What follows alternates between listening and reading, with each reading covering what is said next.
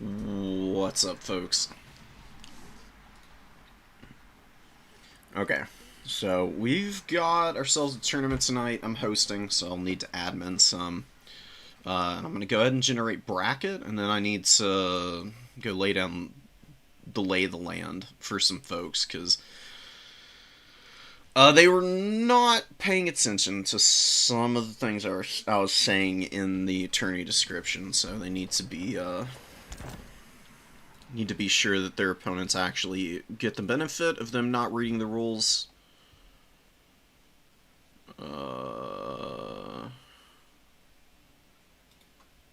Everything will be fine. So, kicking it off here. We're going to be playing Daniken in the first round, which is going to be pretty tough because he's a really good player. I have a pretty good idea of what I'm going to be doing here. I'm going to go ahead and invite them.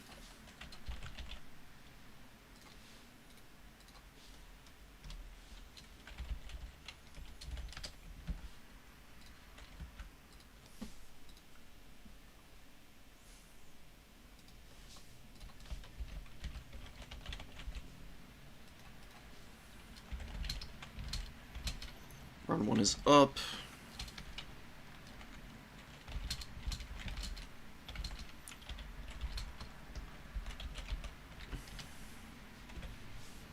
And then issues ASAP, please.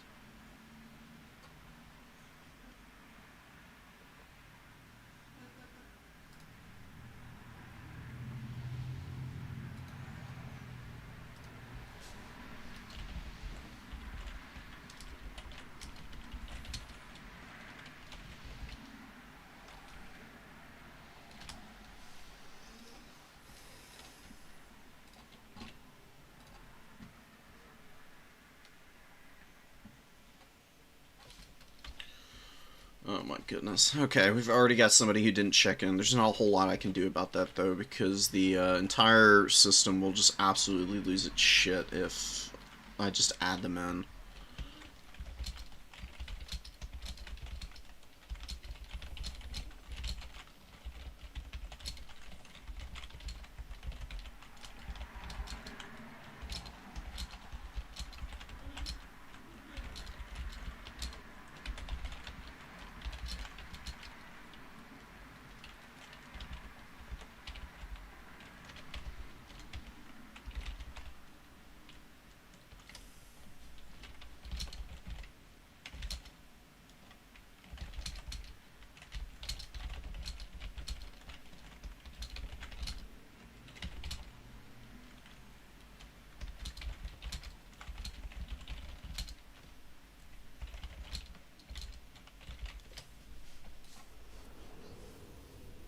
Okay, so let's go get our opponent situated and figure out what we're going to be doing here.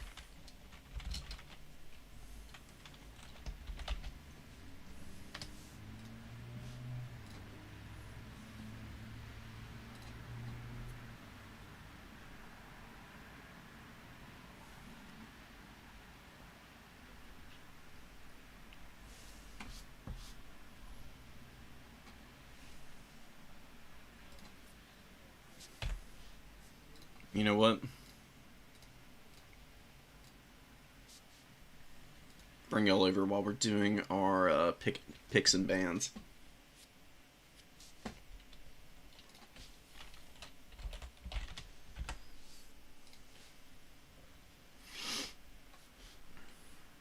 So, we've got Bretonnia, Dark Elves, and Tomb Kings being what my opponent has got selected. I'm baiting out his Dark Elves because I know he's a really good Dark Elf player.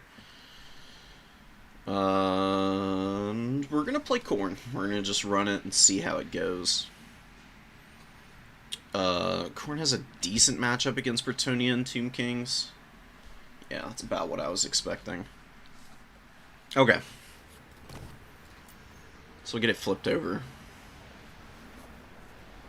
We'll get prepped here. There's a couple of things you can do. The matchup is definitely not without its risks. Do definitely have some things you can do here to work around the Tomb Kings. Thank you, Marco. The way the tournament works is it's a Swiss format, so everybody plays 4 games. You know, play them all out, and depending on how you've done through the tournament, you get lined up on the back end based on wins first, and then your opponent points, which is how many wins your opponents have in total.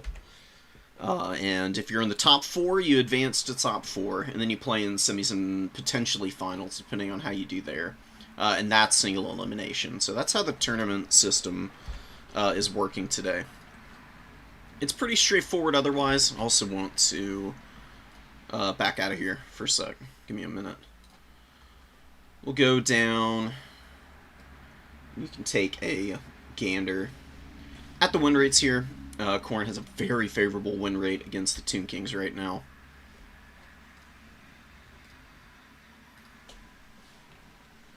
And hopefully, you can see it here. Hopefully, I'm not going to be doing anything to totally screw it up. Not entirely sure who I want to be picking right now, Lord-wise. You've got a lot of really solid options.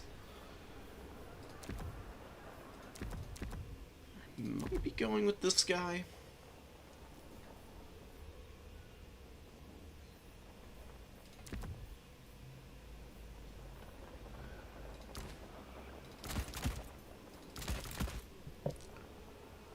We'll make sure that we've got some punching power and mobility mixed in aplenty. We don't want to be too thin on the ground. We don't want to over-tech into units that could potentially lose us a bunch of value by not really being very optimal choices. Because Tomb Kings are pretty one-note. They kind of just do what they do. They don't branch out a whole lot, in my opinion. For me, it's a pretty straightforward matchup. You try and bring a decent amount of like armored infantry with some anti-large and a good spread of mobile units who can do some make some pretty high impact damage felt across the battlefield. That's usually all you need to succeed here.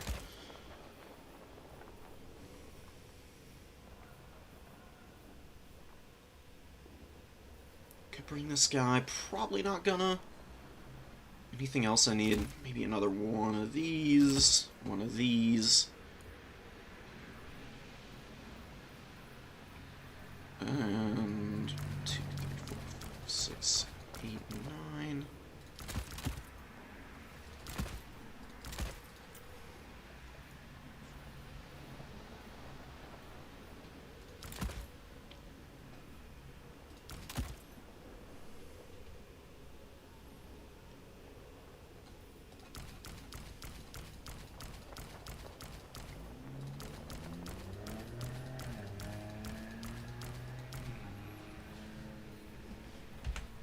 Okay, cool.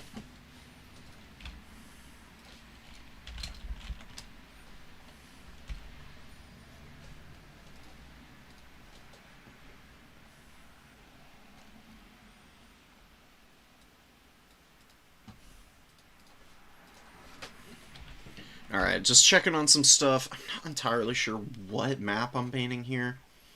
Imperial Ambush has already been banned. That is a pretty good one for Khorne. Edge of the Dark would be really nice, honestly. There are some risks, though, because the Tomb Kings can bring a ton of mobility. And they can keep you on the back foot if they know what they're doing there.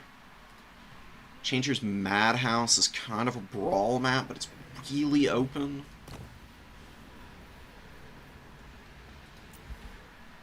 I think we're gonna edge here.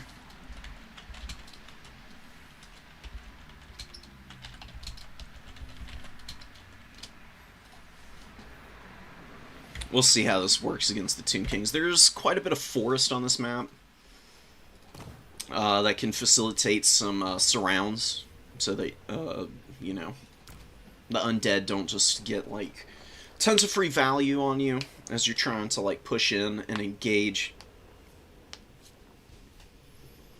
Should give me a nice little advantage. Do I have enough infantry here to deal with these guys? Think so. Anyways. Let me bring y'all back over. Here you go. I'm not that high tier, but I appreciate it, man.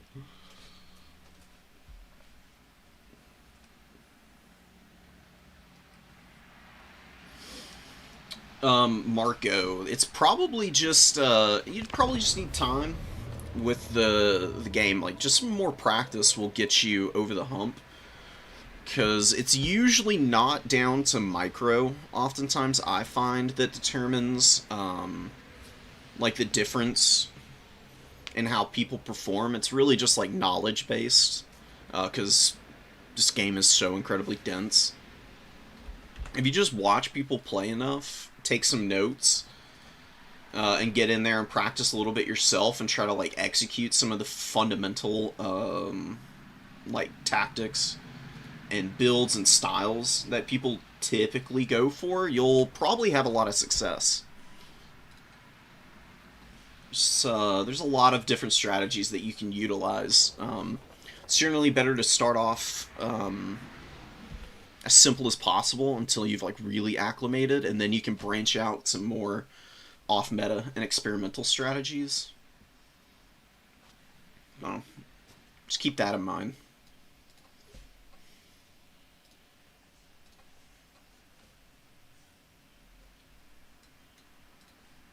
I'll try and show you some moves here, dude. Tomb Kings. Oh man, I've been struggling against them for a while now. And Daniken is a really good player, so there's just no guarantees. Even though the matchup ostensibly is very Khorne favored, Tomb Kings can bring some pretty off-meta, typically off-meta strategies that can work against the Blood God. Nets can be a big risk because they do have access to the Lore of Light, which has Net of Amantok, which can just completely immobilize your army. You gotta be very careful to play around it if the Tomb Kings do bring it. It works pretty well in my experience, but they can also go with just, you know, Cetra and the big war sphinxes and just try to completely clown on your front line. That is something that you also have to be aware of. And either strategy can be pretty successful. It just comes down to execution from the other side.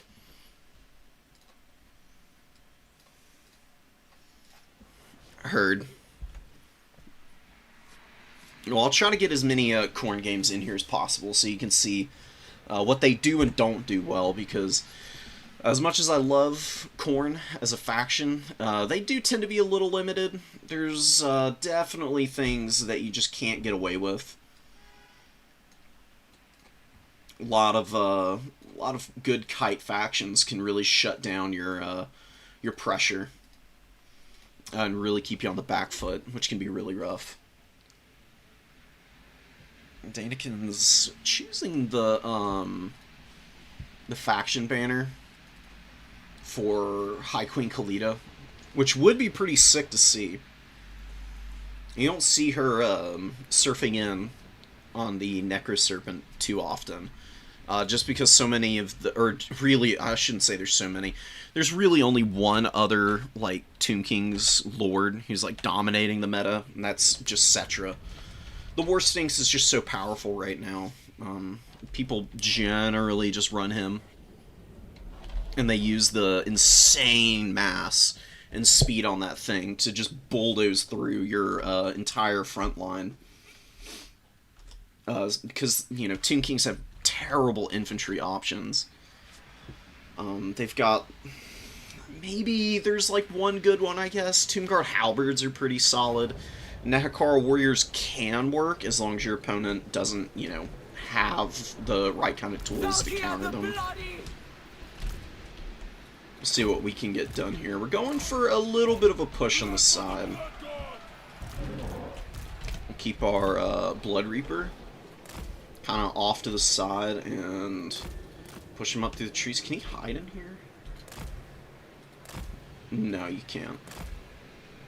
Rip. Anyways, it would have been funny if you could get him in that little corner. I'll keep him up over here. We're going to send Marauder and a Forsaken to go get the number 3. And we'll be patient pushing the middle here. The Furies are actually going to help me hold on to that number 3 if my opponent goes with a Horse Archer opening, because the Horse Archers are a good unit. They've got good cap weight, but with 2 Furies threatening them at every turn, could put a lot of pressure on them and really keep my opponent from playing the objective effectively, because if they want to stick on it and try to cap, even though the Furies don't have cap weight, they do a ton of damage when they land into combat. So they can be a really effective tool just to force your opponent to, like, trade poorly in the early game on value to, like, try and get caps. Because, you know, that is a pretty common strategy against Khorne, is to bring lots of mobile options and then try to just avoid the front line. It is done. My builds lately have kind of skewed towards countering Kite because I just expect it so often. We'll see what Daniken has here.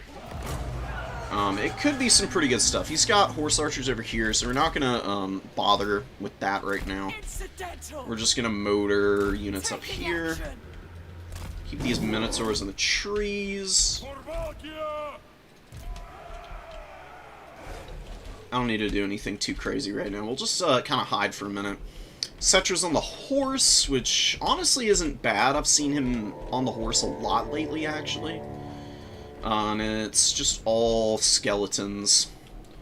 Nothing too scary, and we might actually be in a pretty good spot because my opponent didn't bring a Kemrian War Sphinx, which actually would be really punishing for my infantry. We're just checking the trees right now.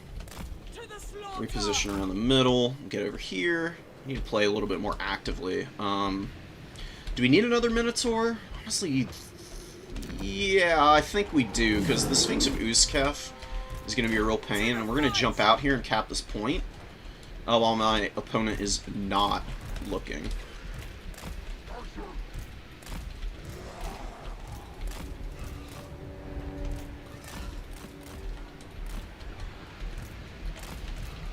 Post up in the trees for a minute.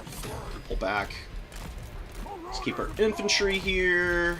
With haste. Do have Flesh Hounds. They can run around and hit and run a little bit.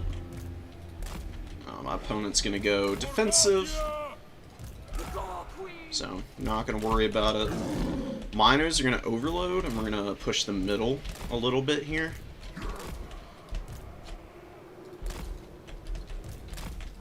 Pull back. He's got to rotate a lot of units over to resecure this point. Like, all of his Horse Archers are over here. We can dodge a little bit. We can even just hang on to this for a little bit longer. Usirians, honestly not a very good target. Fleshhounds are actually pretty tanky. They're pretty annoying to have to try and kill like that. Definitely not ideal. We're going to get up some answers. We're going to get attacks off here. Let's actually use our Furies aggressively for a minute to try and clear out some of the Spearmen here, because that actually can work out pretty nicely for you.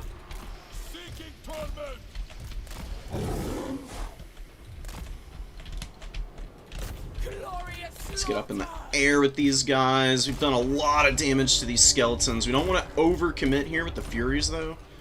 Bring another one in. Let's kind of get aggressive here. We've got a threat overload here, actually. What I'm going to do is just hard commit onto the Sepulchral Stalkers, and let's try and get Valkia out. She should be able to escape without too many problems. We're going to get around these guys. And our Furies to come over the top here. Got the point. Got a good engage here. We've also got Setcher pretty trapped up. Oh, he got away, okay. Let's get this guy out. Let's rotate over. Getting a win here. Where are all these units? I really need them getting in here.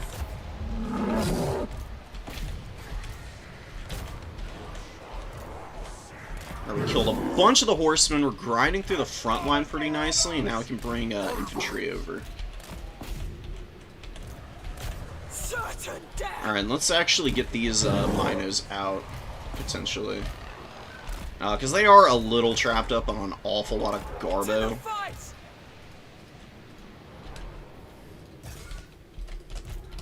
Hound's coming in. Minos escaping. I'm going to get up into the secondary here.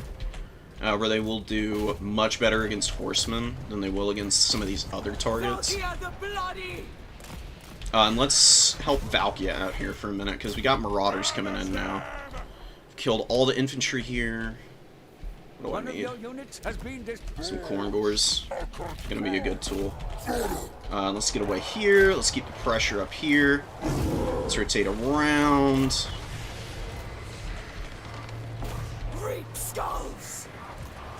Yeah, we've killed his, whatchamacallits, Sepulchral Stalkers, which is pretty ginormous. Let's get the Chosen of the Gods here, because they're also pretty trapped up in all this, chicanery. The Ushopti are dying, and Valkia gets back up in the air. She's gonna go after Setcher now. We do have Sleipnir. We're gonna actually drop it here, because it will do pretty good damage, which will be really nice. Let's go kill our boy. I mean, I have, we're just gonna drop. Horn of Corn is almost always better. Like, it just works, oodles, more efficiently than dropping the swords. Sword is honestly pretty bad, if you want my real thoughts on it. It just costs so much to throw out, and the actual benefits of it are pretty limited in my opinion. Let's get fight. Let's pop this on the Minos while they engage early. Otherwise, they'll take a bunch of damage. That's why you save up. Let's go get the Sphinx. Let's get infantry up here. Let's get the Corngors around. And our Forsaken just ground through the skeletons. Skellies just don't do it, man. Not good enough.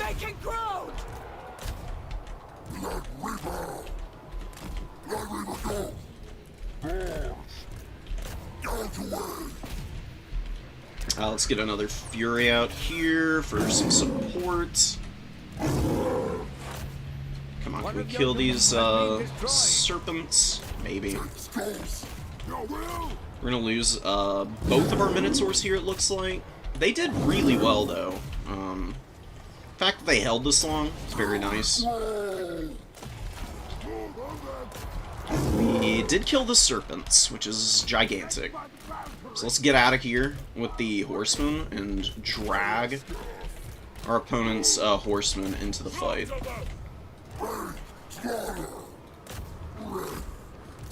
Let's get Cetra. Let's kill these guys. Let's get Hounds in.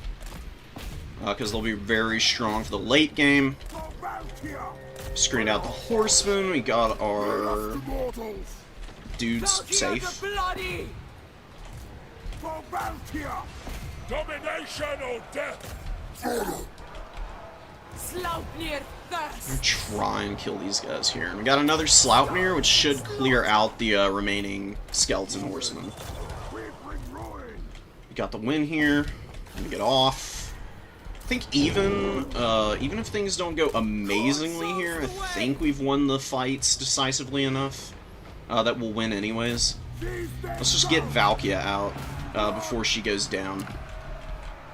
You know, can't really afford to lose her. Your leadership is just always at risk as Khorne. Alright, hell yeah. That was a really well played game by Danny. The only real mistake that Daniken made was overcommitting to try and retake the side point. Just left literally all of the skeleton spears and warriors up on the middle point, where the Marauders, like, by themselves, Marauders are really not that strong in this matchup. They're really good at clearing out the chaff. Typically, the reason that Marauders get folded up is because of the terror-causing monsters, but they were both off doing other business. Or really, there was only one. Cetra wasn't on the Sphinx this time. And they were just allowed to do way too much. The Blood Reaper, I don't know about him. I brought him as a mix-up. I don't feel like he was all that useful. Like, efficient enough, but probably want something a little bit better next time. And we definitely didn't do amazing with some of our micro, but the actual, like, strategy was to pull mobility to the side, let the front line resolve in our favor, and then just play for time, and that went amazingly. So I think it really just came down to, like, a strategy execution advantage. Simpler oftentimes is better, but it is a little deceptive, right? Like, a lot of what looks like simpler builds are actually a lot harder to execute in what they're trying to do. And there were definitely some mistakes that I made in that game. But you just kind of want a little bit, in my opinion, for Khorne as a faction. Since you don't have magic to kind of cover up the holes in the roster, for me, Khorne always needs, like, a toolkit of units that they can bring in. Otherwise, they run into some serious problems. In this matchup, it's a little less terrible for Khorne. Because Tomb Kings are pretty limited from a design standpoint. They have, like, one thing they really want to do, which is shoot you to death with all their range tools. And if you can, you know, work around on top of those range tools, you can shut them down pretty hard. So you just kind of skew your builds as Khorne against the Tomb Kings. But in a lot of other matchups, you'll see me, like, really mix and match units. There's only a handful on the Khorne roster that I don't think are really useful. Like, Bloodthirsters and the Slaughter Brute, I think, are probably two of the only units that I would never bring. Everything else has a niche, like, even Skull Reapers, who are kind of weak at times. So, like, bringing a nice spread of units so that you can, like, cover up for the lack of magic makes a big difference.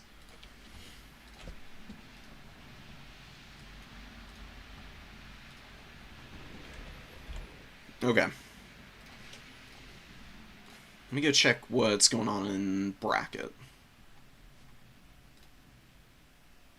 Oh, and I totally forgot to report our game anyways.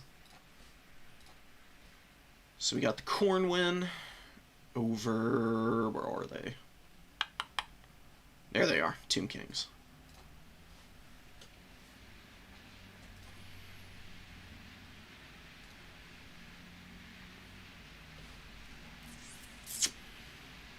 Kupo and Cows are playing, Ulrich, Babatunde still going, and Hitman Hippo and the Space Pope playing right now. I'm gonna give it up to those guys. I know they play together a lot, and all the dudes in that group have amazing names.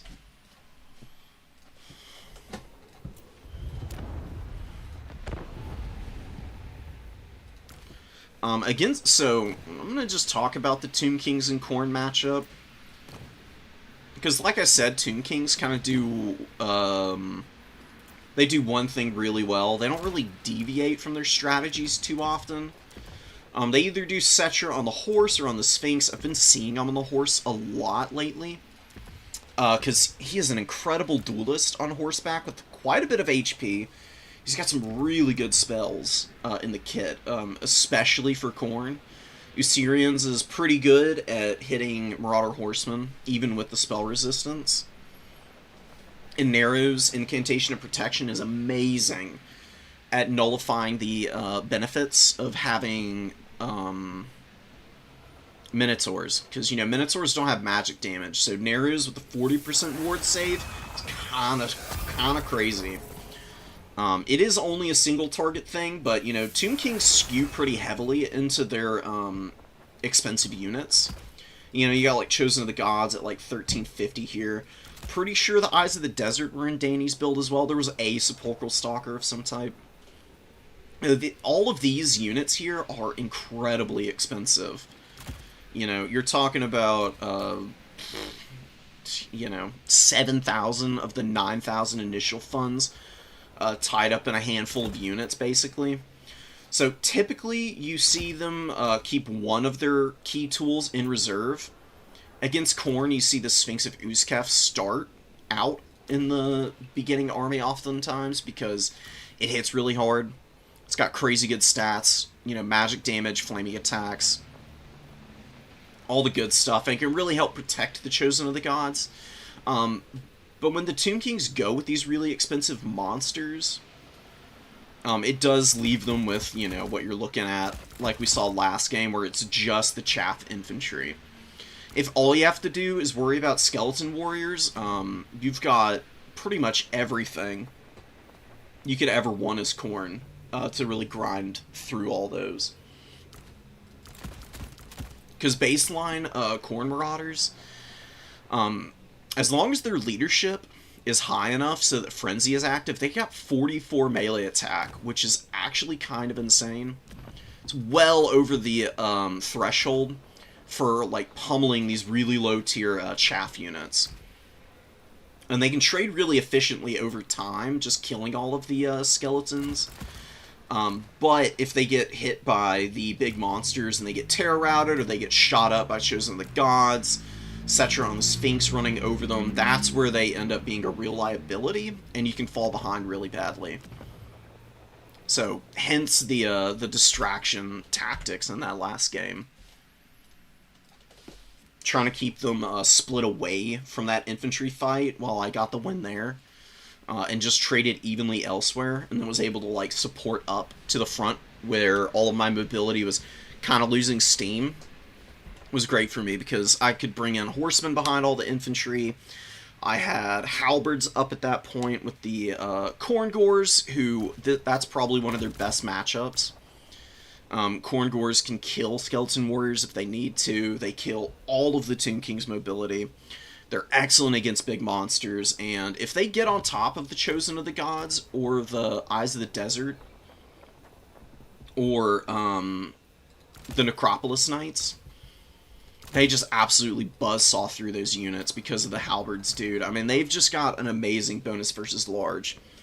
And then, you know, of course, their melee attack at base is pretty low, but they get Frenzy and Primal Fury, which each give a small increase to melee attack, equaling 15 in total. So you're talking about a 700 gold unit that effectively has 51 melee attack against the Tomb King's best units. That's why the matchup is so favorable for Khorne, because Tomb Kings have to do a lot right to take you out. And Khorne is just really good at rushing down ranged factions with Fleshhounds, Furies, Minotaurs, all of that. And Valkia is really good at flying in, because she's got good chaff clear with Sloupnir, Demon Shield to take big fights, and if your opponent's not paying good enough attention to the range tools, she can land back there and start shipping models off of the really expensive shooters. Another option for Khorne is to go with Skull Taker. He's also really powerful in that matchup. Probably a little bit more consistent. But you saw Cetra on the horse because Skull Taker is such a threat. Because Cetra doesn't beat him on the Sphinx, but when he's on horseback, he can absolutely manhandle Skull Taker when he's on the Blood Throne. Which is a really good mount, but does leave him with pretty low melee defense. And, you know, Cetra here, this bonus versus large of 20, 60 melee attack at base, and pretty good melee defense as well. With decent HP, can definitely handle business in this one-on-one.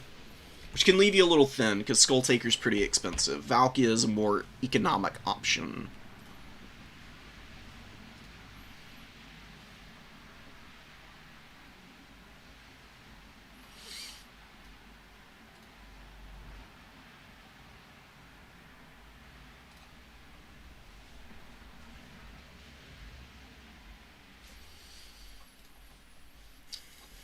We done with the first round? Should be about done. One more game.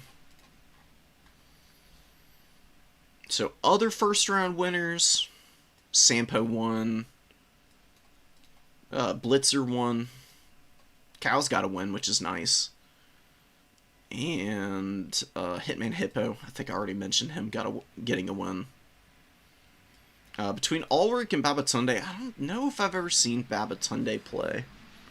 I know Ulrich is always a really tough opponent, man. Definitely not somebody that you can take lightly.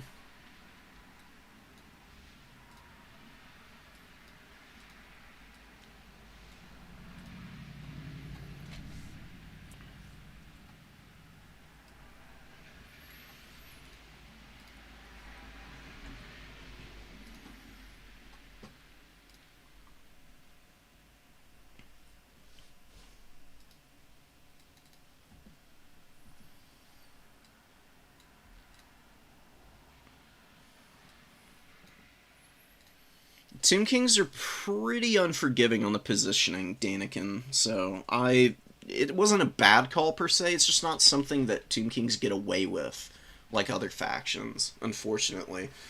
They have to play so turtled up against Khorne.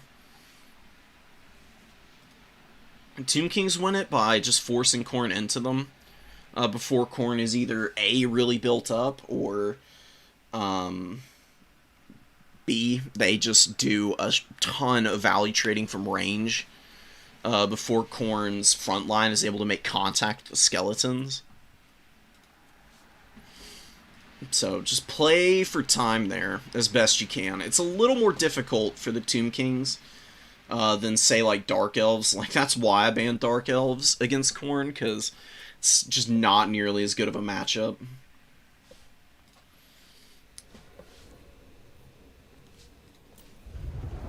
Dark Elves just have infinite mobility. And Tomb Kings have a lot, but it does tend to run out by the mid-game, if you play your cards right. It's always a give and take, of course.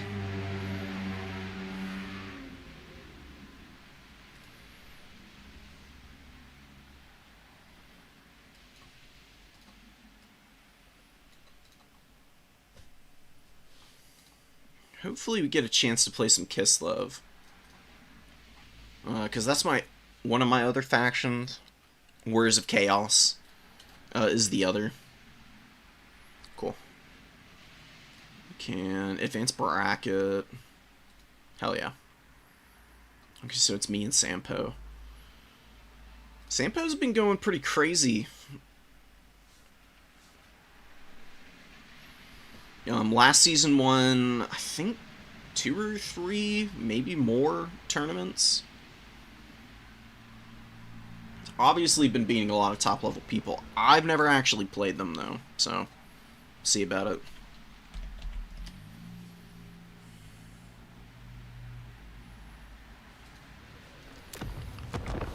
Oh. Yeah, definitely not matchmaking. Let's get our round 2 opponent in here. I don't think I've played Sampo. Oh, maybe we have.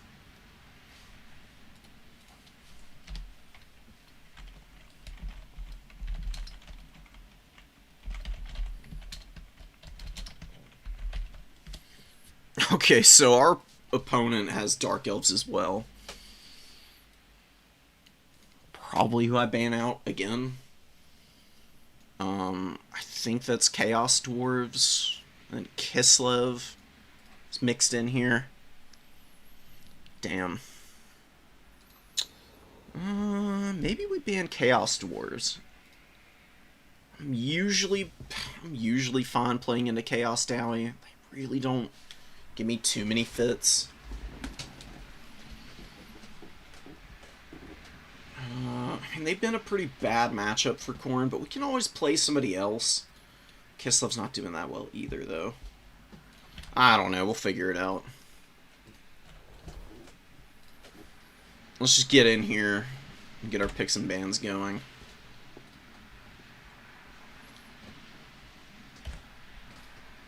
Alright, I'll be back in 1 sec, guys. I'm gonna go take care of something real quick.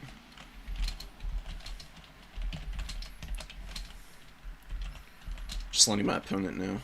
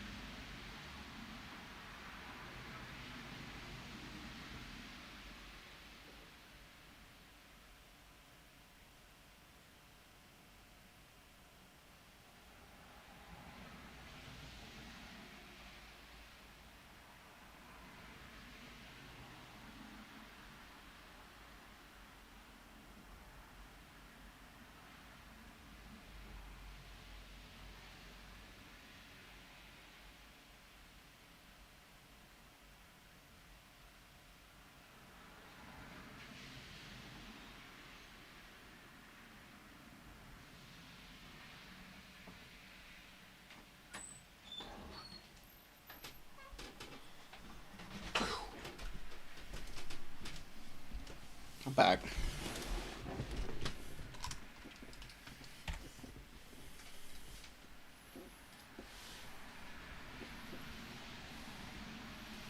Kislev versus Dark Elves isn't terrible. I'm just not a huge fan of playing into Dark Elves, truth be told.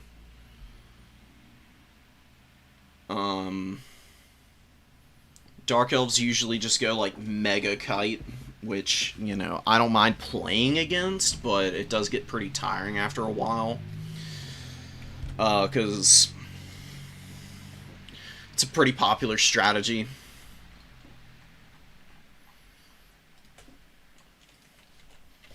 I like a little bit more of a mix and match kind of gameplay style. I don't want to have to like super build for dealing with just like one or two specific strategies from a faction.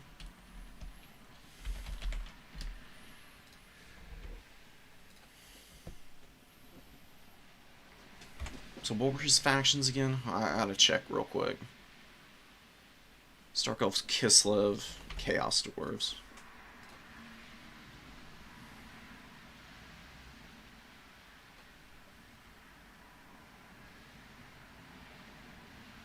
Yeah, we're banning Dark Elves. And we got a Kislev ban. Okay. We could do Warriors of Chaos. Actually think I'm gonna do Khorne again. Okay. Kislev versus Korn is a pretty fun matchup, dude. I can't lie.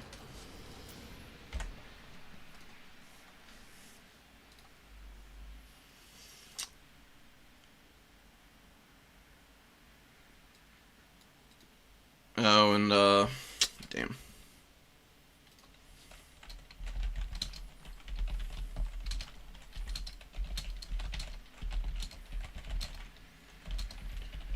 Gotta answer some questions real quick. And drop somebody. Hitman Hippo has to drop, unfortunately.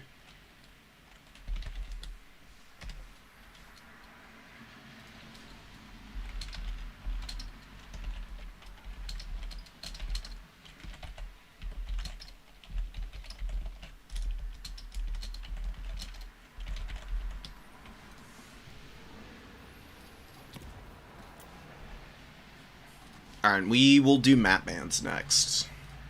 I'll flip back over here for a minute.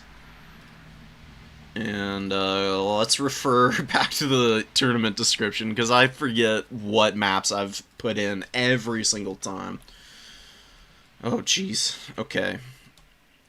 We are not playing Kislev on Brave Alley. It's actually... Oh, okay, okay. It's pretty wacky maps in this particular round.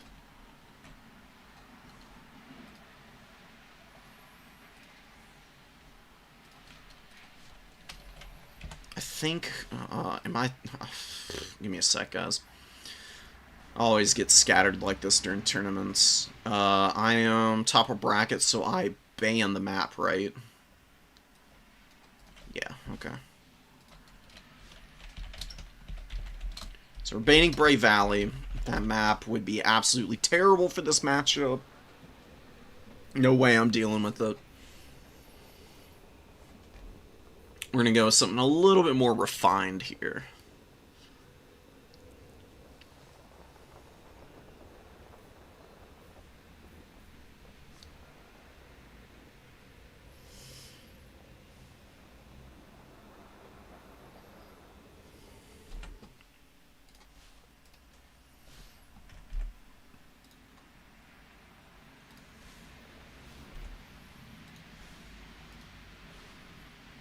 Imperial Road. Yeah, that figures. Okay, so we're going to the big boy map. Imperial Road here. Pretty good for Kislev. They can definitely do some pretty disgusting stuff here. Actually, I don't know if I'm going to do Valkia. Give me a sec, guys. I'm going to bring y'all over here. You can see matchups once again. And Kislev does have a winning matchup versus Korn right now. I see it in my mind's eye. Intuitively, I kind of get it. I do think Korn has some pretty good stuff here, though.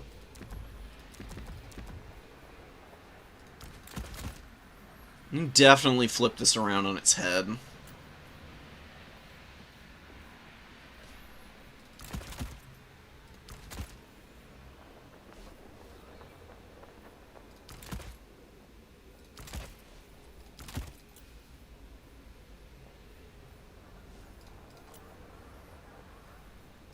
One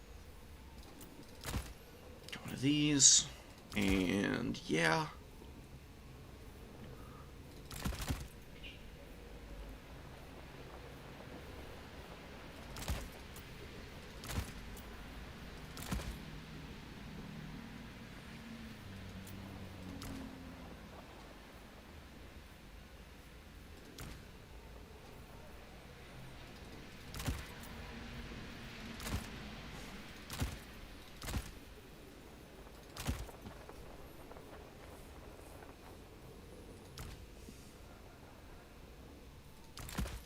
Probably a little too expensive. Let's try and tone this down and get it a little bit more manageable.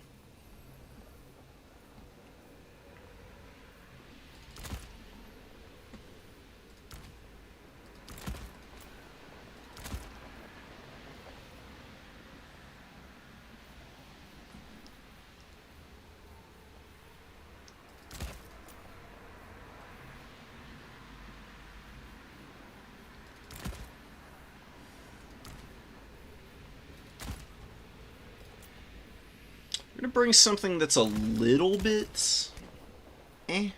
questionable. Quote-unquote questionable. But I really like in this matchup, because I think it can actually do some pretty good damage. I'm gonna get this guy in here. They're just pretty durable. Get rid of that, maybe.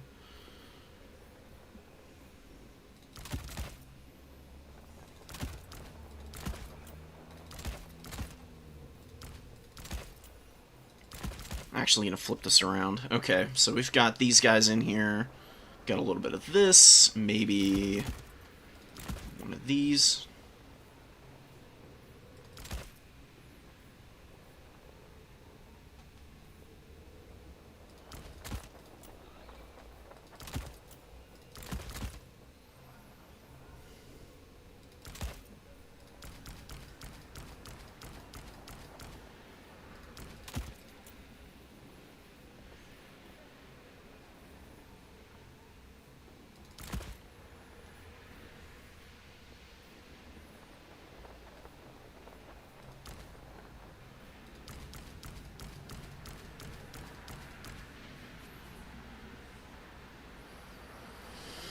So Kislev goes pretty elite. My army is pretty well diversified. I don't think I'd have too many huge problems with what I'm bringing. It may be a little bit too spread out in terms of what we've got available, though.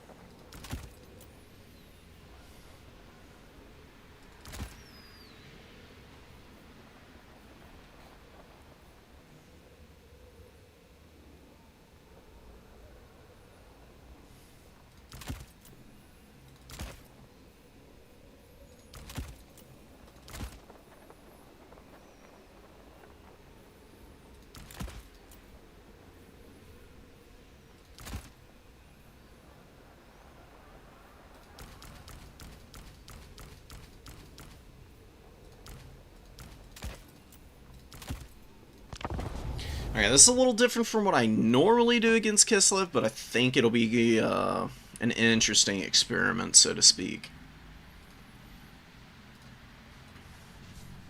We're gonna full send it for what it is. Because Kislev can do so many nasty things to you. Now you can bring all kinds of crazy shenanigans. You can do, like, Monster Mash. They can just go sledding on you, which is kind of terrifying. Khorne is one of the worst... Not the worst faction, but one of the worst factions at actually contending with the heavy sled spam. They can do Mantide, which actually works on occasion. They can do, like, an insane number of Streltsy, which I've seen work pretty well. That was a solo Spaghetto special. Was like mass Streltsy with like an eye switch that costs like 700 gold with Blizzard. The Gaul Queen. That was always pretty decent. See what we can get done here. I don't really want to hide these guys. See, the risk of hiding stuff in the trees on this map is that your opponent can also deploy literally like right in front of you.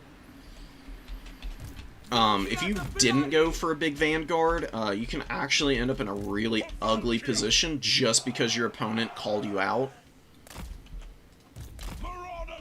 And they're in position to just, like, hard punish you immediately, so I am going to do everything in my power to avoid that.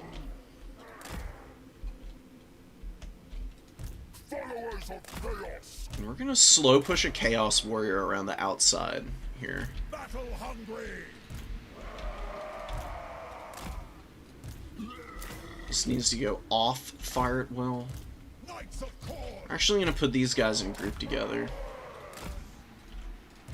The Knights are going to be the protection for my Marauder Horseman early. I just brought one Marauder Horseman, because they are really good in the skirmish game, and they can do big damage to stuff like Griffin Legion if you use them correctly and kite around nicely.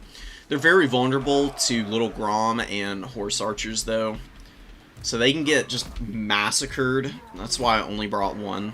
I actually really like the versatility of early Furies, because if your opponent's not prepared for early aggression and you've got the Furies to dive some of their more expensive units in the back, and you can micro these guys around well, you can just smother your opponent in the early game and just totally run them over.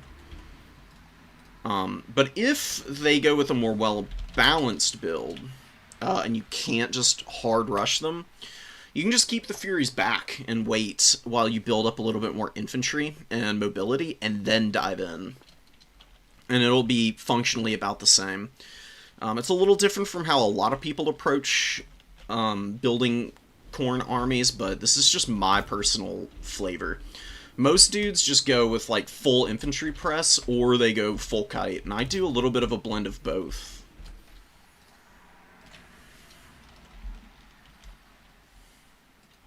Okay. Our opponent is ready. Valkia the Bloody!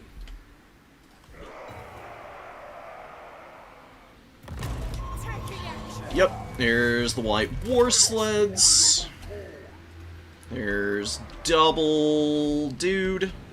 Oxymiska and Hailstorm. We're gonna rotate our Chaos Warriors off of this high ground, I think. Maybe we'll just slow push them for a minute here. Let's get out of here, and let's, like, start poking at one of these sleds. You can do pretty good damage with the skull cannons to those things. And you can dodge pretty easily as well. You get the Furies moving over. We're gonna bring up Blood Beasts. Slaughter personified! Just trying to do some dodging. They're hitting me a little bit. Patriarch is coming out, which is, you know, whatever. We'll be able to handle him. Let's get up here.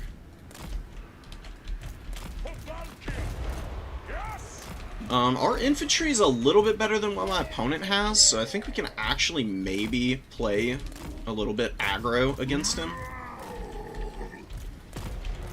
Let's get back here. Let's get charged there. Let's get the skull cannon forward.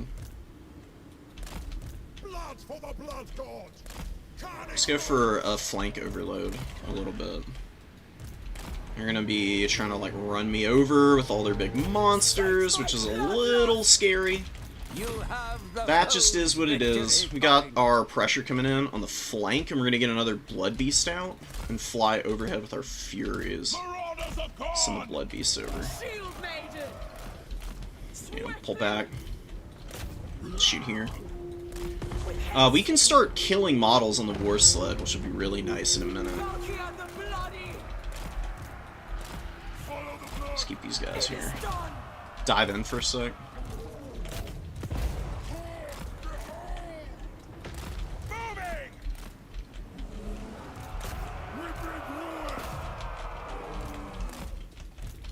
Horsemen are up top here. Yeah, we'll do the Blood Beast. We actually may really want the Horsemen. Let's get Valkia out of here. With Sleipnir up, should be pretty easy to extricate her. Actually got the Chaos Knights doing some pretty good damage here, which is really nice. Valkia gets out. She'll be able to drop Sleipnir to start killing some of these guys.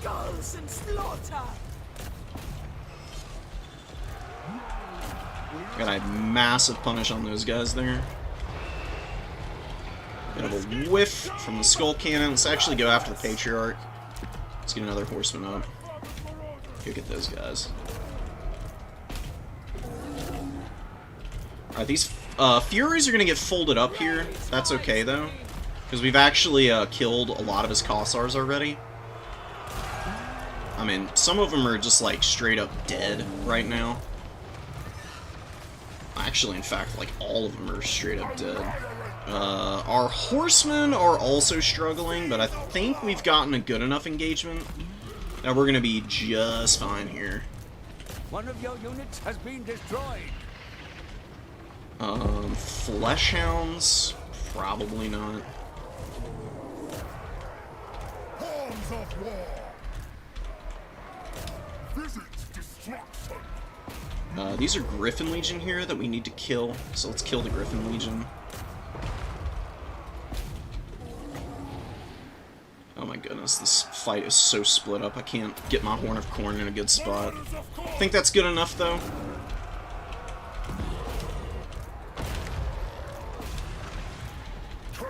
Let's get the Chaos Warriors forward. Let's get a couple of Corngors out now, actually. And get our Marauders rallying up. Attack the mortals! Oh, and need to get away from the Griffin Legion here before they murderize these poor horsemen. You can actually use the Skull Cannon to engage there, because it actually does some pretty good work just sitting in there, fighting against the Kislevites units. Alright, pretty huge damage coming down. We can kill this Frostworm as well. We're gonna actually start to reconstitute our forces down here. With fury and hatred. And we just need to kill this big old thing. No reason to leave it alive right now.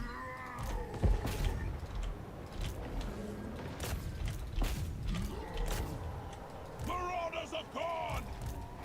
To slaughter! Let's get in here. Let's go run these guys down. Follow the blood! The warriors up top there are doing pretty nicely. Let's get out some hounds. Hounds can actually do some pretty good damage. Very strong unit. Let's try and dodge away here with our dudes. Let's get off of these stupidly expensive monsters that are just going to get healed up. Skull Cannon breaks! Ouch. This hurts. It's very painful for me. Definitely not something that I can really afford right now. Master, behold. We're going to need to do something about that in a bit here. We're going to save up for the Minotaur now. Because we're doing alright, we just have to kill the, we have to kill these freaking characters. We just really can't afford to let them sit back there and hound us out. Oh wait, I made a mistake. I'm panicking a little bit. Happens to everybody. We're gonna just press aggressively here. We got the Blood Beast, he can get in there as well. Valkia pops a Demon Shield. We're gonna focus down this Frostworm. We got our Corngors in there. Pop our Fury. And just go to town, man. Need a little bit of money. We need the Minotaurs out. Let's get off of this here. Let's go kill these Streltsy real quick. I think there's actually a nice pocket here to hit. Alright, we got the mass and the numbers here to actually kill this stuff. Let's kill this guy too. Summon these guys up. Frickin' Minotaurs coming in. Valkia the Bloody. We gonna hang? Really need my guys to hang here. This is where Kislev can just like totally outmuscle you. This is where I'm feeling a little bit vulnerable. Not loving life right now. I'm a little bit scared. I'm actually, oh my god, dude. All my stuff is running away because of the terror. Super annoying, man. I mean, frickin' Griffin Legion are just so nasty. They do so much work against you. And these Corngors shattered before they were actually able to really hang in and get good value, which is not good. Really bad right now. Taking action. As good as we've been value trading, I actually think we're in a lot of trouble here.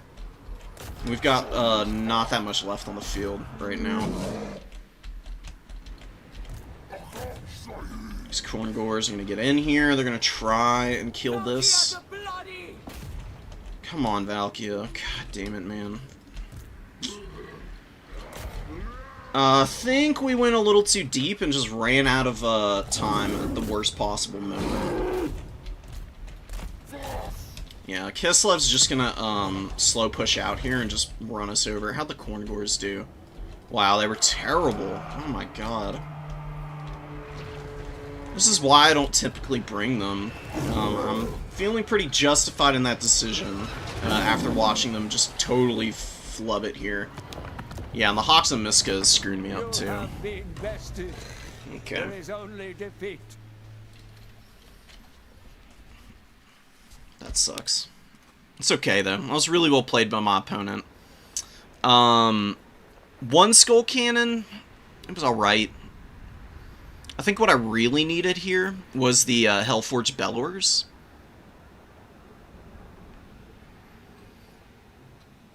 And I think a Minotaur earlier instead of both of the Blood Beasts would have been nice, because I did have good early engage with the Chaos Knights. I just need a little bit more goodies in the bank, I think. And we would have been better off. So, my opponent played really clean. He got some really good value with the War Sleds. Yeah, the Kislev Monster Squad's pretty nasty, and that's one of the things Khorne struggles with the most. Khorne has a pretty hard time handling big beasties, because they can just kind of run over you with their mass and pull in and out of you. It's kind of rough.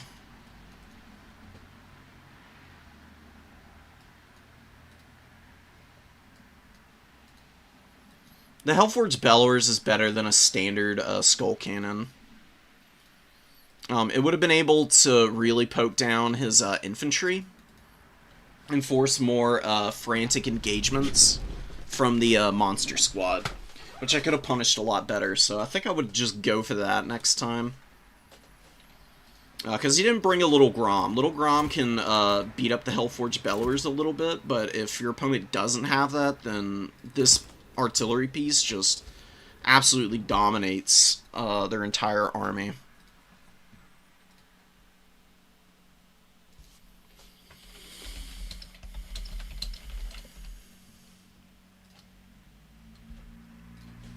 Okay, so 1-1 to start out. Not great. I'd have really liked to get the win there. Can't win them all though.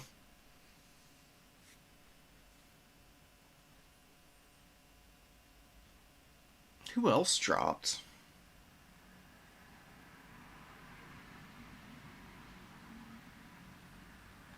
Kupo's still here. Oh, Babatunde dropped. Really? Dang, dude.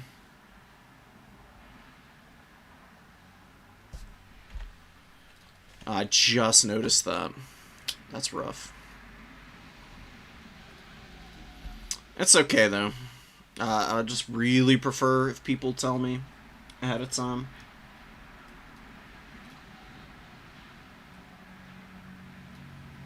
One of your most humiliating defeats. That game versus Oishi was not humiliating, Maximilian. That's just, that's Kislev in a nutshell for you. Kislev's, like, infantry lines are pretty easy to pick apart. If they just go, like, full mobility with, like, all the Griffin Legion and the War Sleds, it's a lot tougher, and I think you'll see it a lot more. I've got a pretty good idea of what to do next time I run into Sampo and Kislev. It's not too different from what I brought. It's a little bit more refined. It's what I usually bring. I was trying something out here. I didn't really love it.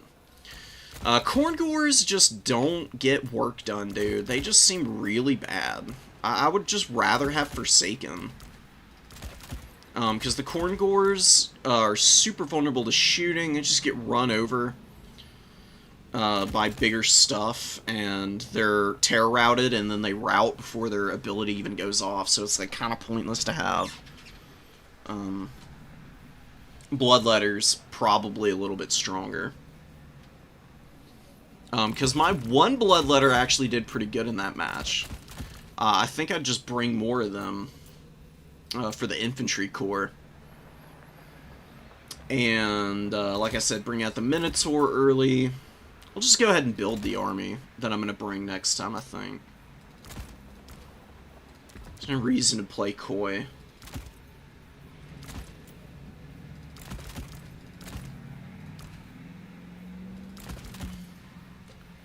Double Bloodletter.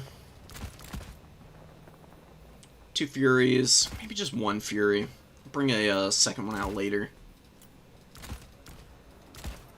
2 Horsemen. Or... There we go.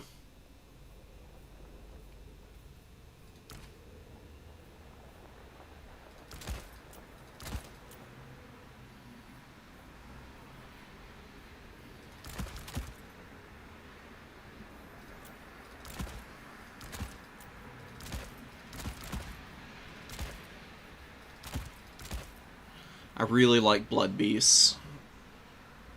I'm almost never disappointed by their performance. They just seem to carry a lot of water for you as Khorne.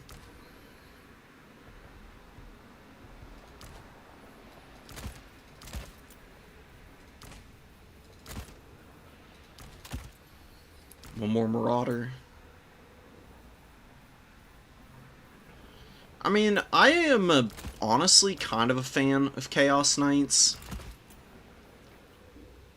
Kislev, maybe not their finest matchup, though. Maybe we'll leave them off next time.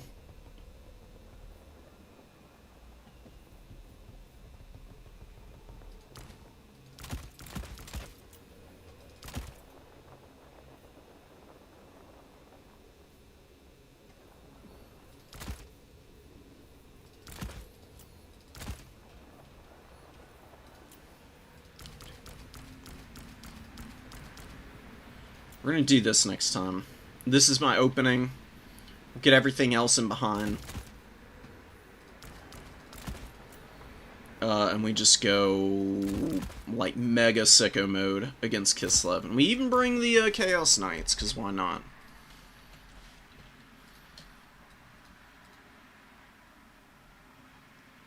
It's humiliating because I didn't even know that spell existed. Nobody knows what the Lore of Hags does, dude. Like, that's not humiliating. I mean, seriously, nobody uses that lore. I think that's probably the second or third time that even the most experienced players are seeing somebody, like, actually bring that particular spell.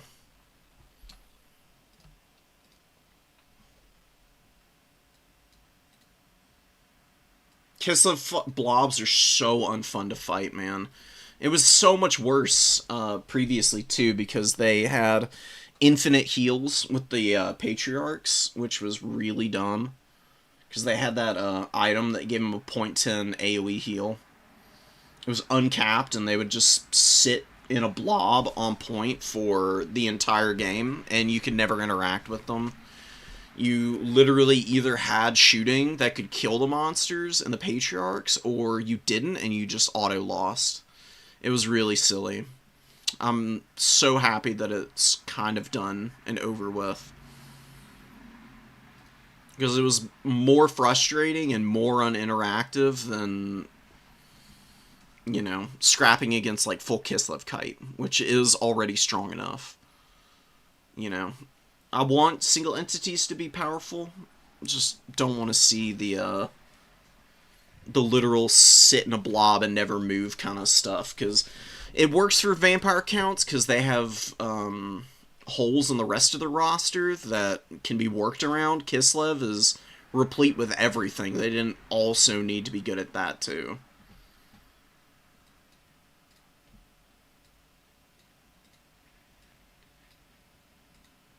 Sheena's and shooting the Dowey frontline with that spell. I'd be curious to see somebody try and do that. Kislev's matchup against the Dowie isn't terrible, but it is pretty back and forth. It can be a little tough. And I'm interested to see if maybe the Mother Estankia build with the armor debuffs would be pretty strong. I mean, I can see how it might work, but she is pretty expensive. Probably the only thing holding you back from bringing all that against the Dowie. The hell is it? Here it is. Yeah, Curse of the Ancient Witch. Super cheap. No point in overcasting it.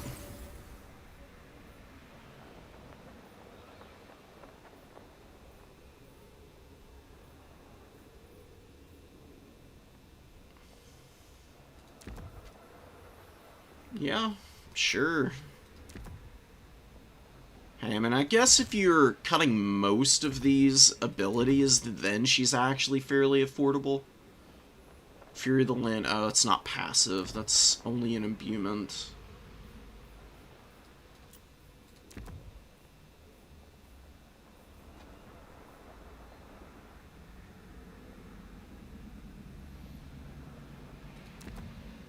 I don't see Goliath being good ever.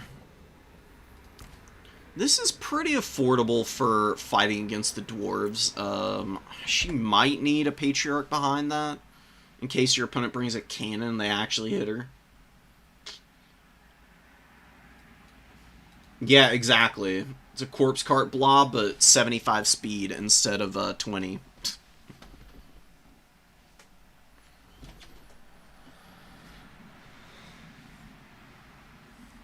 I appreciate the effort CA's put into balancing the game. They've done a really good job of keeping any like truly ridiculous things from just totally taking over the multiplayer meta. And then, you know, the community is honestly pretty good about it. Good grief, dude. Ulrich is so slow with the picks and bans every time.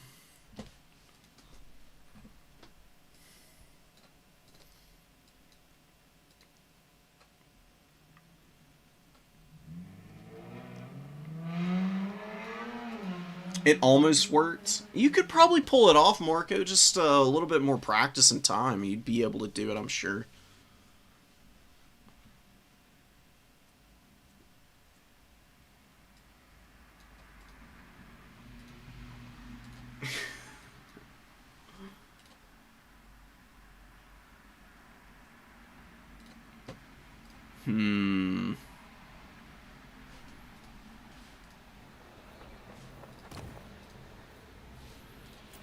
Let's go. Let me take another minute here to go look into this Estankia anti-Dowie thing.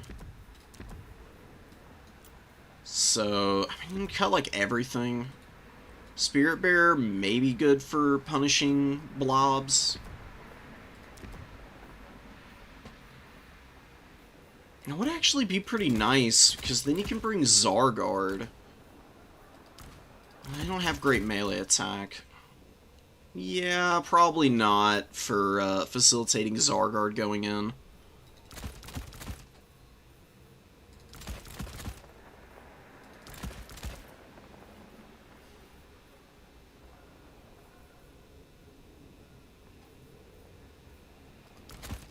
Do 2 Winged Lancers at the start? And use Curse to allow them to charge in early? I don't know, Forbidden Fens maybe not. Maybe you bring Witch Brew and try to use the healing on this. How does it last? 7 seconds? That's it? Bizarre. What is this lore, dude? Omen of Spirits is a really weird self-buff. I think you just bring that. Save yourself 100 gold.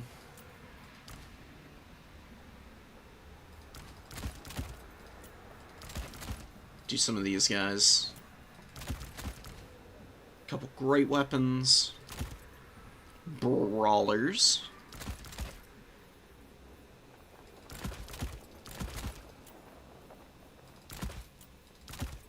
You don't need that much cavalry against the dwarves.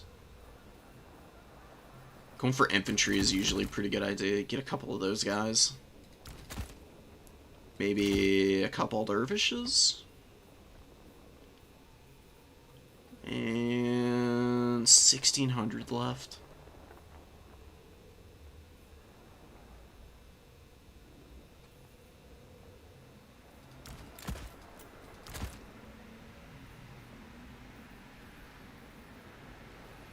I don't know. Something along these lines could work, I guess. Oh, yeah, because you could just have them shoot stuff. Oh, and you brought Akshinas. They did say that, so mix them in to, like, hammer. Usually I just bring Streltsy, because their AP is actually really good at range. They can really hammer down a Dowie front line by poking.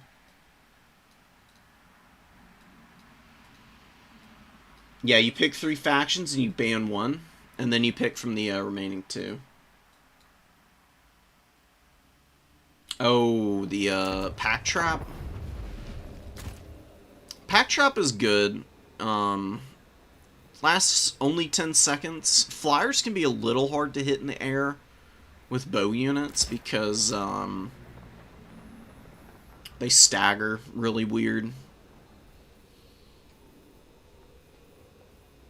Sometimes your units just, like, straight up cannot hit them to save their lives.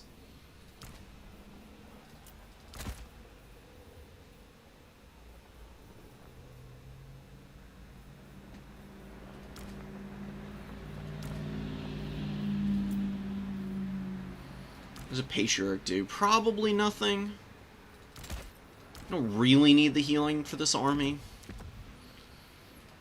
You just play safely with Astankia, I guess, and she'd be fine. And I guess if you really want to bring a Solyax caster, you can. Run him around on foot, and maybe you can give some support to the front line.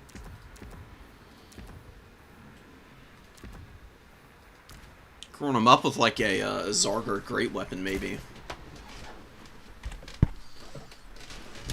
I might try that and play around with it on ladder or something.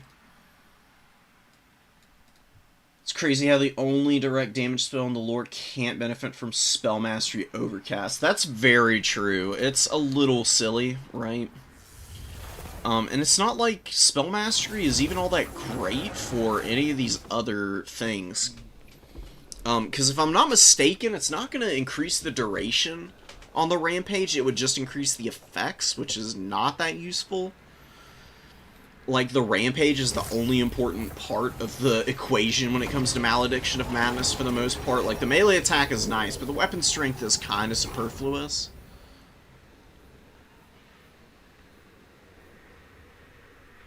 Same with, like, Forbidden Fens. What would you do, though, to balance this? I really like the idea that they've got going on here with the overcasts being different. I just feel like maybe, though,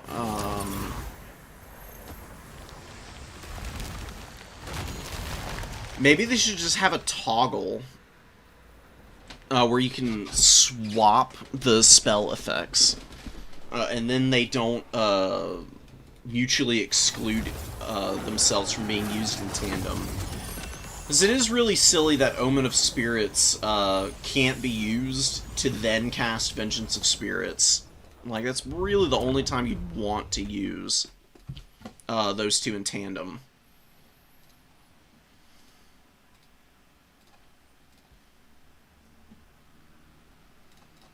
We done?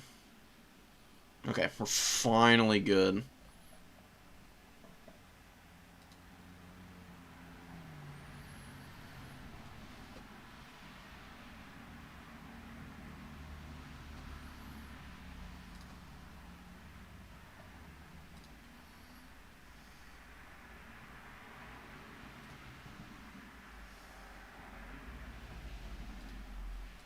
Okay, and score reported for this game, and then we'll advance it. And we'll be in round 3. Ulrich got cows.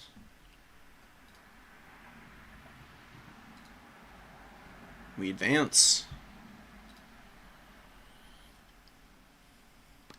Oh, we're playing Shat. Hell yeah.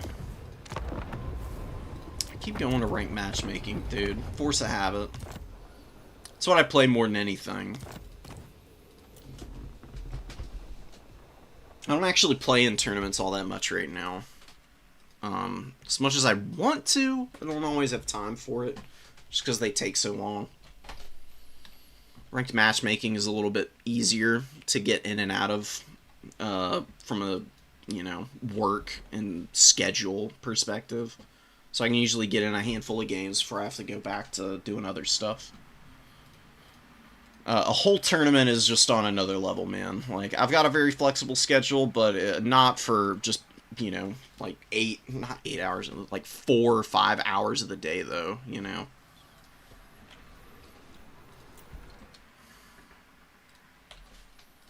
But hopefully one day that changes. Okay, let me get my opponent here.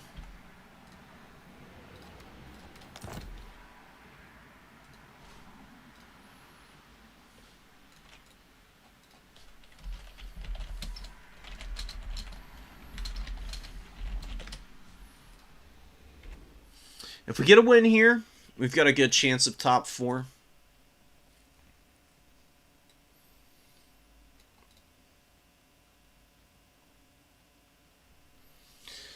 If we get into the top 4, I feel pretty confident in my odds of winning. I feel like I could have won that game against Kislev, but I think I was just a little too impatient, so I just need to ease up a little bit. I think I'll be okay.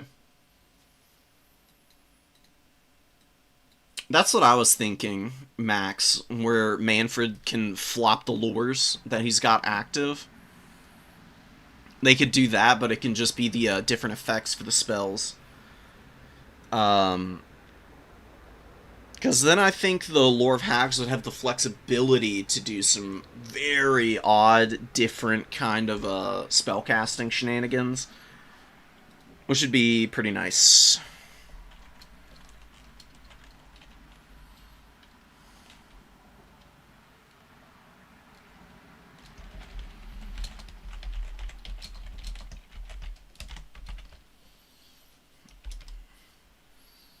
Who are we banning of my opponent's factions? Probably Norska.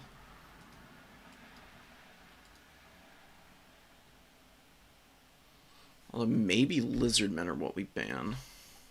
Give me a sec, guys. I gotta do a little bit of scouting real quick. Ooh, actually...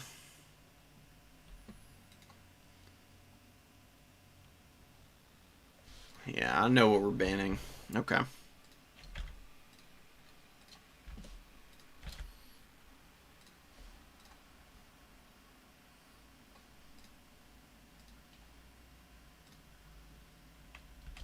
Who's top of bracket? I am bottom. Okay, so we're the guest. Oh, never mind. What did he mess up? Looks fine to me.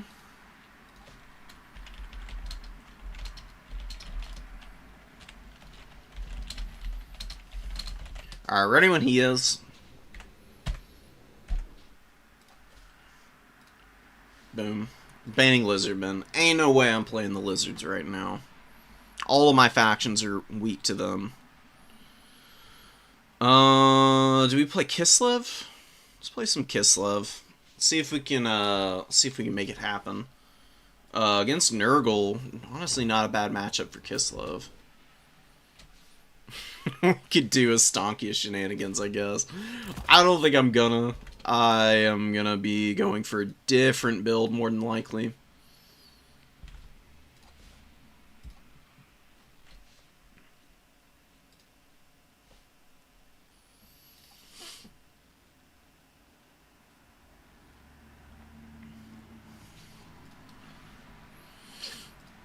Okay. The hell are they? There they are. Here's what Kislev's win rates are looking like right now, and let's also, we gotta do map bans. So let me actually get that set up real quick before I forget about it. The hell? Oh, wrong button.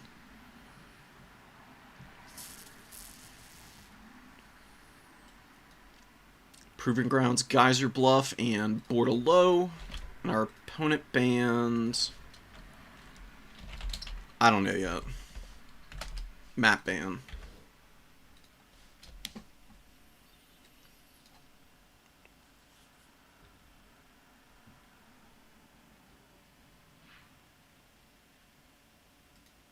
Against Nurgle, Geyser Bluff really wouldn't be bad. Although it is a little bit small, Bordelot might be a little bit better overall.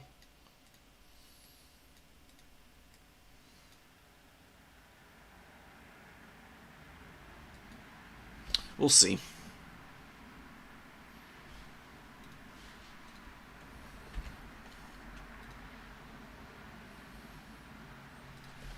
Okay, Shat actually banned Proving Grounds. We're gonna play Geyser Bluff. I actually really enjoy it.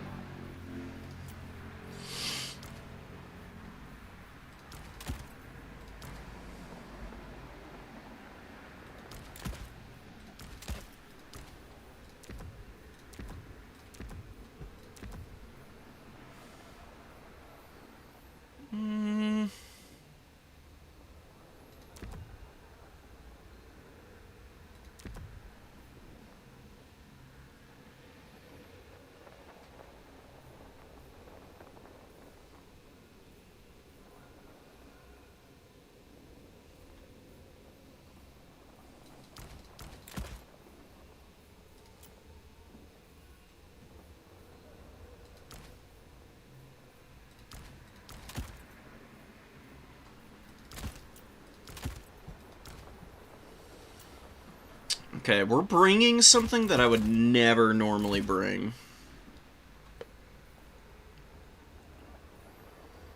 Y'all will definitely see it. And probably get a kick out of it.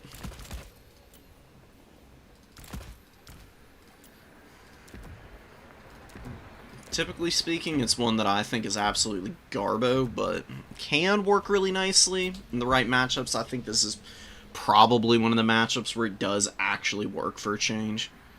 So we'll throw it out here.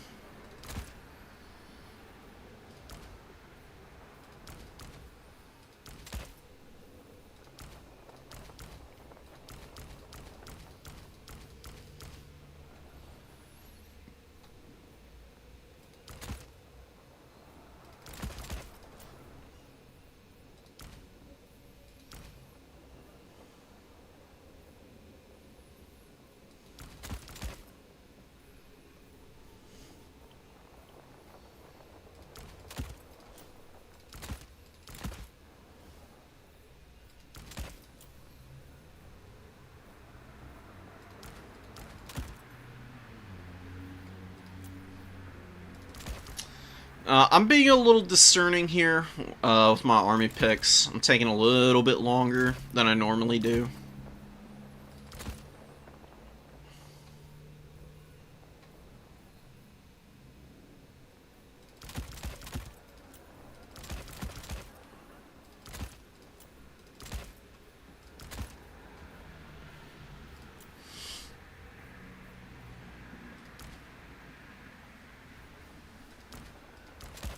Yeah, we'll get one of these guys, and... Nah, never mind, we're not going to do that. I'm going to get these instead.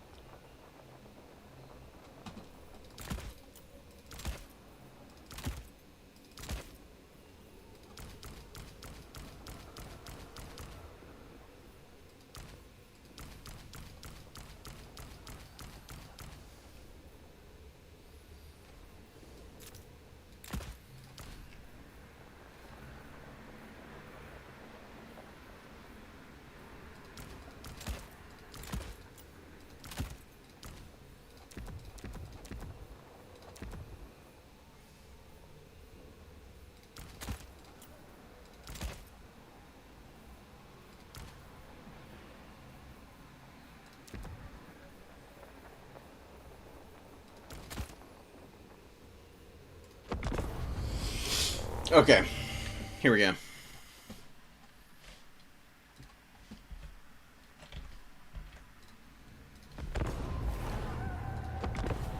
About as ready as I can be, I think.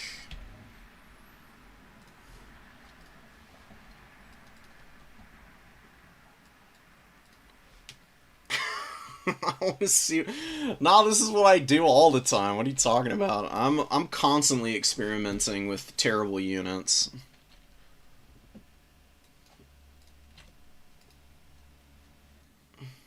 Yeah, Nurgle is like a little bit of a matchup check. Nurgle's decent. Definitely has some pretty powerful tools, but can really fall apart at times. With just some decently effective kite play and, you know, some good shooting. Some decent melee also helps out a little bit. But going heavy melee, you need to be a little bit careful of, because obviously Nurgle's healing is pretty insane, and they've also got Mortis engines on some of their bigger things. I don't think we'll see Kugath or an Exalted Great and Clean One here, though.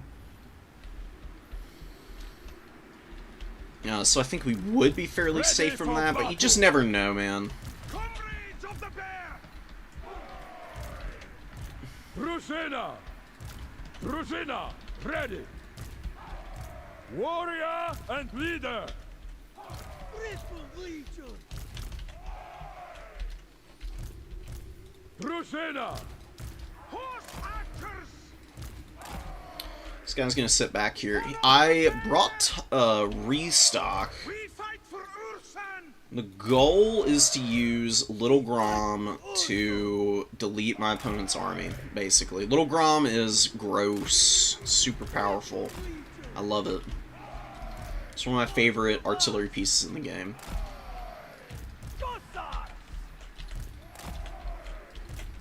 The motherland's finest! Obey the orthodoxy!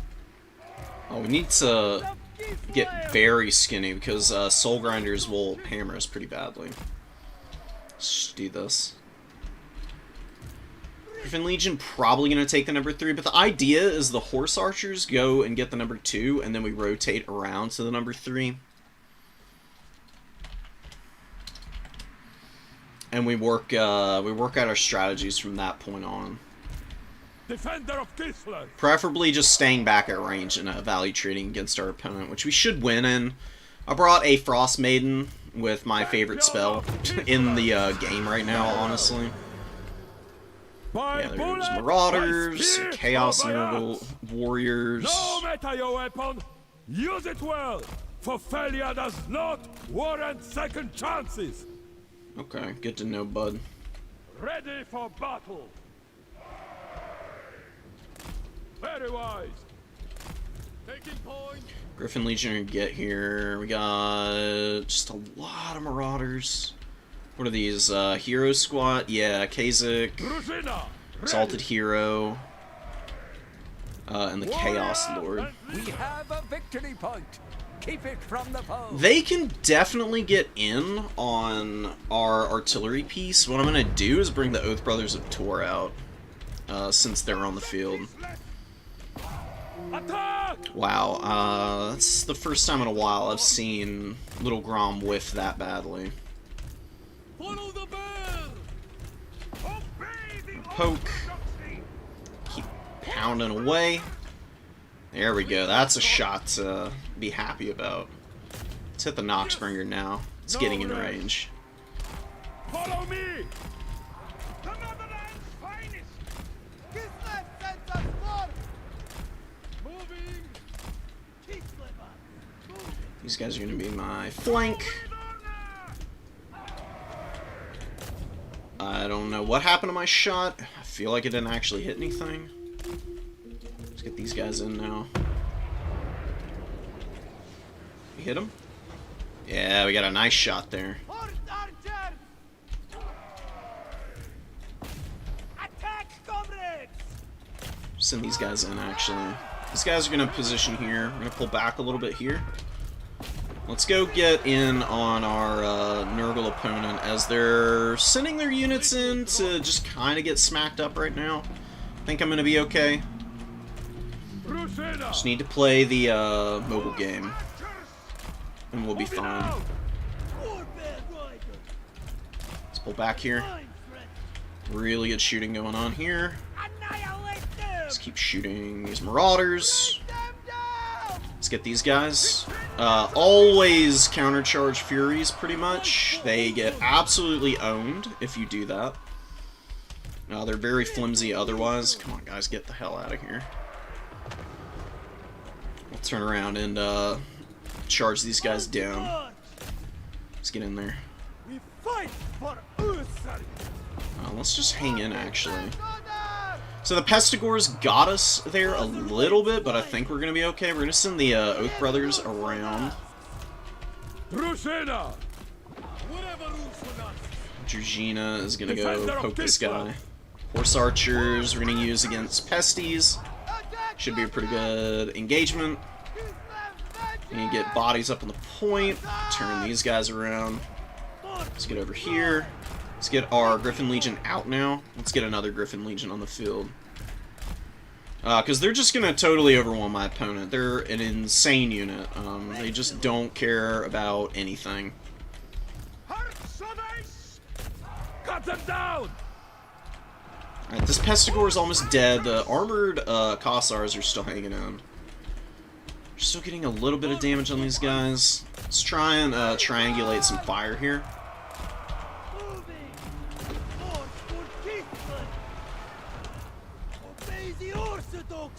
We're going to actually have our warriors kind of hound my opponent up to his own objective. We're going to bring our magic in. Onward! At the double!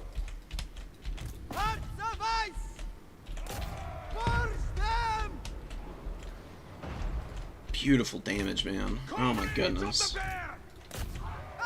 Finish those guys off. Go ahead and restock Little Grom here. Just need to stay away from these guys. They're gonna come for our Drugina now, which is fine. Because we're gonna table the rest of his army while he's distracted chasing. So just keep running, buddy. And we'll send our Horse Archers back a little bit. The motherland calls. So what we're gonna do here, we're gonna try and run this way. This guy needs to go in. We need to go there. I'm gonna use our cav here to try and like net his heroes. Is the idea. Because he's gonna have a little bit of a hard time trying to like punish that.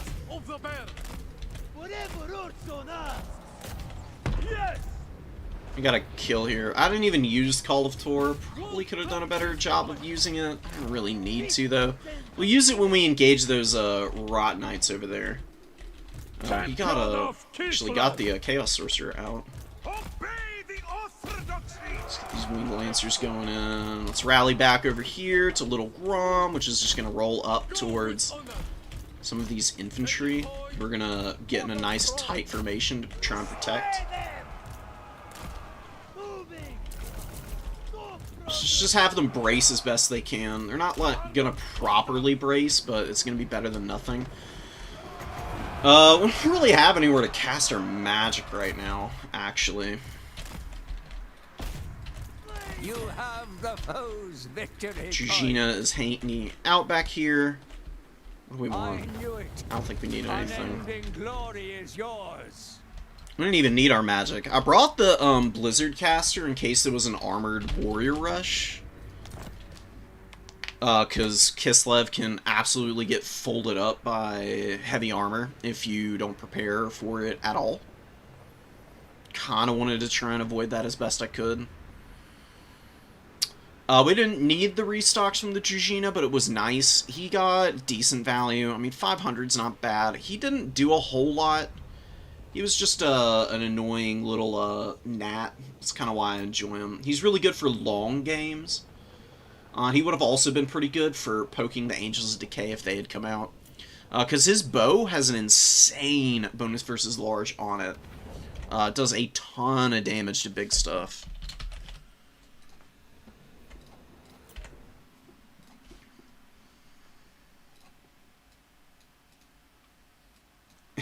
We get Big Grom? That would be cool.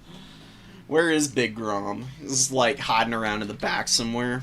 You know, you gotta go rooting through it in the shop before you can get your hands on that stuff.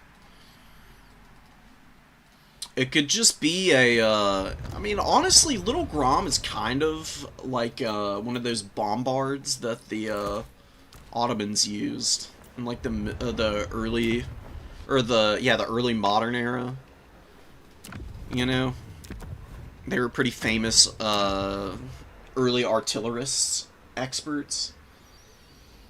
They would just roll up these absolutely buffoonishly large cannons and just obliterate people's defensive walls. It's part of the reason that they were able to, you know, control so much area for their era. You know, that's kind of what Little Grom to me is thematically. It's not too dissimilar. You know, it's just like fantasy version of it. The other nice thing about Little Grom is that it fires really quickly. Every 14 seconds is actually crazy fast for artillery. Standard cannons, like the Empire cannons and Grand Cathay artillery pieces, here they are. Regular great cannons are every 22 seconds.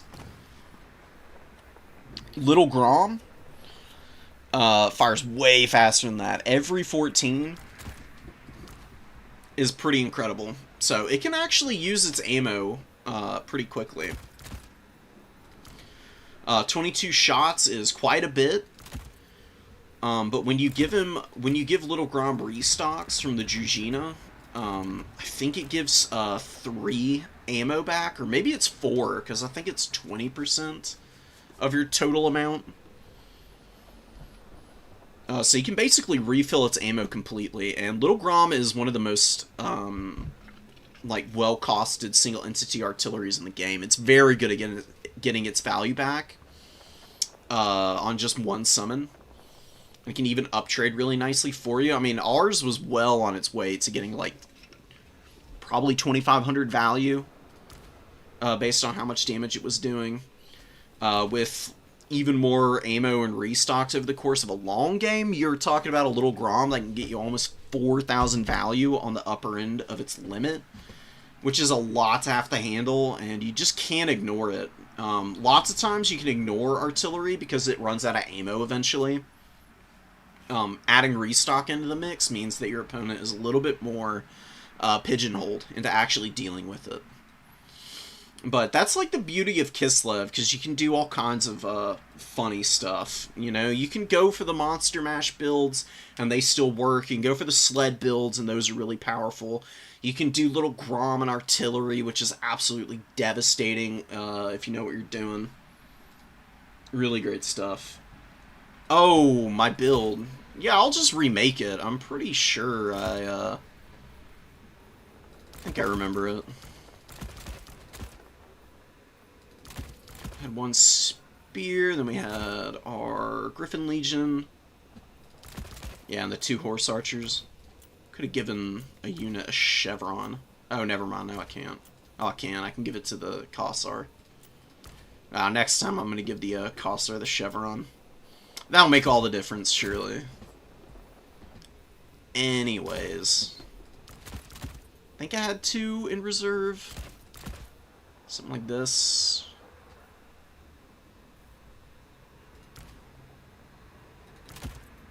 Had one of these guys.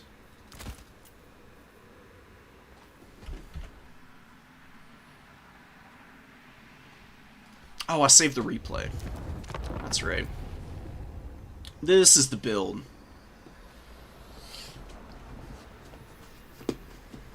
Here you go, Marco. Let it sear into your mind.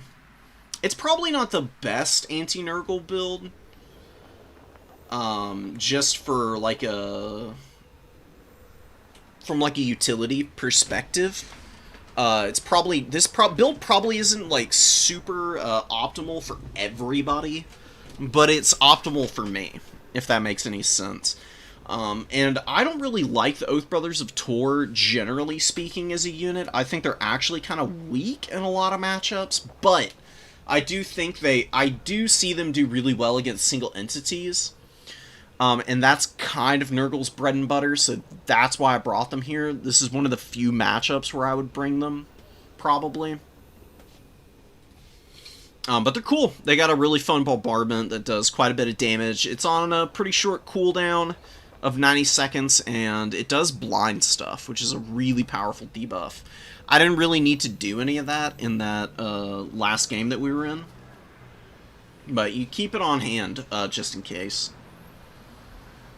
If my opponent had brought out the Forsaken, then that's where the Frost Maiden could have been dropping Blizzards, because he opted to bring the Rot Knights in, which are 1,700. He could have brought the Forsaken out for the same cost.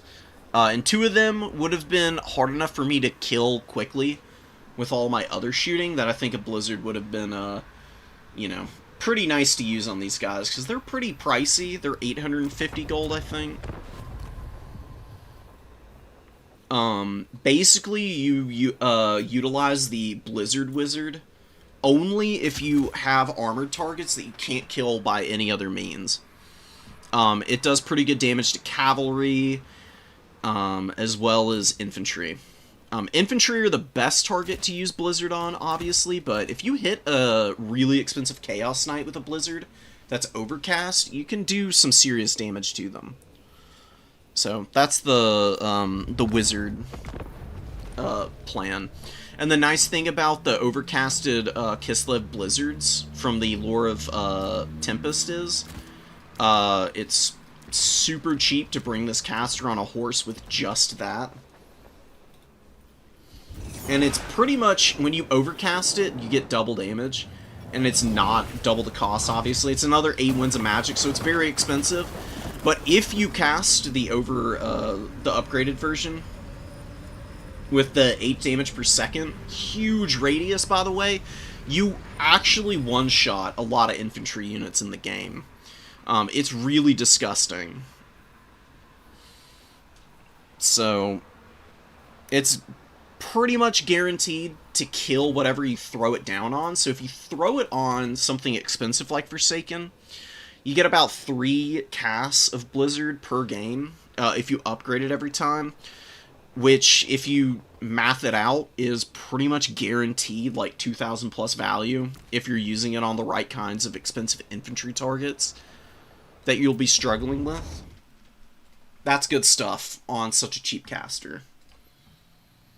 You know, for 700 gold, and you're going to triple the value on a regular basis.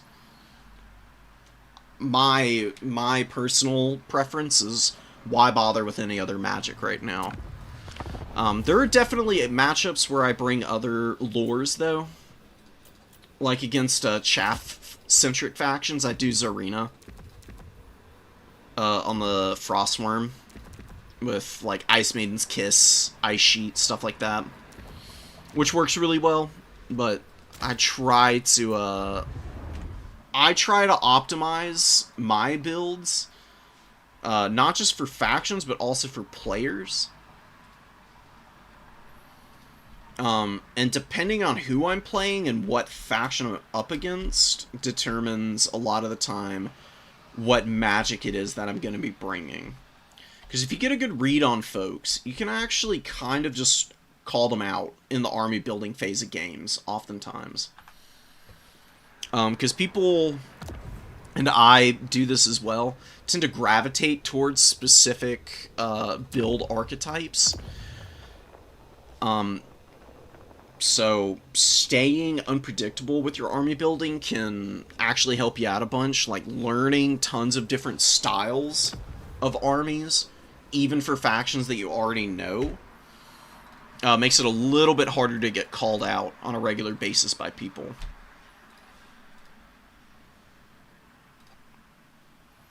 Okay, so... Oh, I didn't report, did I? I did not. Seems about right. Got a Nurgle here. Got a Kislev win.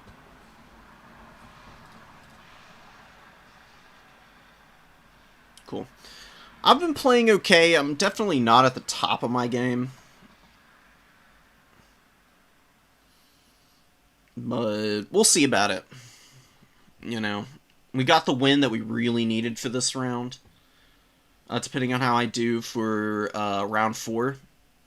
I've got pretty good odds of making it into the top here. Because I think what we're going to see is, Ulrich or Sampo. One of them has to win. They're the only 2 other undefeated people. So, one of them is going to be down here with 2 wins, just like me. Hopefully, our opponents from earlier able to keep getting a couple wins here. And we can squeeze into the 3 or the 4 slot. Maybe even the 2, depending on how op points look. And if we win our round 4 game, of course.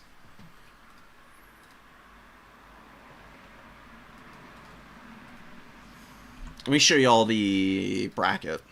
Then you see what I'm looking at. This is what the standings look like. Kind of at the start of round 3. We won our game pretty quickly, so there's going to be plenty of time for these other folks to get their games going and figure it out.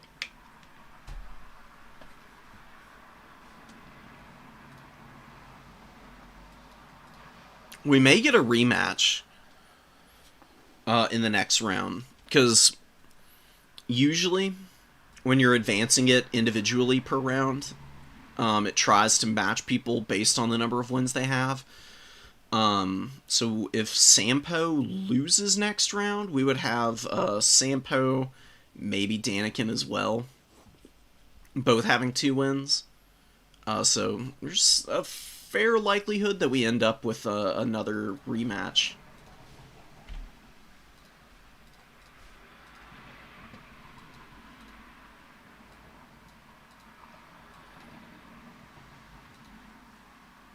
Yeah, exactly. A different play style that your opponent isn't prepared for can get you wins just as easily as calling out the factions and building like a very optimal meta build,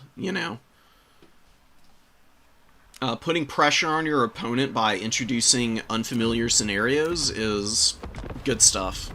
Which is why I like domination mode so much, because you can absolutely pull that off in Dom. It's a little harder in Conquest and land battles. In Conquest and land battles, just because there's no reinforcements and the fighting over objectives is either not there in land battles or very limited, like it is in Conquest, where it just isn't that important to play the points. Domination mode allows for more varied builds, in my opinion. I think it opens up a lot more options for factions. Because I see crazy build variety every freaking day, because I cast so many games, I do all the new player tournaments for the RTK clan. I've seen anything and everything at this point. I'm always learning new, interesting little interactions between units.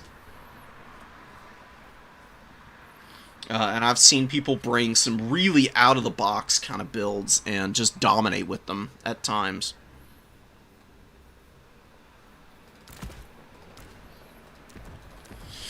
One thing I'd like to see for Kislev is the Golden Knight be a little cheaper. This is a really cool hero, man, but she's just like kind of over expensive. She's like a worse Karanak. I was blanking on his name for a minute there. She's like decent, but I've never been super impressed by her combat prowess and trading. If she were like 150 gold cheaper at base, then I think you'd be talking about something that you can bring in some more, select matchups. Maybe knocking a little bit of gold off of some of these abilities wouldn't be bad either. Because they're really good, don't get me wrong. It's just that she doesn't have a ton of AP. Which is a big problem, generally speaking. She's really probably best in the demon matchups. You know what? Maybe I've just been using her wrong. Now I'm thinking about it. I need to try her out in some of the other matchups. She's got frostbite, magic attacks, like a decent amount of HP.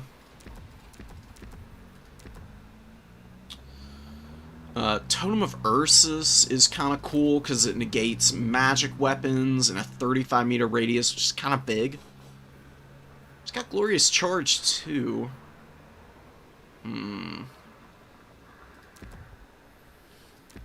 Muse... ITP... Or not ITP, immune to flanking, Phys-Res.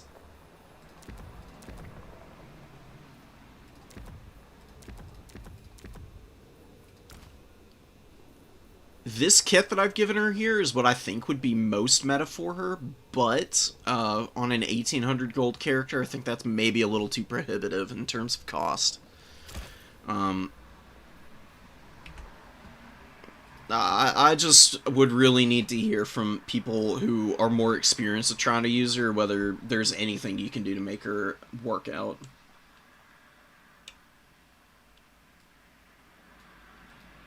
After losing a game to a 9 Winds of Magic spell swapped from Coast to Lizardman.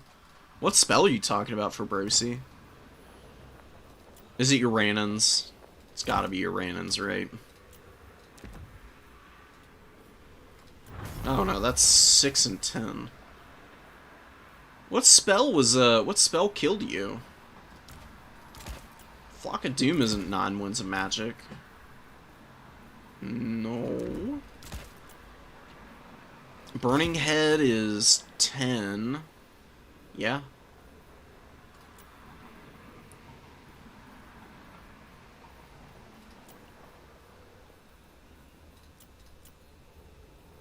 Process of elimination here, trying to figure out what exactly you're talking about. Are there any spells that cost 9 Winds of Magic? Anyways. Let me know what spell you're talking about. I'd love to know.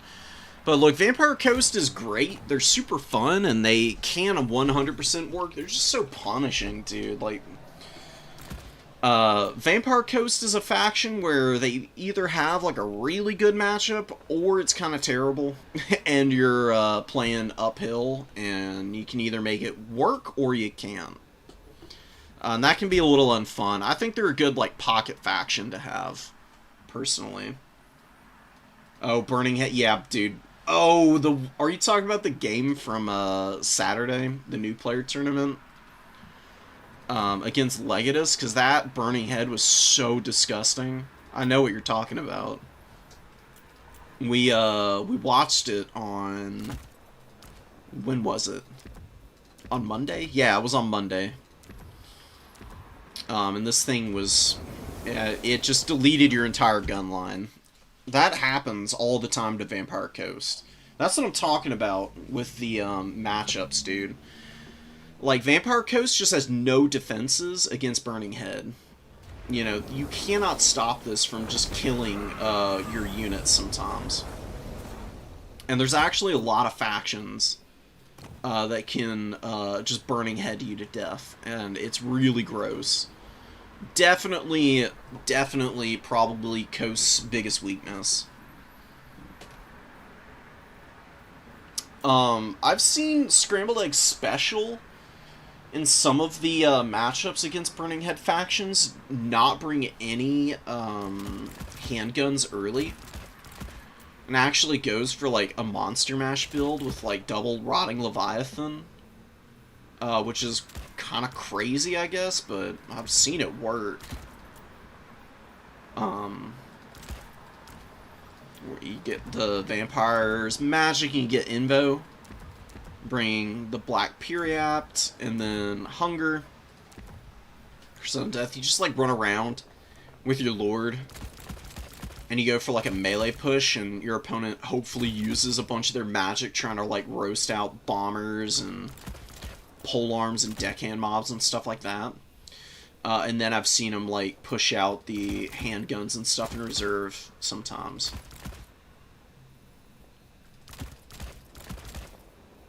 And then brings, like, tons of depth guard. Which probably doesn't work against everybody, but they're not a bad unit. I mean, definitely struggle against good AP. But people oftentimes aren't prepared for, like, mass depth guard, I find. Alright. Round's over. Advancing. We're playing Ulrich, which is all well and good.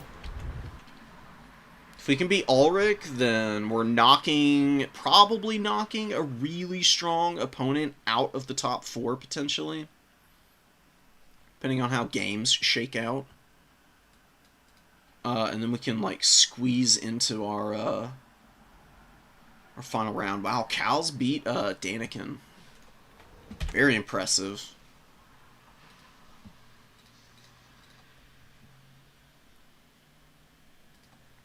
No business to attend to. Let's get our boy in here.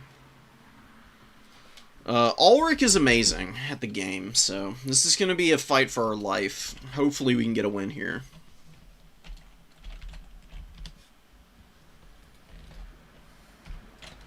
See what we got. I don't know what they're playing. KSL, I presume, is Kislev. Empire, Bretonia. We're going to ban out Kislev. Empire and Bretonia, I feel like I'm a little bit more well-suited to play into. We'll find out. Oh, Dowie just actually is straight up a hard counter to the Vampire Coast, and they have been basically since Vampire Coast got released. I don't know if you watched any multiplayer stuff back when Warhammer 2 was a thing. But I just remember watching, like, Faction Wars. Whenever Vampire Coast would end up matched into Dowie, it was just like an immediate loss, basically. Just a truly foreboding matchup for the Coast. Like, you get outshot, you get outfought in melee, your big monsters get killed by the bazillion ranged units that the Dowie can bring, so there's, like, really nothing that you can do. You basically try to use, like, Sirens, Mournghouls, and numbers to just, like, overwhelm the dwarves. But not being able to outspeed the Dowie just does not help. It sucks, dude. That's, like, usually their biggest weakness. And it's just not. Whoops. Hold on. I need to give a new code to Ulrich.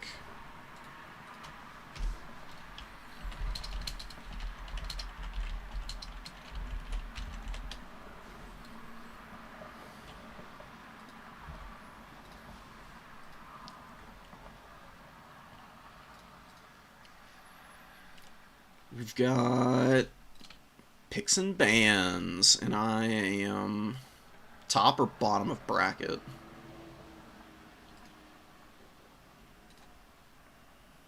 Top of bracket. So I'm hosting.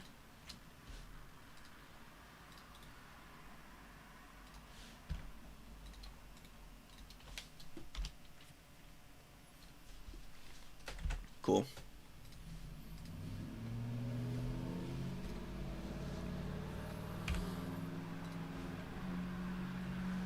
We'll wait here for Ulrich. Hopefully it's not too long before he joins us.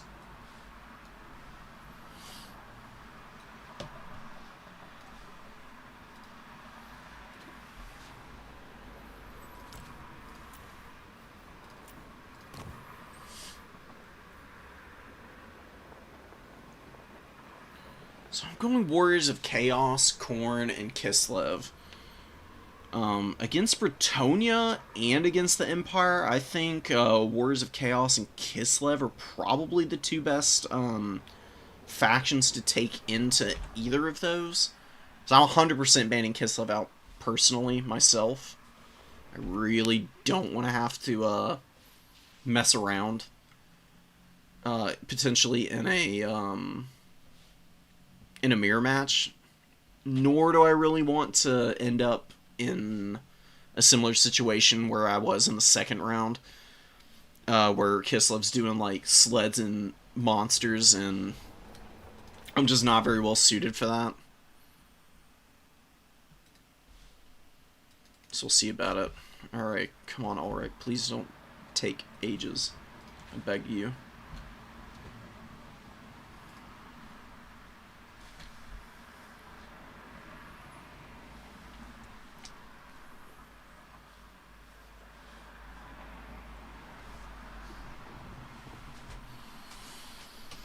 Oh my god. It's been a pretty pleasant spring where I live right now. It's not been too hot, but it's starting to creep up in there. It's starting to get a little bit forbidding in temperature perspective.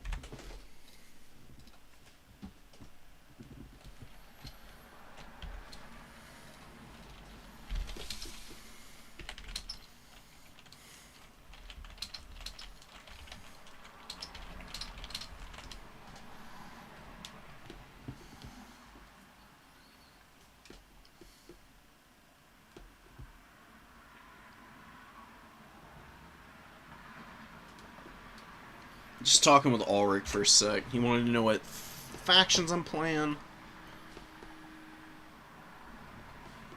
Told him that I'm ready when he is. I'm not going to ready up until he's good to go. Well, I guess there's no reason not to, I guess.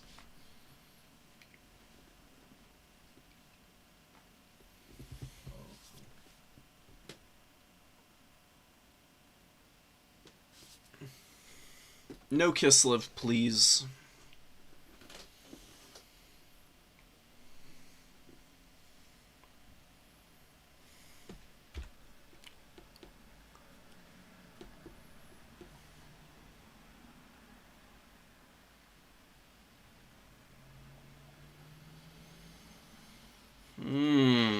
So no Warriors of Chaos.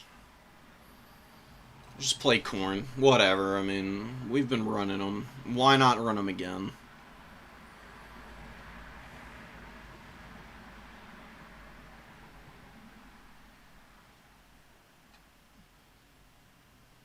Okay.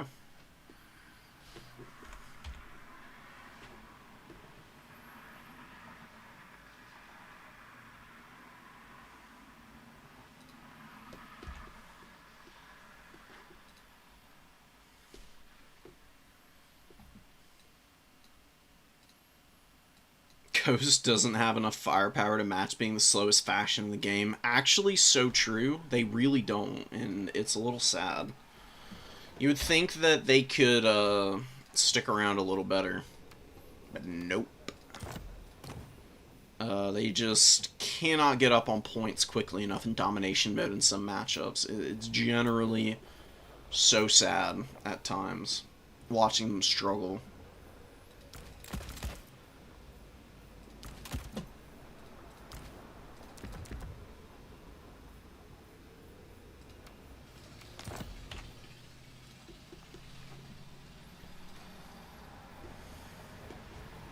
Oh, map bans. I forgot about those.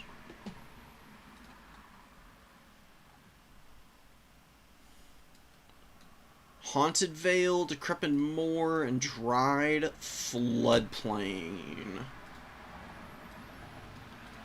Okay, Decrepit Moor. Honestly, all of these maps are alright. I actually think I will ban Haunted Vale.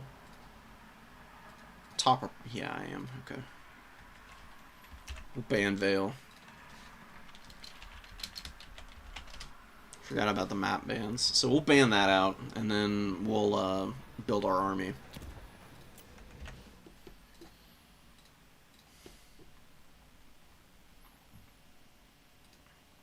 Decrepit Moor and the other map wouldn't be bad. Dried Floodplain, you got some pretty good forests that you can chill in.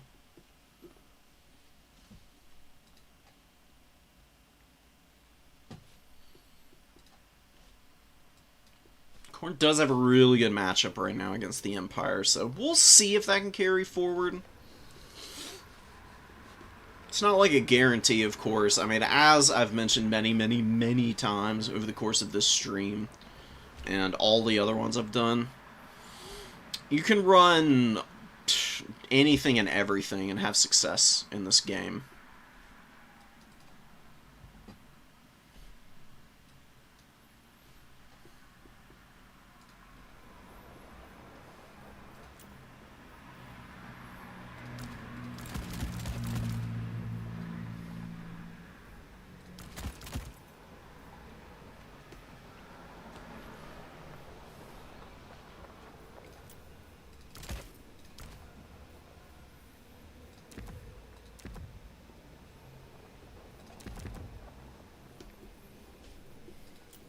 Alright.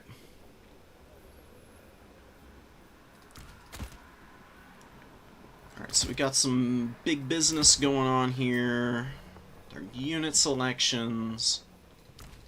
Get a little bit more in the bank and reserve. Let's get one of these. And another one.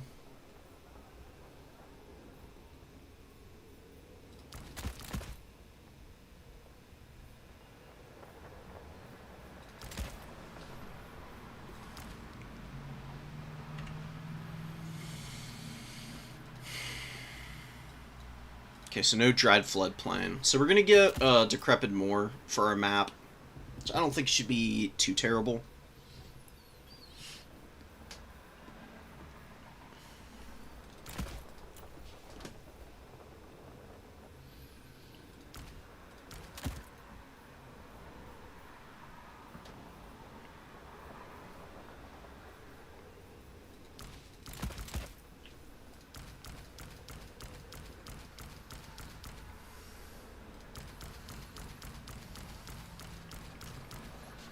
Alright, cool. I got my army set, actually. Let me swap it over. Let my opponent know I'm gonna take a sec.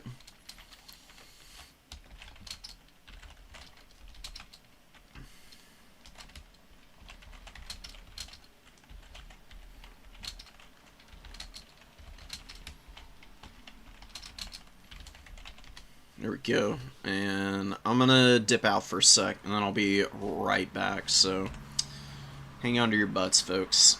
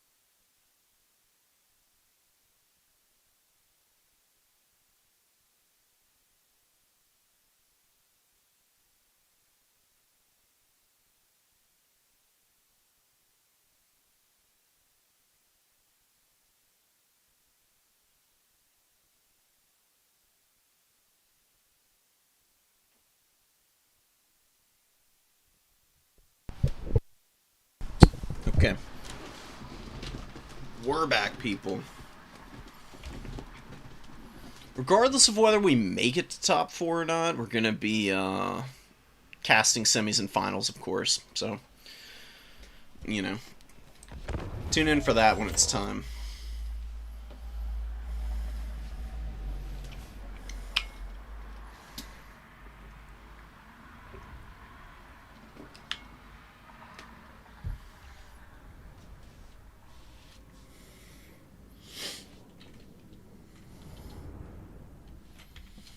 Let's see what Ulrich is going with.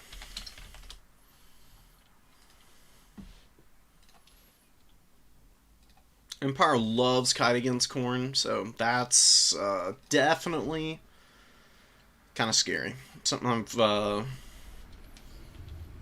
to be very careful about and play around a lot.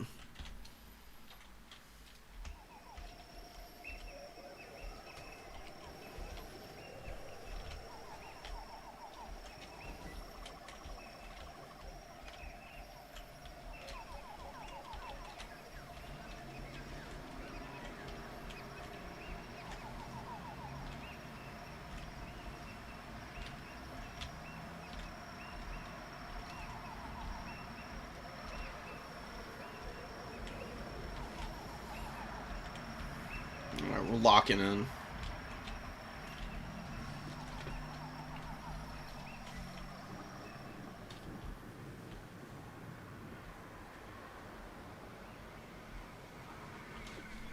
Valkia the Bloody! Pretty even on numbers. Blood for the Blood God! There we go. For Valkia! We'll try and get our number 3 quickly. Keep the Furies in the trees right here. Group 5. Just got a bunch of infantry. And we'll start our Skull Cannons out over here, because we'll just motor off the high ground here, get up in the low ground, and start looking for shots and opportunities. I really love double Skull Cannon in this matchup. I think it's really good. It's a pretty good job of shutting down a lot of Empire aggression. And a lot of their kite tools, because Empire loves spamming war wagons, buddy, let me tell you. Double Skull Cannon can actually do some pretty good work against that. Okay, I had a message request, but the person deleted it, so I think we're okay. For the kill!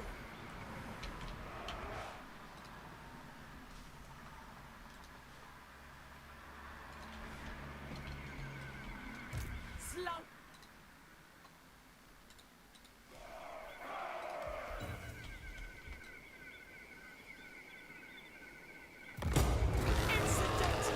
Yep, there's a bazillion enemy units to threaten me.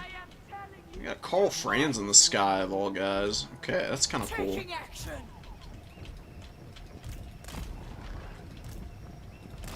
Fly up over here. Let's hang out here. Pistoliers gonna get screened. Can these guys shoot up into the sky? They can. Got double Empire Knight, more Pistoliers behind. Fair enough. Okay. We need to play a little patiently here. We don't need to go too quick in. Victory point. Keep it from the foe. Rage guides me. Marauders on the move. Yeah, let's get away from Big Boy there. Glory.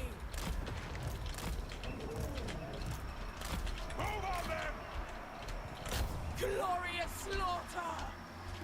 My spawns. They're here. Let's get away. Yeah, we mostly got out there. Let's get back up in the air before we get punished. Because goddamn grenade launchers are just destroying me right now. But we're gonna have to just be cautious, dude. I mean, against the Empire, you just can't just dive in immediately, or they'll just kill you anyways. I'm gonna try and get down here. Let's get Valky to go beat him up a little bit. Empire Knight's coming in. Let's go try and charge those guys down. Let's get in here. Let's get over here. Valkia is taking the fight. She's gonna pop this. Not get killed. Let's get up on the point now.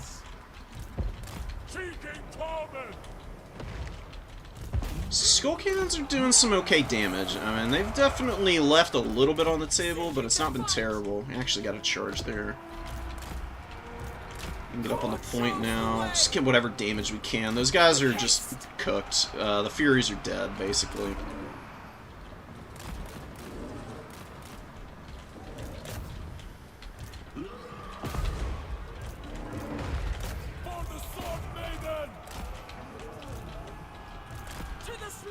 Okay, let's land Valky on the ground. Let's get these guys going. Disrupting there.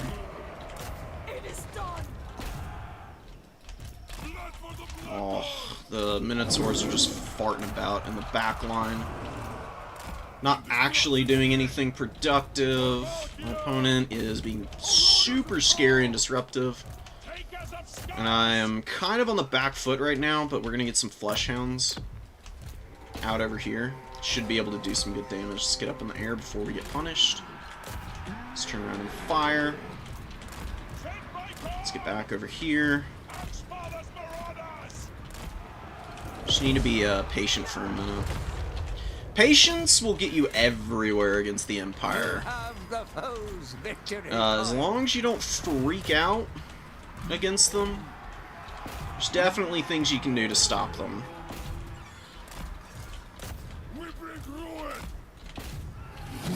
Let's countercharge here. Slaughter personified. And we friendly fired a bunch, which is kind of rough. Reap skulls. Let's actually shoot here. Let's get the hell out of here. Make it grow.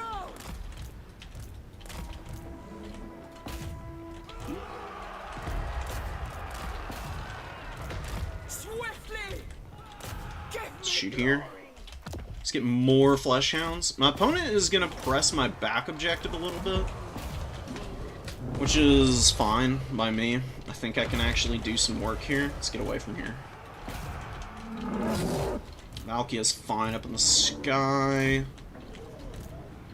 Get a little bit of punishment going from our opponent here. Nothing too serious, though.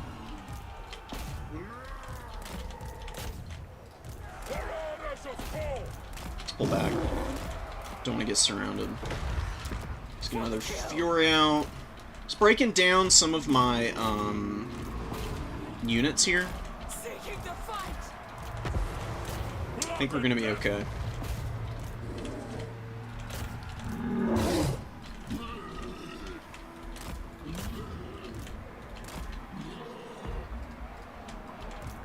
Let's go kill these guys back here. Let's pull back here. Got a big brawl developing in the pit right now. Let's get in over here. Let's keep going. Can we do this? I'm not so sure. It's actually a little bit in flux right now. I think my opponent might beat me. Honestly. It's looking a little scary right now. Oh, and we got these Furies way back here.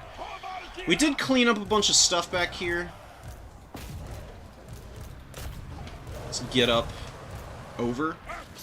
See what we can do about this now.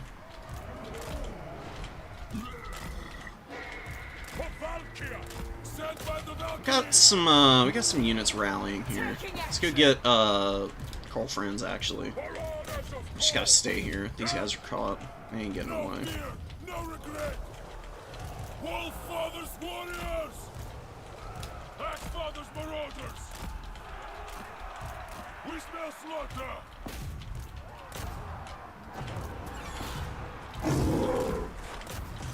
Oh, come on, Valkia. Please don't die to Carl. Not right now, girl.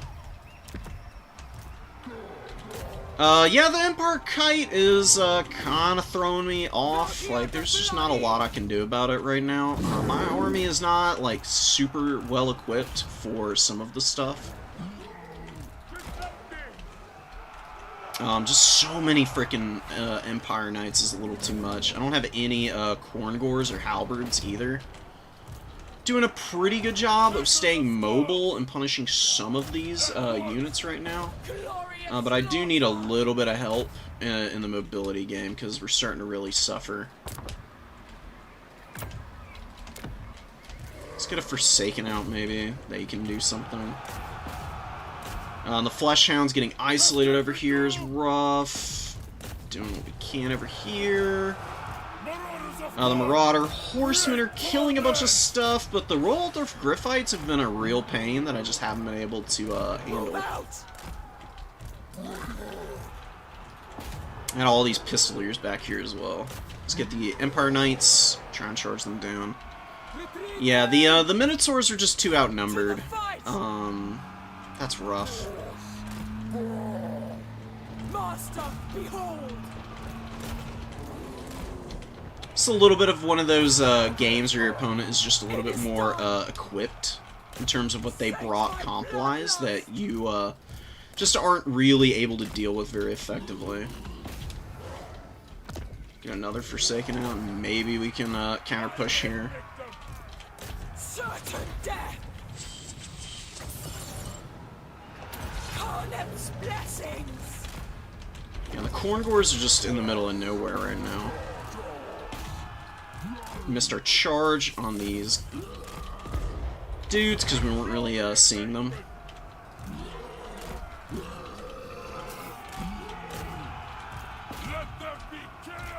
Skull Cannons ain't making it happen. And the Corn Gores again, like, they just get kited around the map and they never get to touch the opponent. Which is just so sad, dude. And Valky is going to die here, which sucks as well.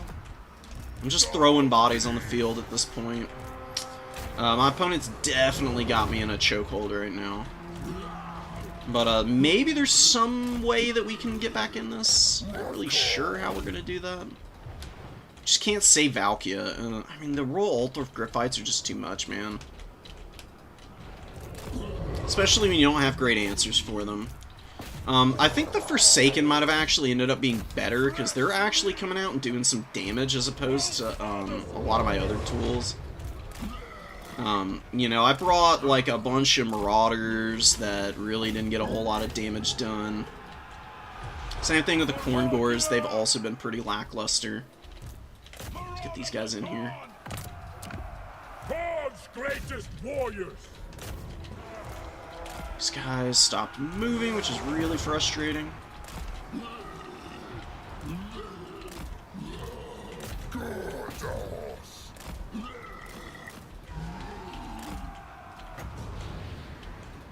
Yes! Let's get Valkia out of here. I'm actually gonna pop this on the Skull Cannon. Pray to God that it doesn't break.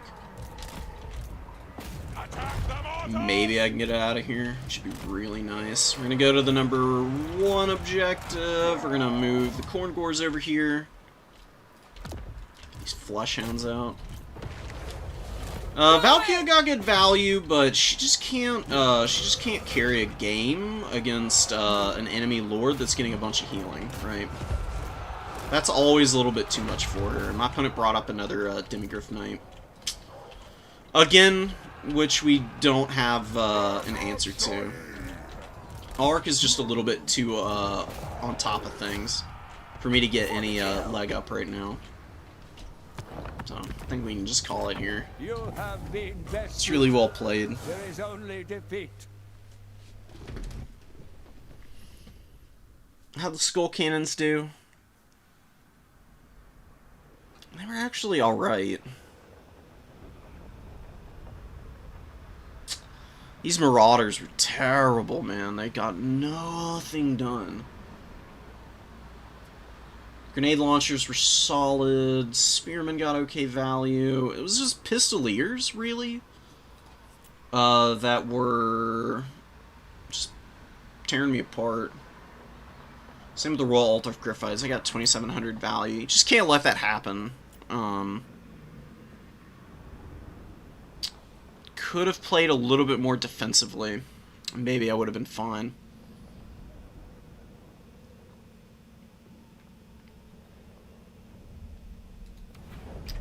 I think the Marauder Horde that I brought was just not going to work.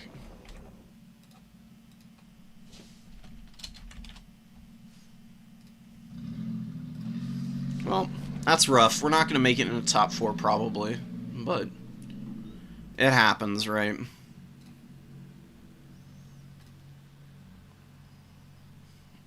I feel pretty happy with where we ended up. Maybe we get in because of our op points.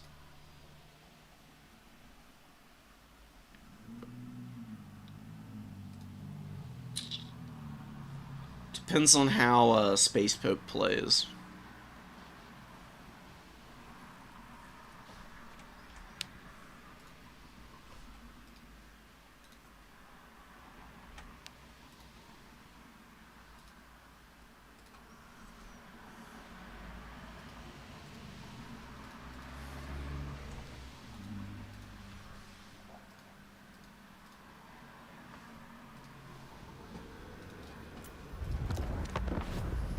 What do we do next time? Skull Kingdom was nice. I think we would go for the Hellforged Bellowers based on what our opponent did have, though.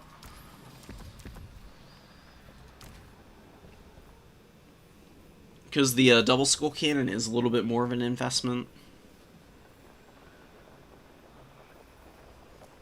I think we can. I think we could punish with that. I think that'd work.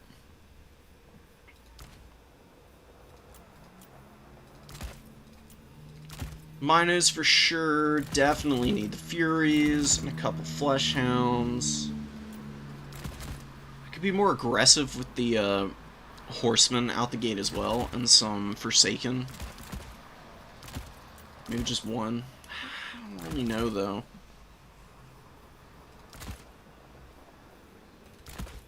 Corngor in the start. Probably not, man. Corngors are just so bad. I always feel bad when I throw them in my army.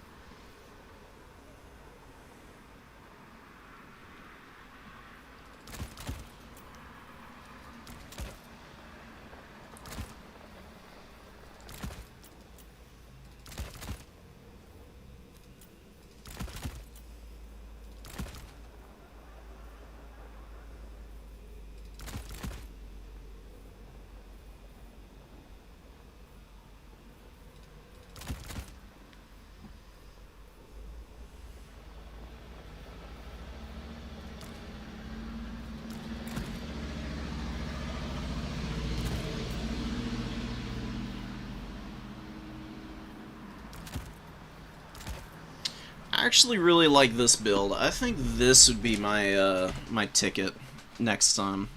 If I were to replay that same game against the same build, I think what I've got here would be a little bit more well-tuned into my opponent.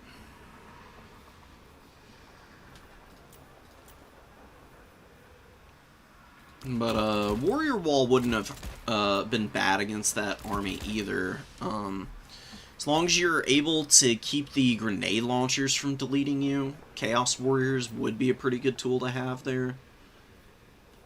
And I guess you could say the same about Corngors for the most part, but Pistoliers can actually put a lot of damage down on Corngors. Every time I throw Corngors at it, they just always get folded up.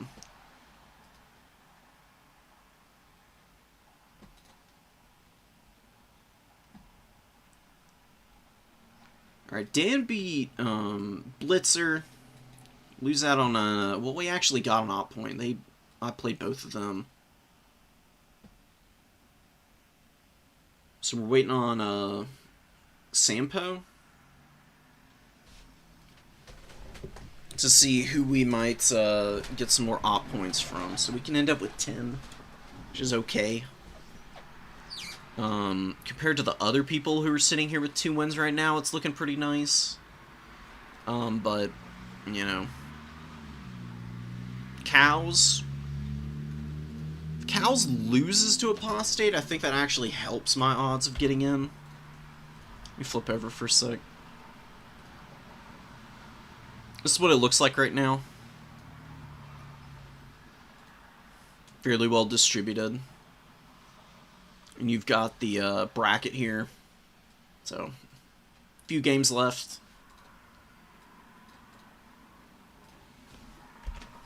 I'm gonna go ahead and I'm gonna leave y'all here. I'm gonna let people know that I'm gonna be casting top 4.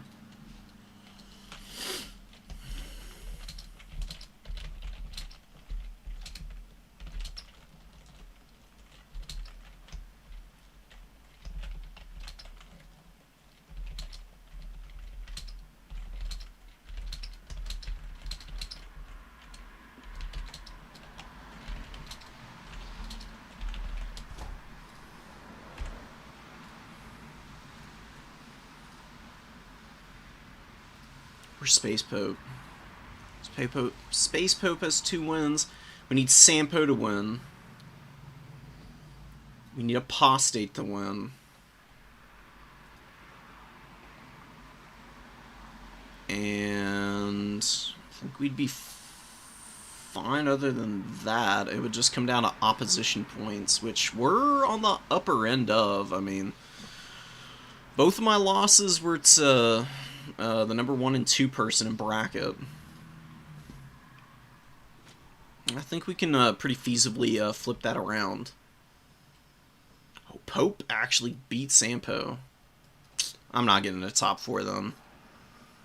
Too much is going to have to break my way now. Oh well. Y'all stick around for semis and finals anyways, because I will be casting those. We'll see how they go.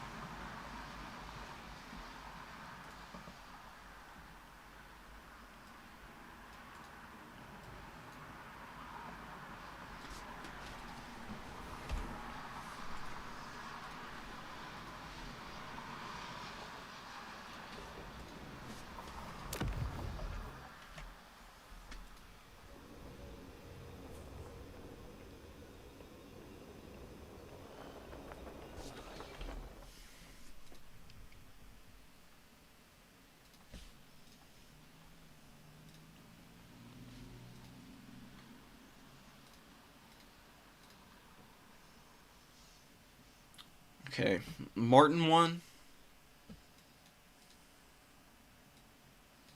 It's really just going to come down to whether or not Cows is able to beat Apostate. I think they may have played earlier, did they? No, they didn't. Okay.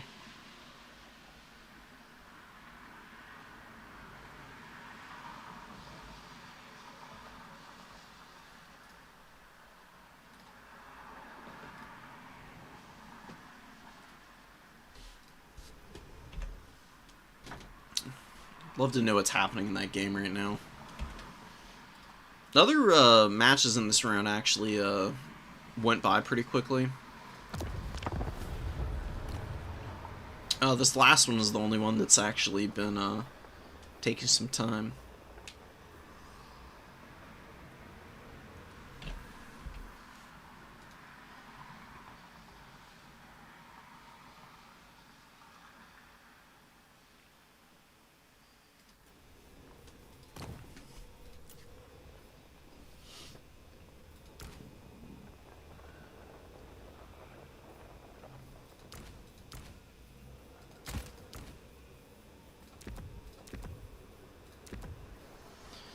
Oh man, probably should have tried to get some Warriors of Chaos action going.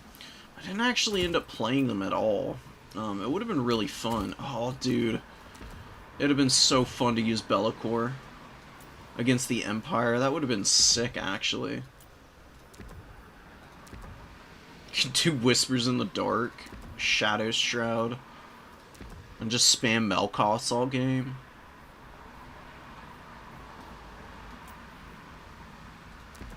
You can bring Lord of Torment as well. Just give you a heal whenever you route stuff. The Warriors of Chaos have some good units they can use in the mobility game.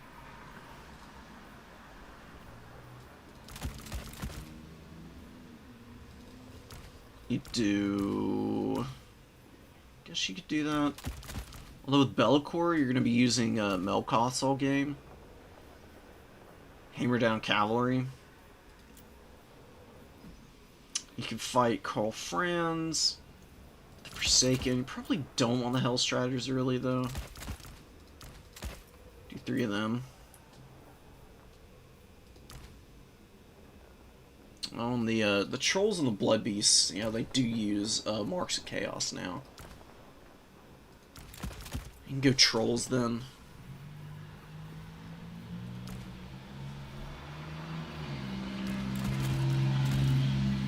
Horsemen.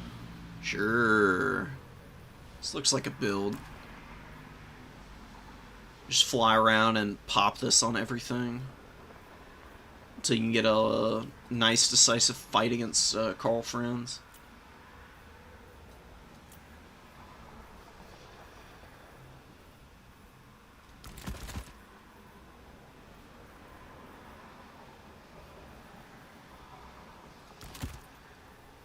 Basically just max out the Hellstriders. Hellstriders are just so good, dude.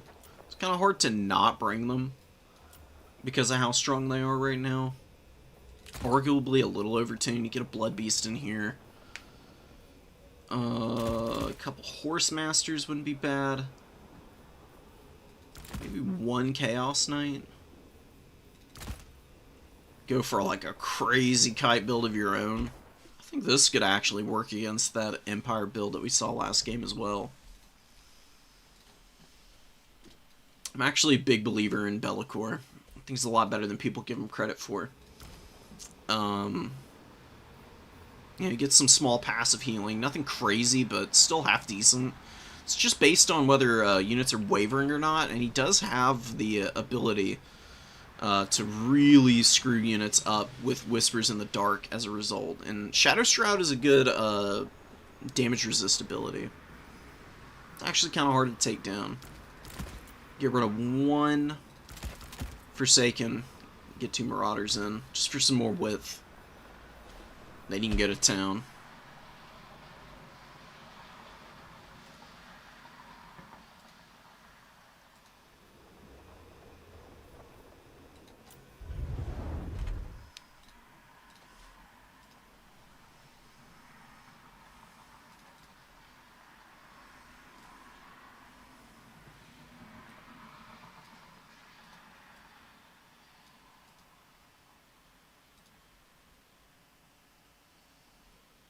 It's going to be real weird if I get into the top 4 with 2 wins. I can't remember the last time that happened. It's more common when there's fewer people, though, you know. And we had a good number of signups, but we did have a handful of people who ended up dropping. It's a little unfortunate, so it is what it is.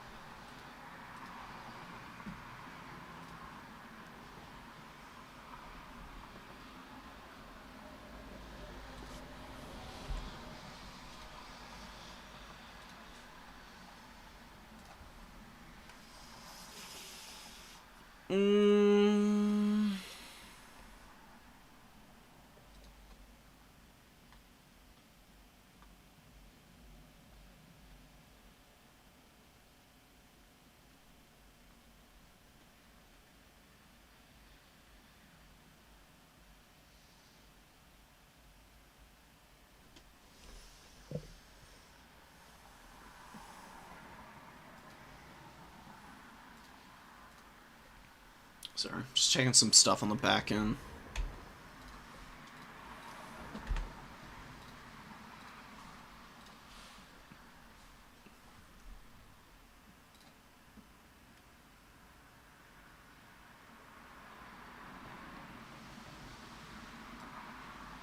Slanesh is crazy with the win rate right now.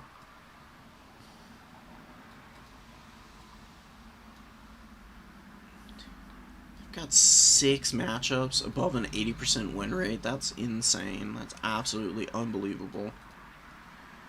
Woof. Greenskins being a bad matchup for Slanesh? Is that really a thing? Seems kind of bizarre. Well, I guess it's because of the Borcav. Oh, okay, fair enough. Sure.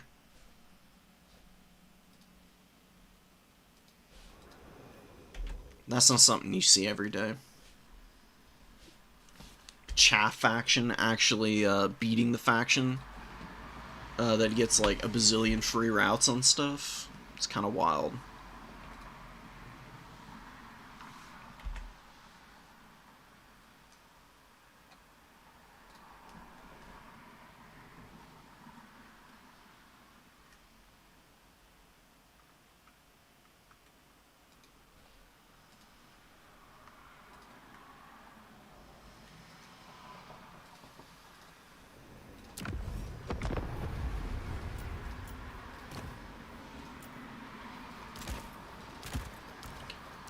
Would be another fun build for fighting Empire. Super cheap Blood Speaker.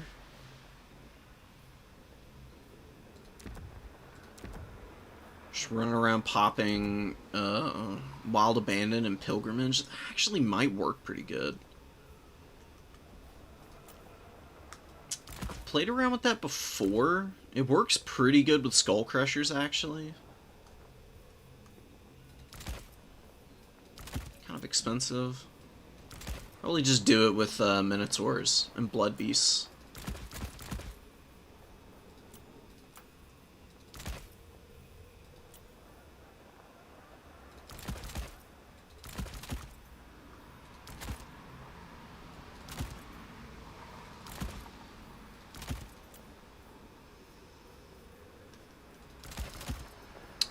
You know what? Warhounds. They could be fun. They're a little squishy. I've seen people use them to good effect, though. It's an option. Okay.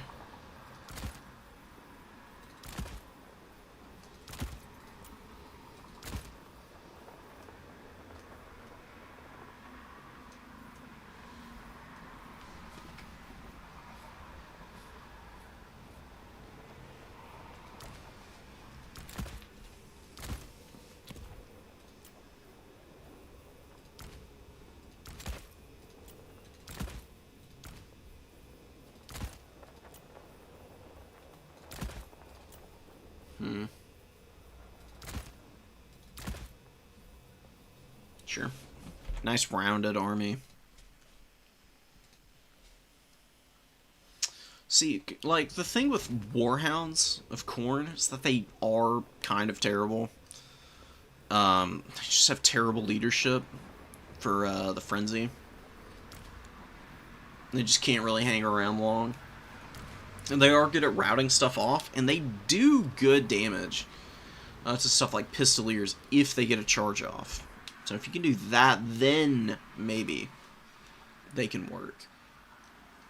It's a pretty big question, though.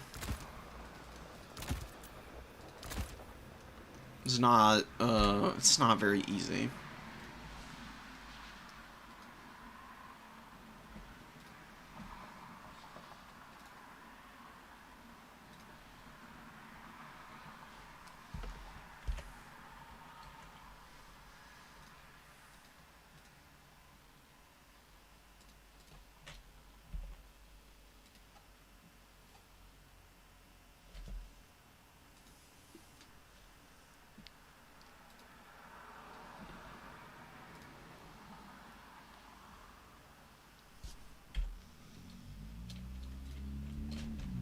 I'm gonna message these guys real quick.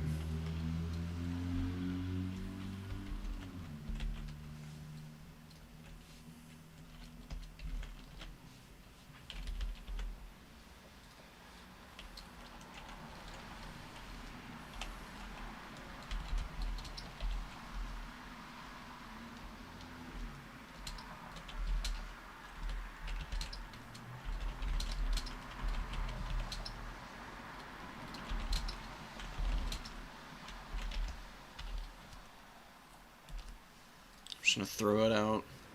Sometimes people forget to report their scores sometimes. I certainly do. Because we are definitely coming up on the 30-minute mark of trying to keep the run times as tight as possible in the tournaments. Because they're long enough as it is. And, you know, sitting around and, like, wondering whether people are, like, actually in their games or not is not ideal.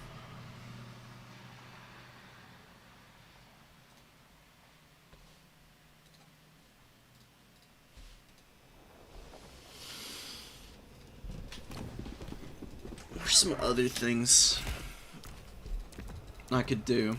I've been playing around with the R-Ball some. He's been pretty fun. Coming back to him and seeing where he can actually be pretty effective is kind of cool. It's very disruptive. And Fury of the Blood God is actually pretty powerful. Doesn't do good damage to, like, obviously doesn't do good damage to single entities or, like, monstrous units for the most part. But really good against cavalry, actually. Pretty good against infantry. Not stupendous, but definitely something that you can't totally underestimate.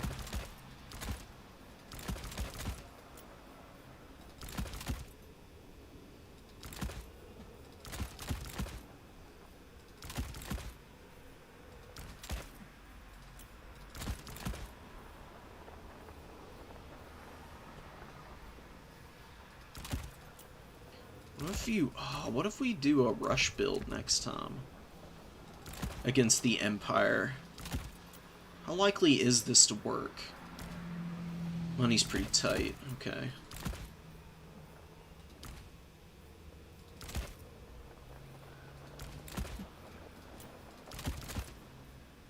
Just the throwing axes.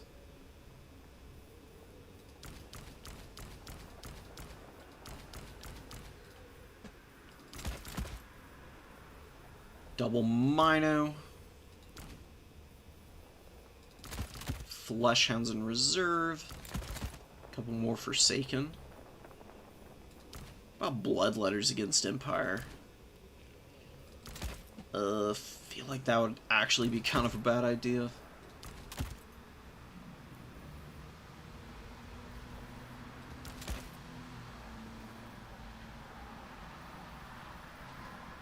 Sure. One Corngor in reserve.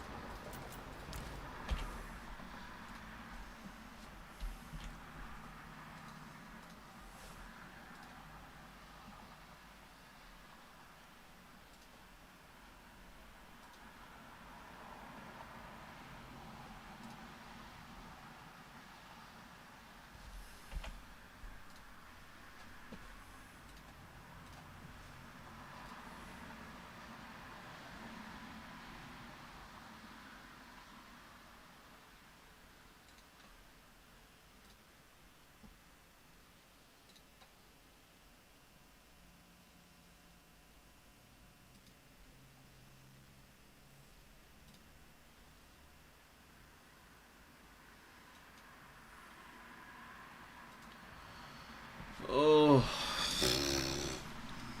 I'm gonna give him like another 10 minutes and then we're just gonna advance the round. I have no idea what these guys are up to, because we started damn near an hour ago.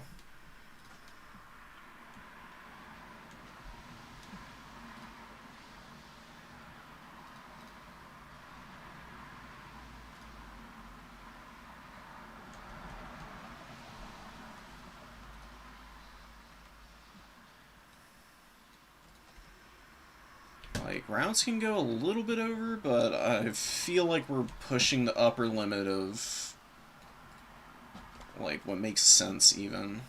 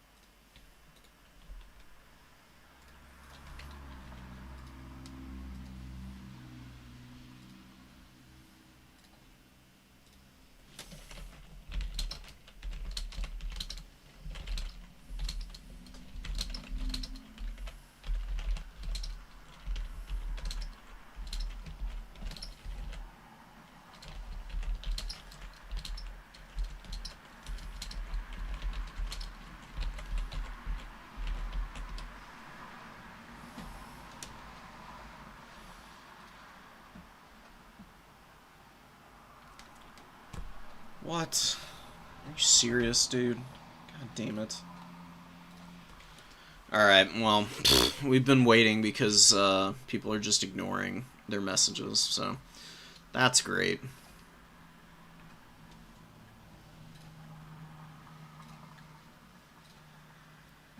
Alright, well, I'm gonna go report it, and then we'll advance the top 4, and we'll get it going. Sorry about the downtime. Little frustrating.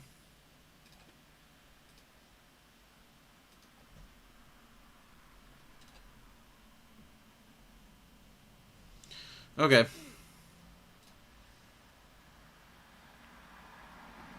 Wow, we got top 4 purely by virtue of opponent points, which is kind of crazy, so... we may get a opportunity to redeem ourselves here. Doesn't matter how you start, how you finish is the only thing that matters, right? See who we get in the top 4. We're gonna replay Ulrich. Alright, so let's go find him.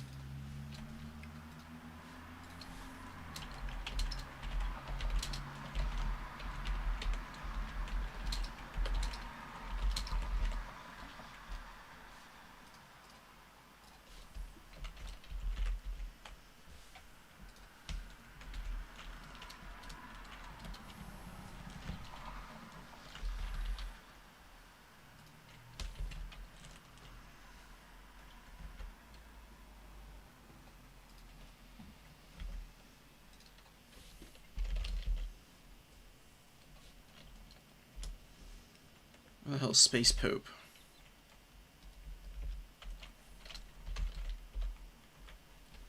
There they are.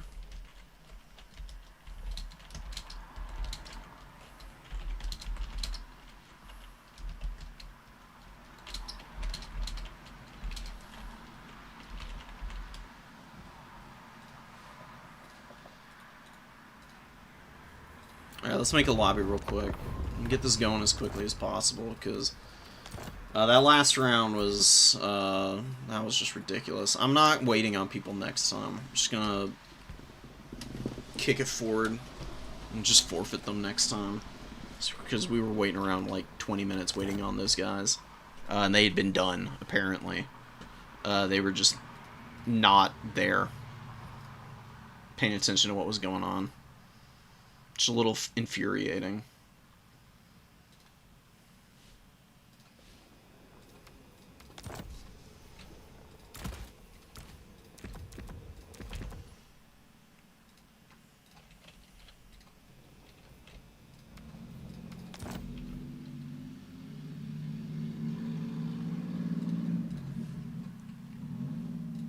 And pick some bands. Create new draft. Am I top or bracket? Top or bottom of bracket? Top. Host. Invite our boy here.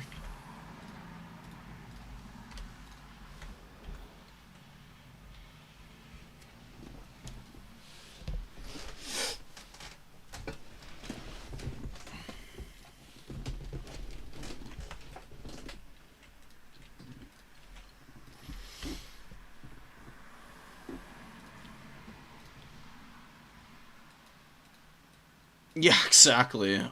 Really doesn't matter how you get top 4. You always got a chance to win the tournament if you make it, right? We just gotta get through Ulrich first. Ulrich is really good, man. Very strong player. He did beat us fairly solidly the last game. We'll ban Kislev out again.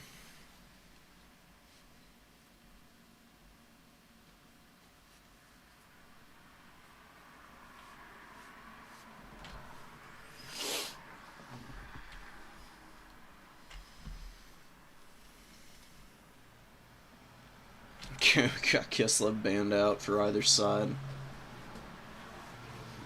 What do we do here?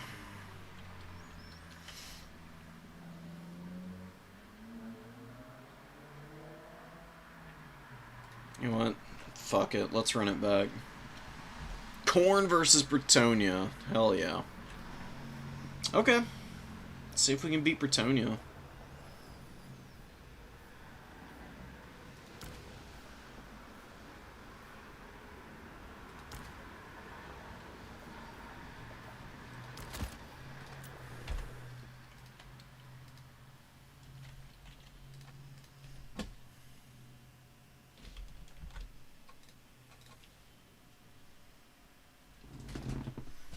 I don't know how we, I don't know how Ulrich plays Bretonia.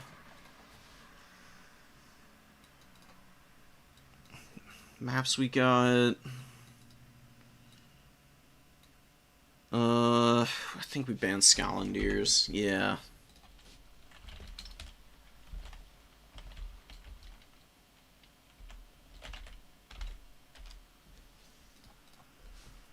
Alright, let's see what we can do. If we can beat Ulrich...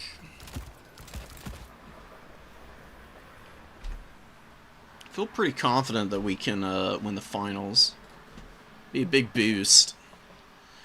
We definitely aren't playing super sharp today.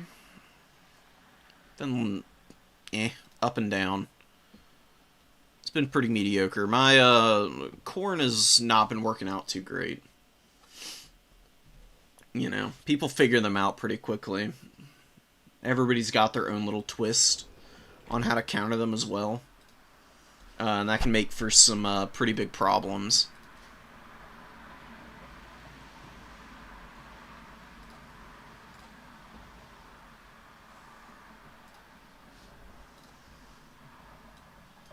So, there's Korn versus Bretonia. Not a bad matchup for Korn. Definitely one where it's, yeah, no. A little uneven.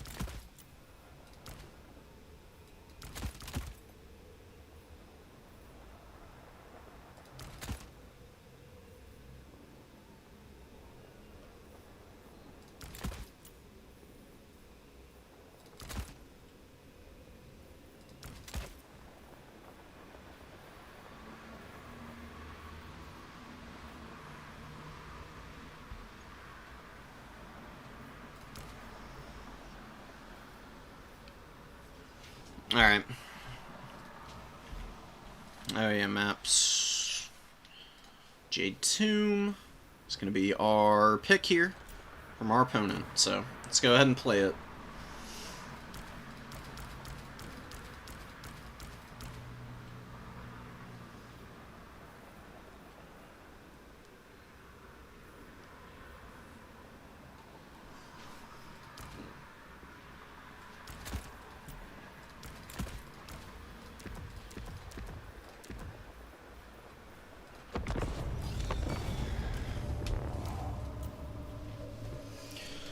Okay. Let's see if we can get it going.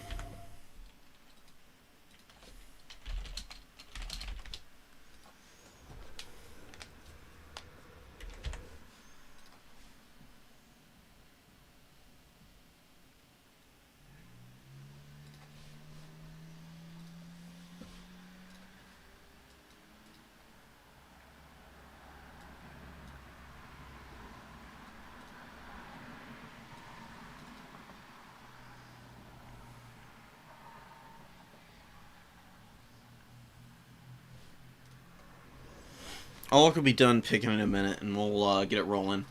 The other side of bracket is Sampo and Space Pope. Sampo, we played a pretty close game against this Kislev. I think with a few different decision-making changes, I think we could beat him.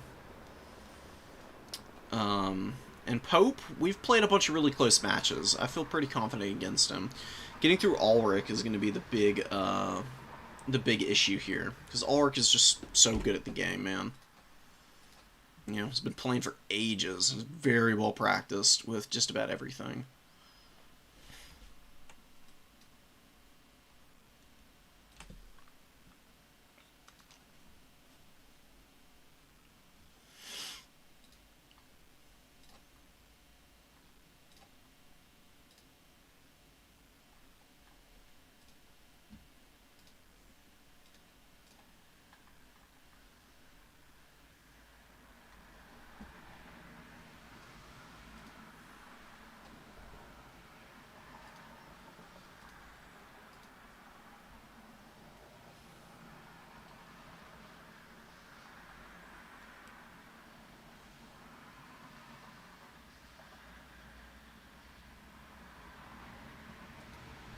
Golf has always been so. Alright. We're almost done here.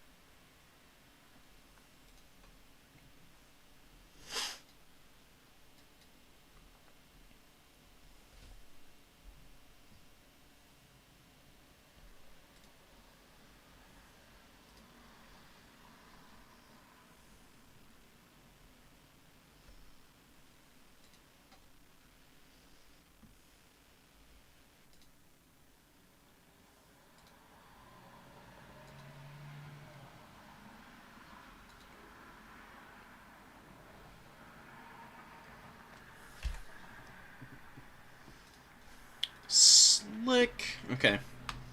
We're ready.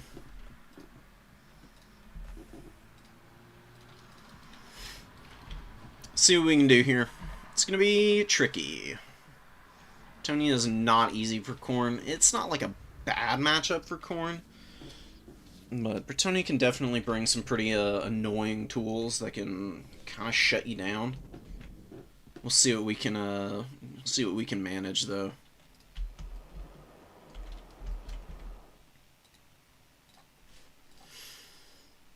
I get the feeling that this is going to be like a little bit of a learning experience tournament, like adjusting to some of the other stuff that you see from people in the meta quite often nowadays.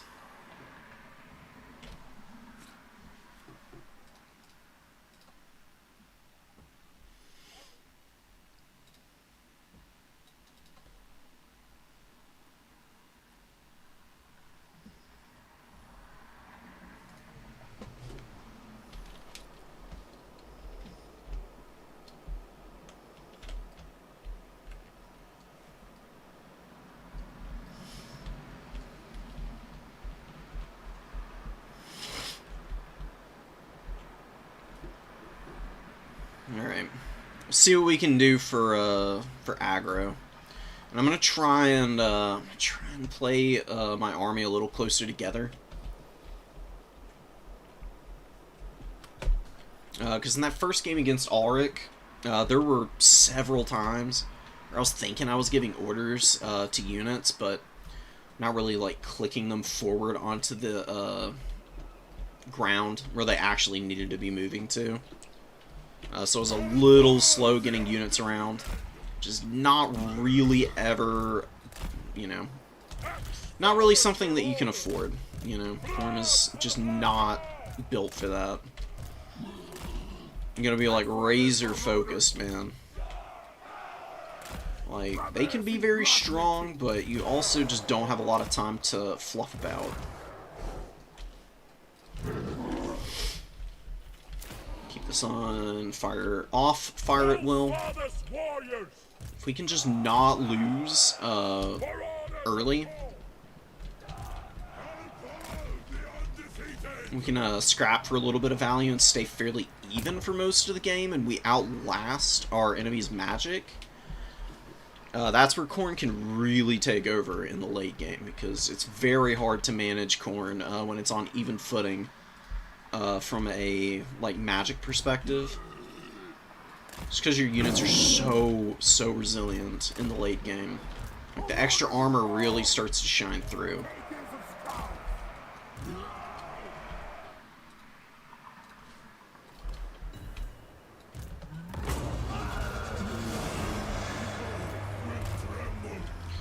Yeah, we got the Hippogriffs, we got a bunch of infantry, we've got the Wardens of Montfort, which is an interesting unit to see. Victory point. Keep it from the foe. Got Arbol running over here. Opponent's gonna play pretty cautiously, I would imagine.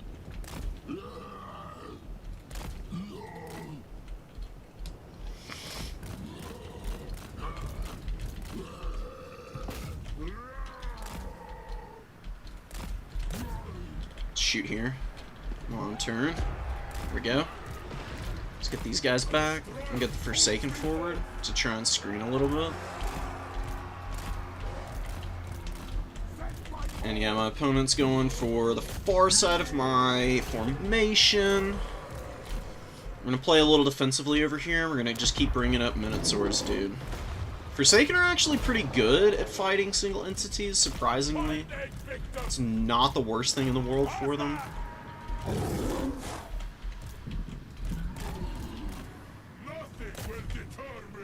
Let me get Arbol over here. Let's position over here. Okay, so we got the point. We're gonna move over here. We're gonna hold here, hold here. We got some good damage on the Wardens, actually.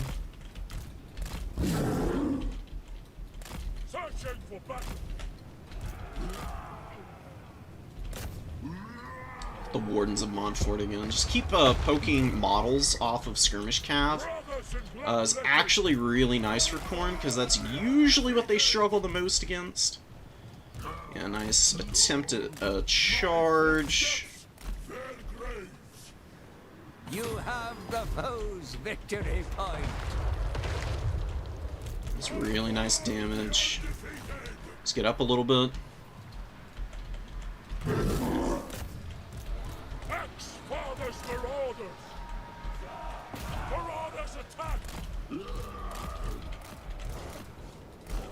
Chill here. Just the fact that we're holding these points as aggressively as we are is really good for us. My opponent is going to be creeping forward. We're going to shoot a shot at those men-at-arms. Like, guaranteed decent damage here. Actually hit only the peasant mobs, which is not great.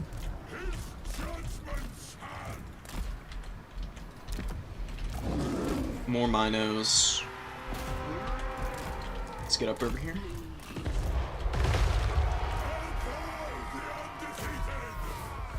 Let's pull back. Actually, don't really want that smoke right now. We got a good smack in against our boy there.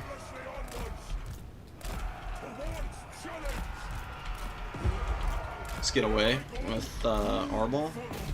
Let's get in there.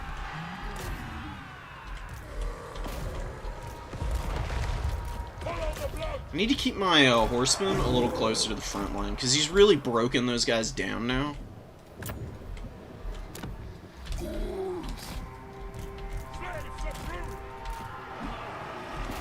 Actually need to get these guys back before they get totally schwacked here. Ulrich's patience is going really well for him. He's pulling me apart pretty nicely, actually. Let's get up in here. Let's do some damage. Send some bodies in.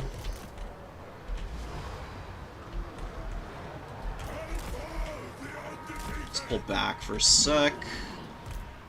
Let's get these Forsaken back. Let's hit the Royal Hippos. Tankers of scouts! Let's bulldoze over these peasant mobs real quick. Marauders of coal! We got a bunch of Knights of the Realm coming in here. Let's pull back here. With the Minos at the least. Let's get these Minotaurs over. Let's pull back. Just play it patient. Because we do have the cavalry incoming, which is going to be an issue. We're going to lose that Forsaken over there.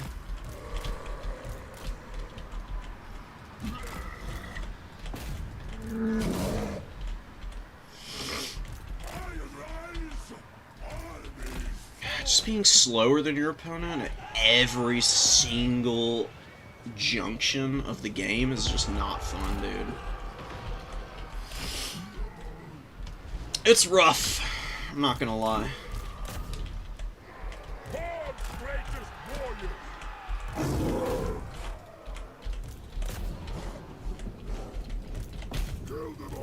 Let's get our Marauders going forward a little bit. Let's get Arbol over.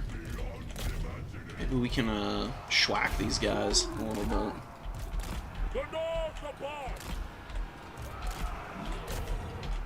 Let's try and get our Skull Cannon in.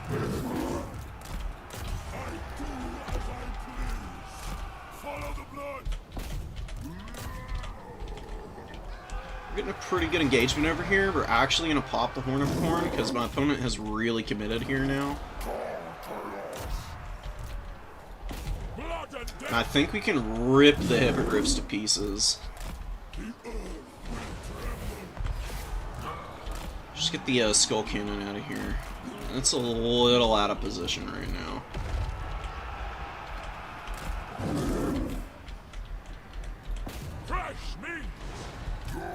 We've got Holy Wardens, which we don't want to fight with Bloodletters, that's for sure.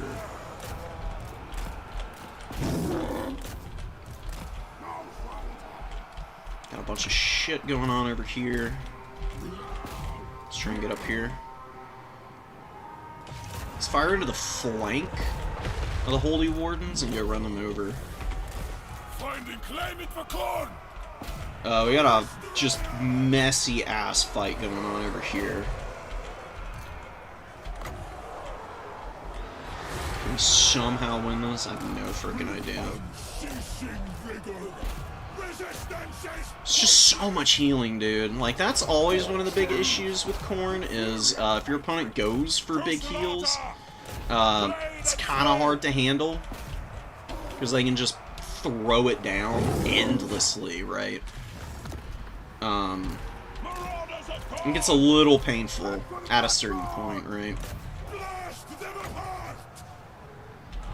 Do we have anything I can use? Oh my god, how is nothing below 20% right now? Oh, that's sad, dude. I really need something to be below 20% right now.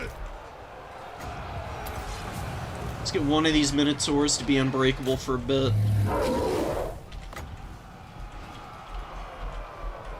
We flee!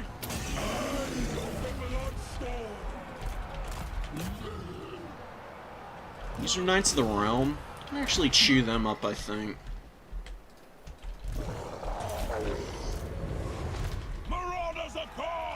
Got all our Khorne Marauders in here doing what they can. We just lost because we can't deal with all the healing. Again. Like, that's every single game. that we've lost today. Is just healing that we can't stop. Which is, you know, it is what it is. Like, that's what people bring because it works. Really not too shocked. But that's what's getting me on the back foot here.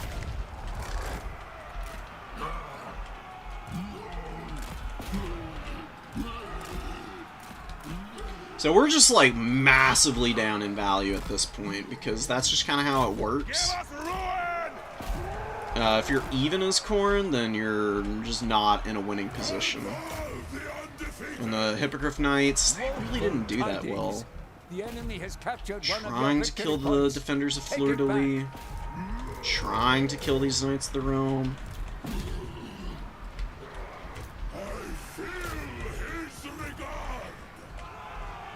Just feels like a lot of trying and not a whole lot of actually doing, right?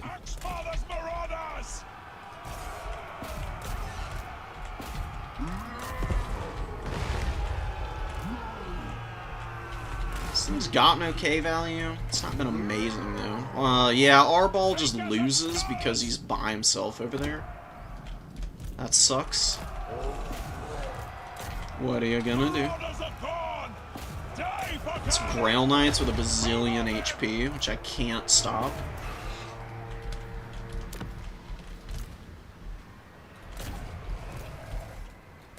Lead us to mortals!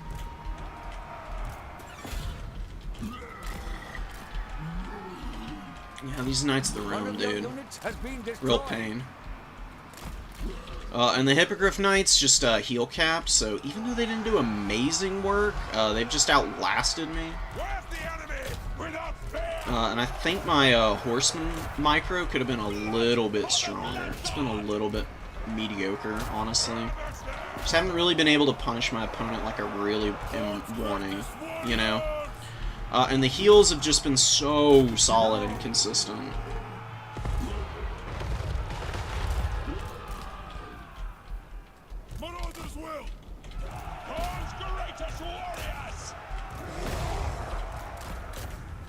These Flesh Hounds suck, dude. They just can't do anything. They've probably been the weakest part of my builds. I think the Horsemen have actually been kind of bad. I think maybe I should go for more aggressive builds. Got the Pegasus Knights coming in. Value's just looking too terrible.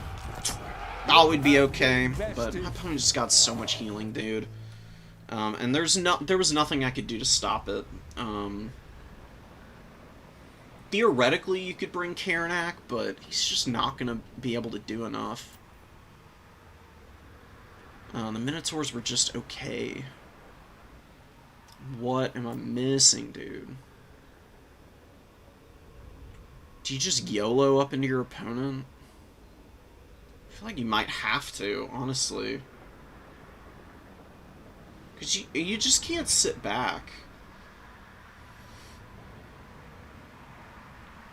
If you're not aggressive enough, your opponent just sits back for ages and they just get to poke you endlessly and you can never actually do enough damage to keep them back.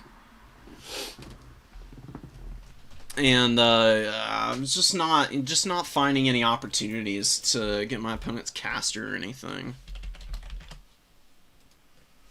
You know, like this is where Khorne, you can see all the cracks in the foundation. Is just not having answers for healing of any kind, really. Because Karanak is just going to get caught in that matchup by Knights of the Realm, and he's just going to die. He's not going to actually be able to kill anything. Maybe you bring him for Prey of the Blood God to snare Lewin on the ground. I think that might be the only thing that you can do to win that matchup. I think it's the only thing that would help you.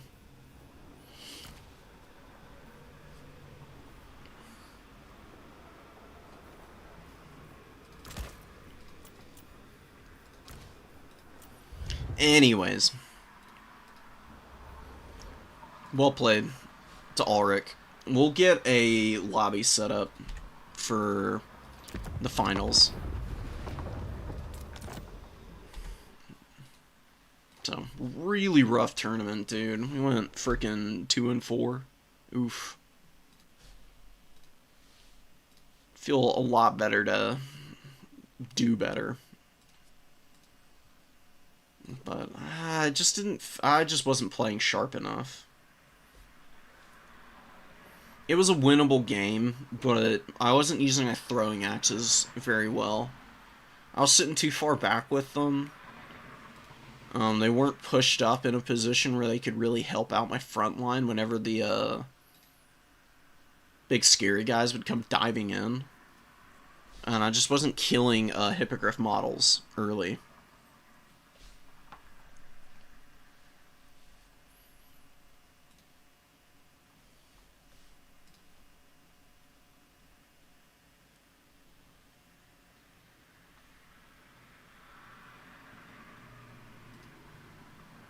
Oh, we're 2-3. Okay, not 2-4. Whoops. 2 losses to Ulrich. I'll take it. Those are worthwhile lumps.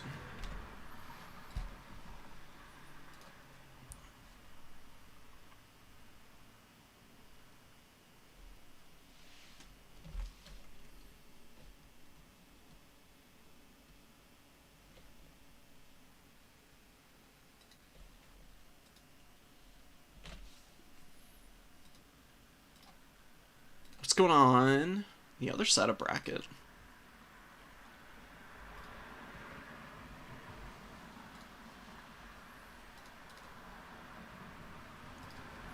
Yeah, Pope and Sampo haven't finished, but they should be done soon. I mean, me and Ulrich's game did go for quite a while.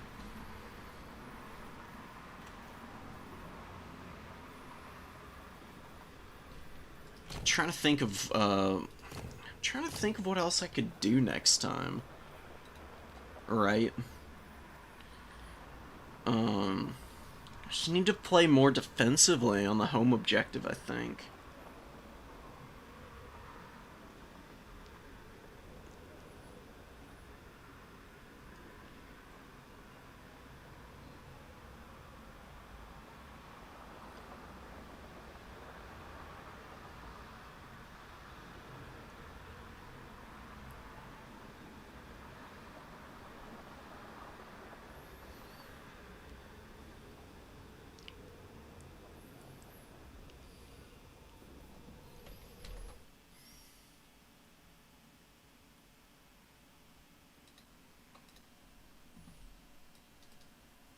Trying to think if I had gotten aggressive with Forsaken into his front line earlier, maybe I can do a little bit more.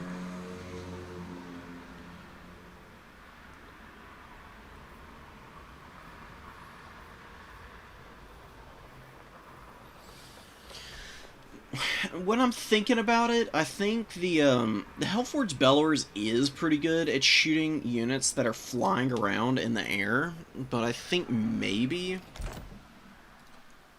I'd have been better off actually shooting the cheaper targets more consistently.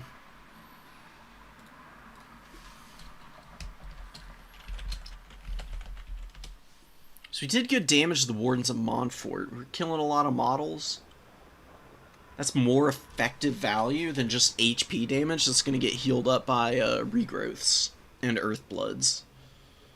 And those Hippogriff Knights are a real menace, but if you win on the ground, then functionally what are they really going to do? So maybe I go less aggressive on the Minotaurs, and I go a little bit wider on infantry.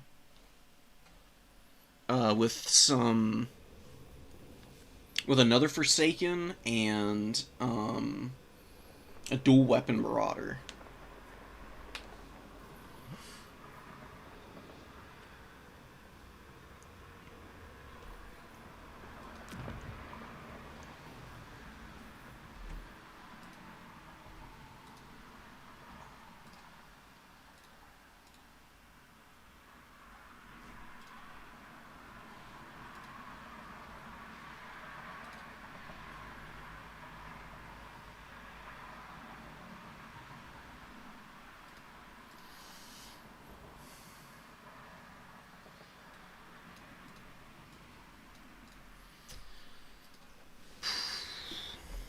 Next tournament, I'm going to be a little less dogmatic. I'm not going to do Corn nearly as much. I'll probably play...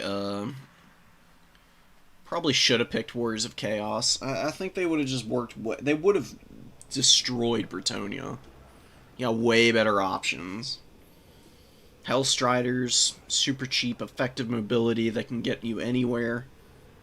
A Burning Head for all the cheap, crappy infantry. Still bring Forsaken. A little cheaper Forsaken, too, which is really nice. And, Archeon is just such a beastly lord. Even better. Even better combat stats than Arbol. Arbol's really cool, he just doesn't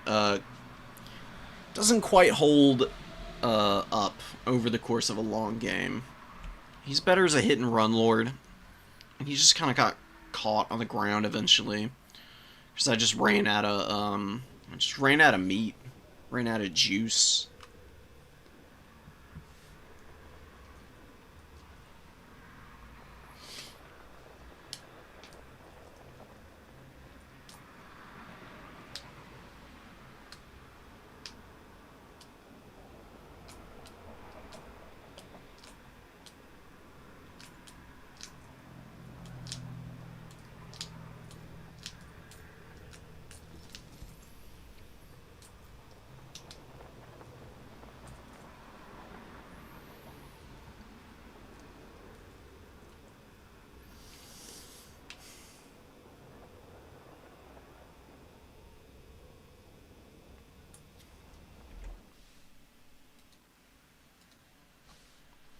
Alright, we'll give him time.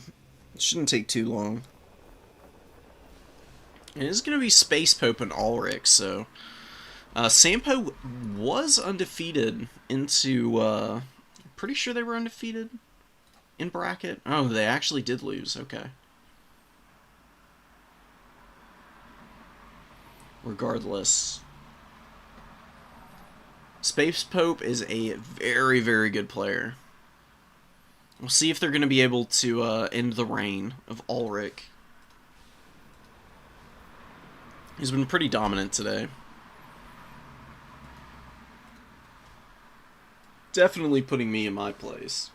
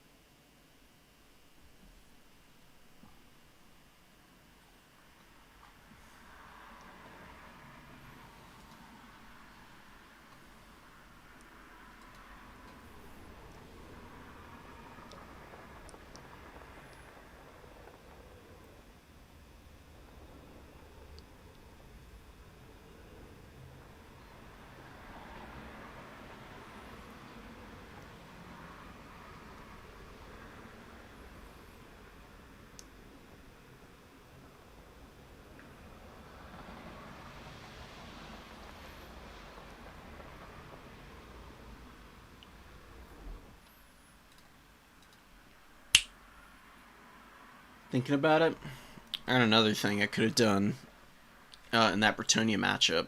Furies. I need Furies. Furies are really good at countercharging. They're very disruptive as well. As long as they're not fighting alone against big stuff like Hippogriff Knights, they can actually do some pretty good damage to them. Despite not having, like, amazing AP weapon strength, their melee attack is just so good, they're able to really nibble through those guys. 60 models is also pretty nice.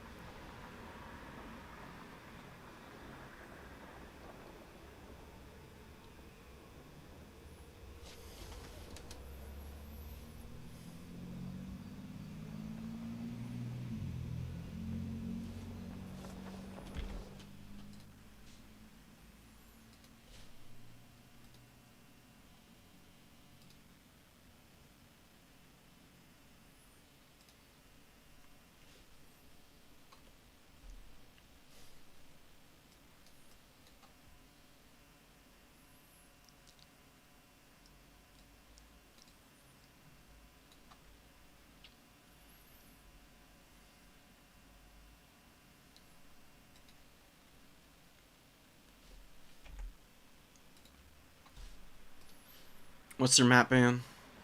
Oh, they're starting the map bans. Okay.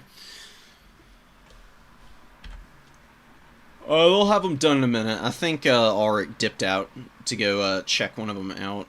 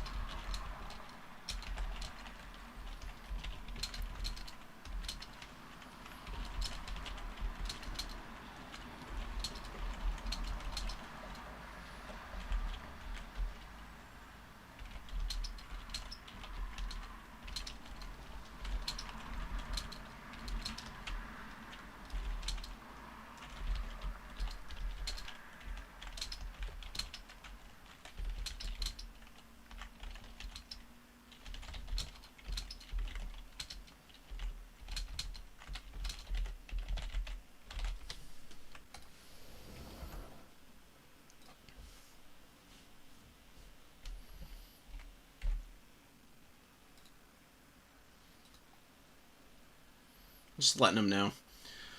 Alright.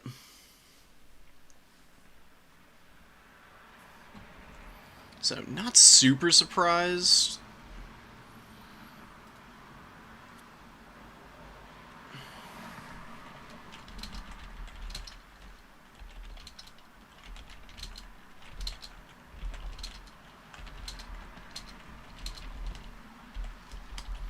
I'm just talking with Ulrich first thing.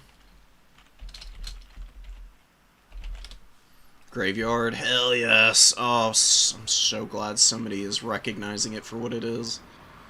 So we're on Graveyard of Altdorf, which is one of the coolest maps in the game. One of my personal favorites. I actually think it's very well balanced for competitive play. It's got some terrain blockers, it's got a decent amount of forest, but it's also pretty big and got a lot of wide avenues for flanking. You know, you've got forests on each outer band. Let me actually show it to you. I can show you the whole map. So I got a pretty cool little resource for it. Here we go.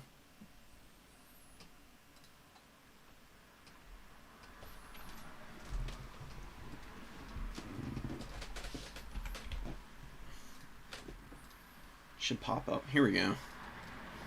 Let me zoom in.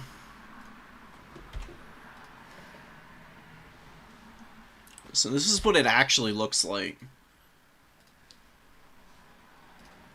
Zoom in even more. No, shut up. Stupid ads.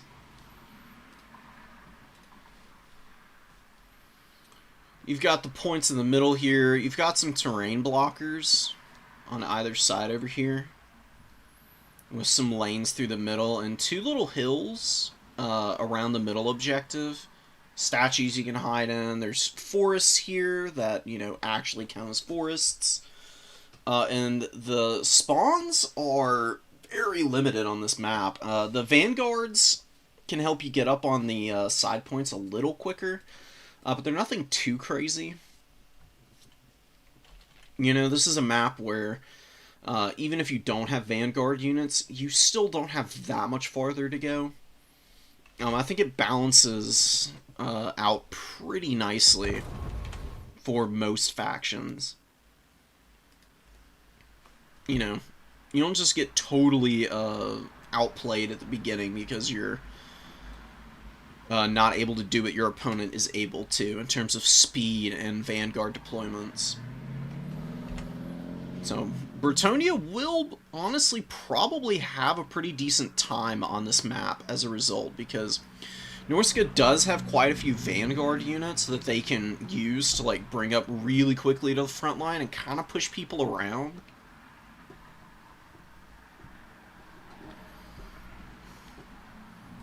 So, I'm kind of curious to see what it is. The pictures are actually pretty good, Tom. I was just telling Ulrich about it. You know, I gave you your credit as the one who's done the lion's share of the work. I've been doing a little bit of typing for the descriptions and stuff. So I will try and get all of the descriptions filled out for you. slowly but surely.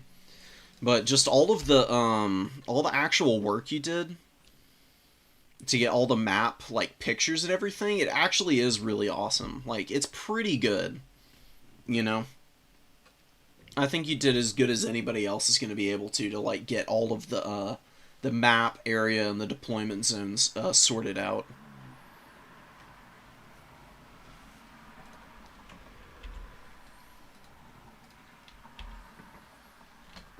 I'm going to be including it in all of my future tournaments because it's a very handy point of reference for folks. So you don't have to wonder, oh, I've never played this map, what the hell is going on here? Just go in and click there and immediately pull it up, which is amazing. It's so nice. So this is what it looks like right now.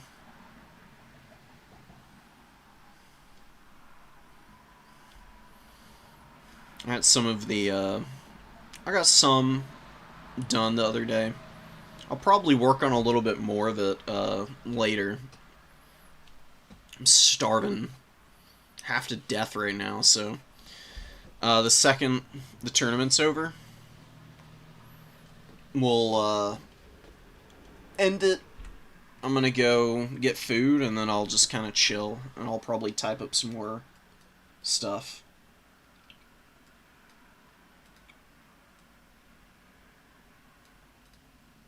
Don't worry, I am very well versed in how to describe stuff. I am a history major,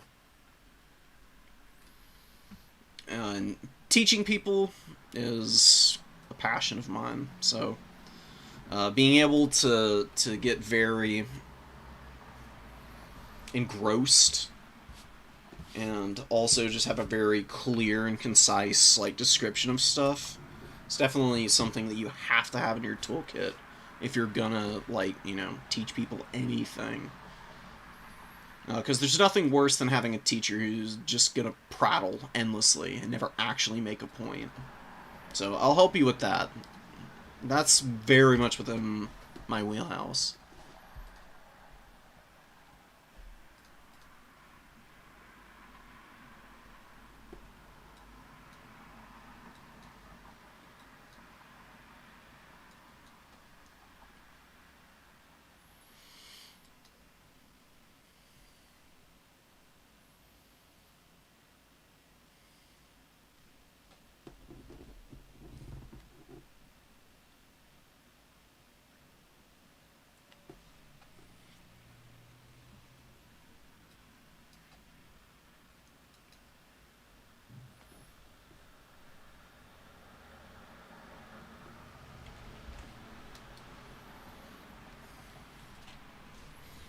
Ulrich's ready. Space Pope just finishing up the last touches. This is a pretty decent matchup for both of these factions. I would say it's probably 50-50 on who wins this.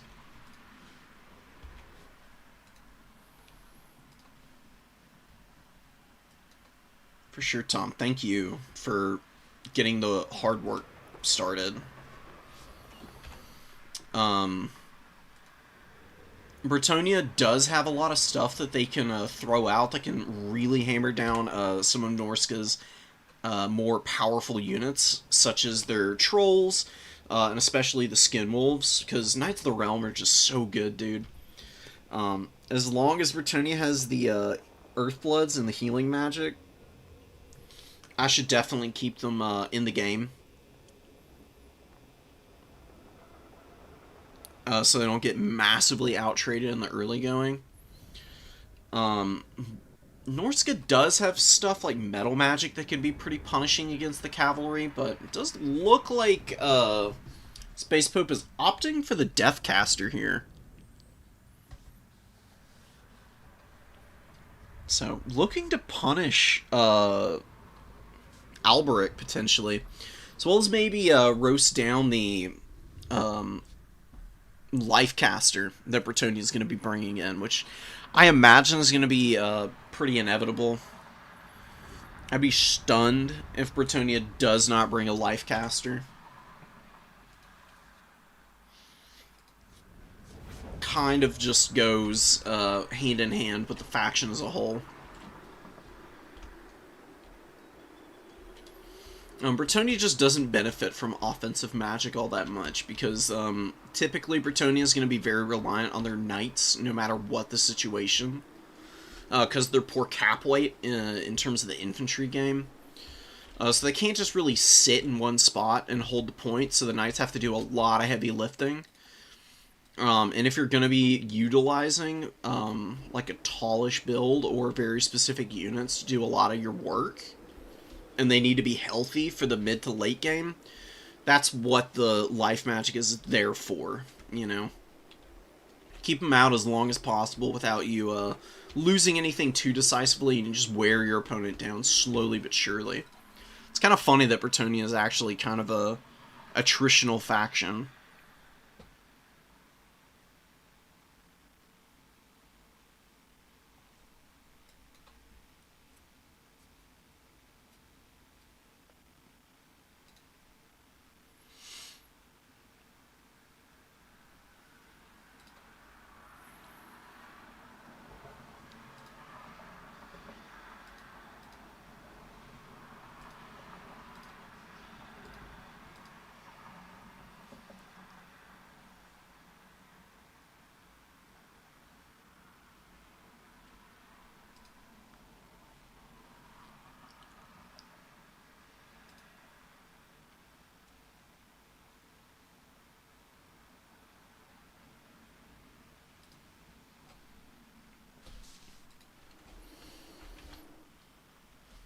I don't know why it's taking them so long to load in. But they're finally here. Give them some time.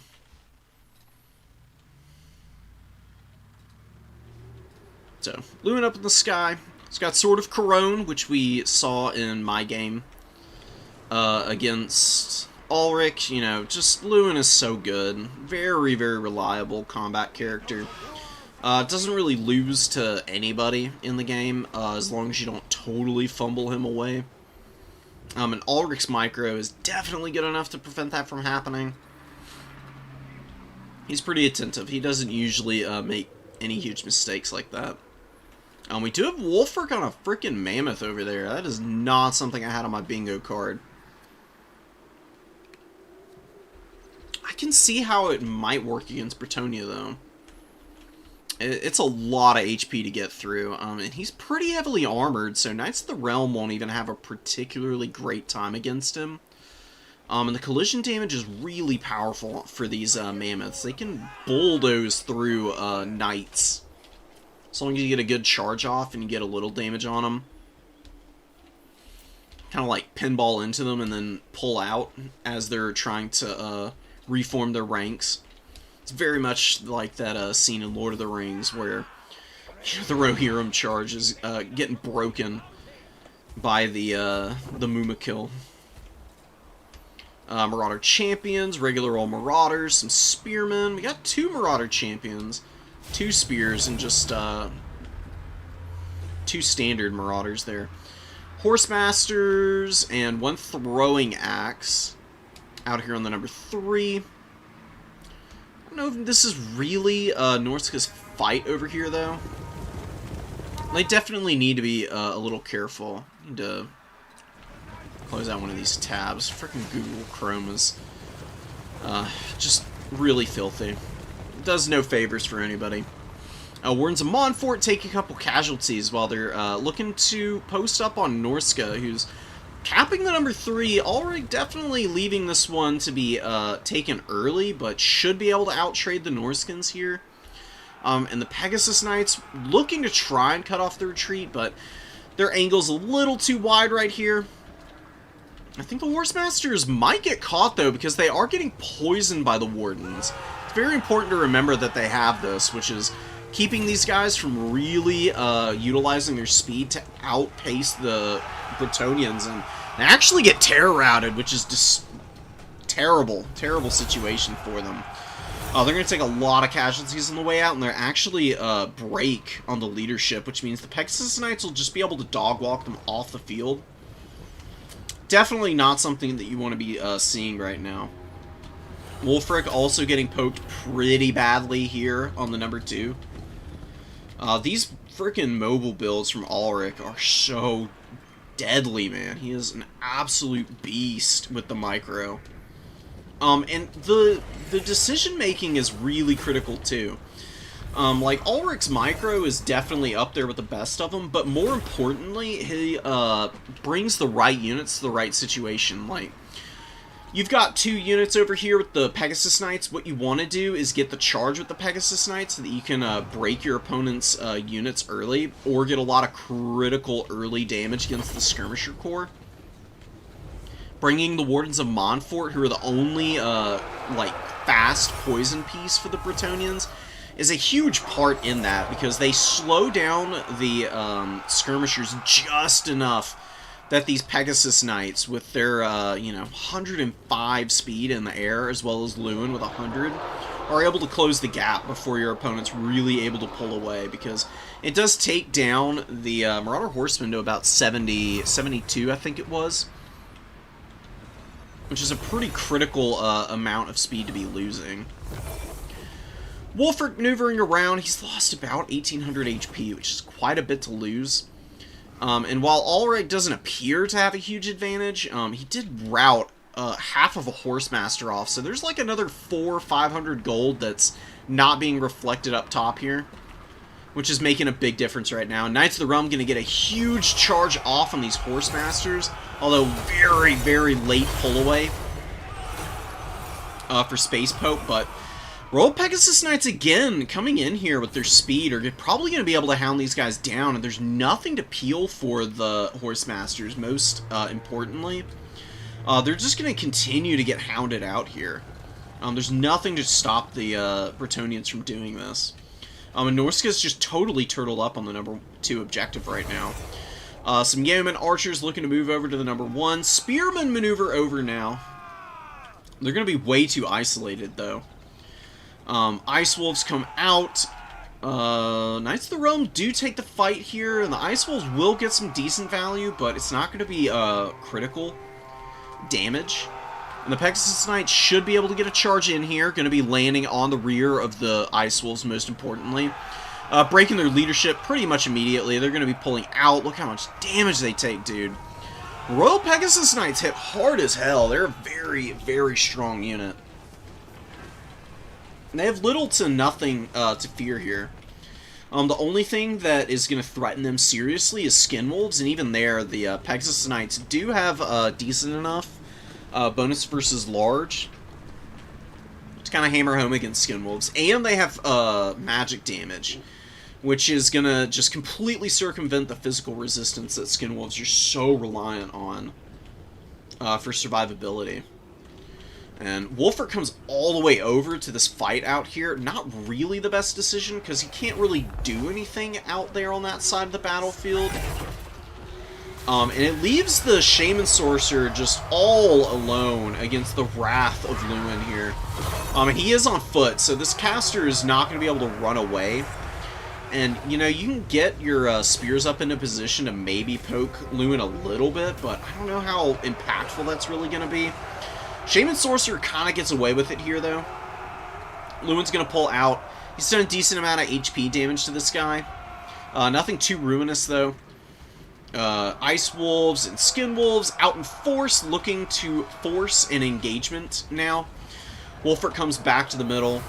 But Lewin is staying very persistent against this Death Sorcerer. We get a Hunter of Champions going down. Knights of the Realm get a really good engagement against the Marauder Spearmen. Pretty decent surround, while there are some throwing axes looking to chip away at these guys. They do charge back out, get an engagement on them, doing a little bit of damage. Pegasus Knights taking a pretty rough engagement here, honestly. It's just a lot of Ice Wolves. The Skin Wolves are engaging them as well. They do still have a decent amount of speed despite the Frostbite, just because they already have such a high base speed in general. It does allow them to disengage a little bit, but there are Marauder Champions here who are going to be penning them in a little bit. We're going to get a regrowth, which is going to be decent healing, but they are dropping models like flies right now. So not nearly as good of healing as we saw earlier from Ulrich. And it looks like Norska's aggression is really starting to take the Bretonnians down to size.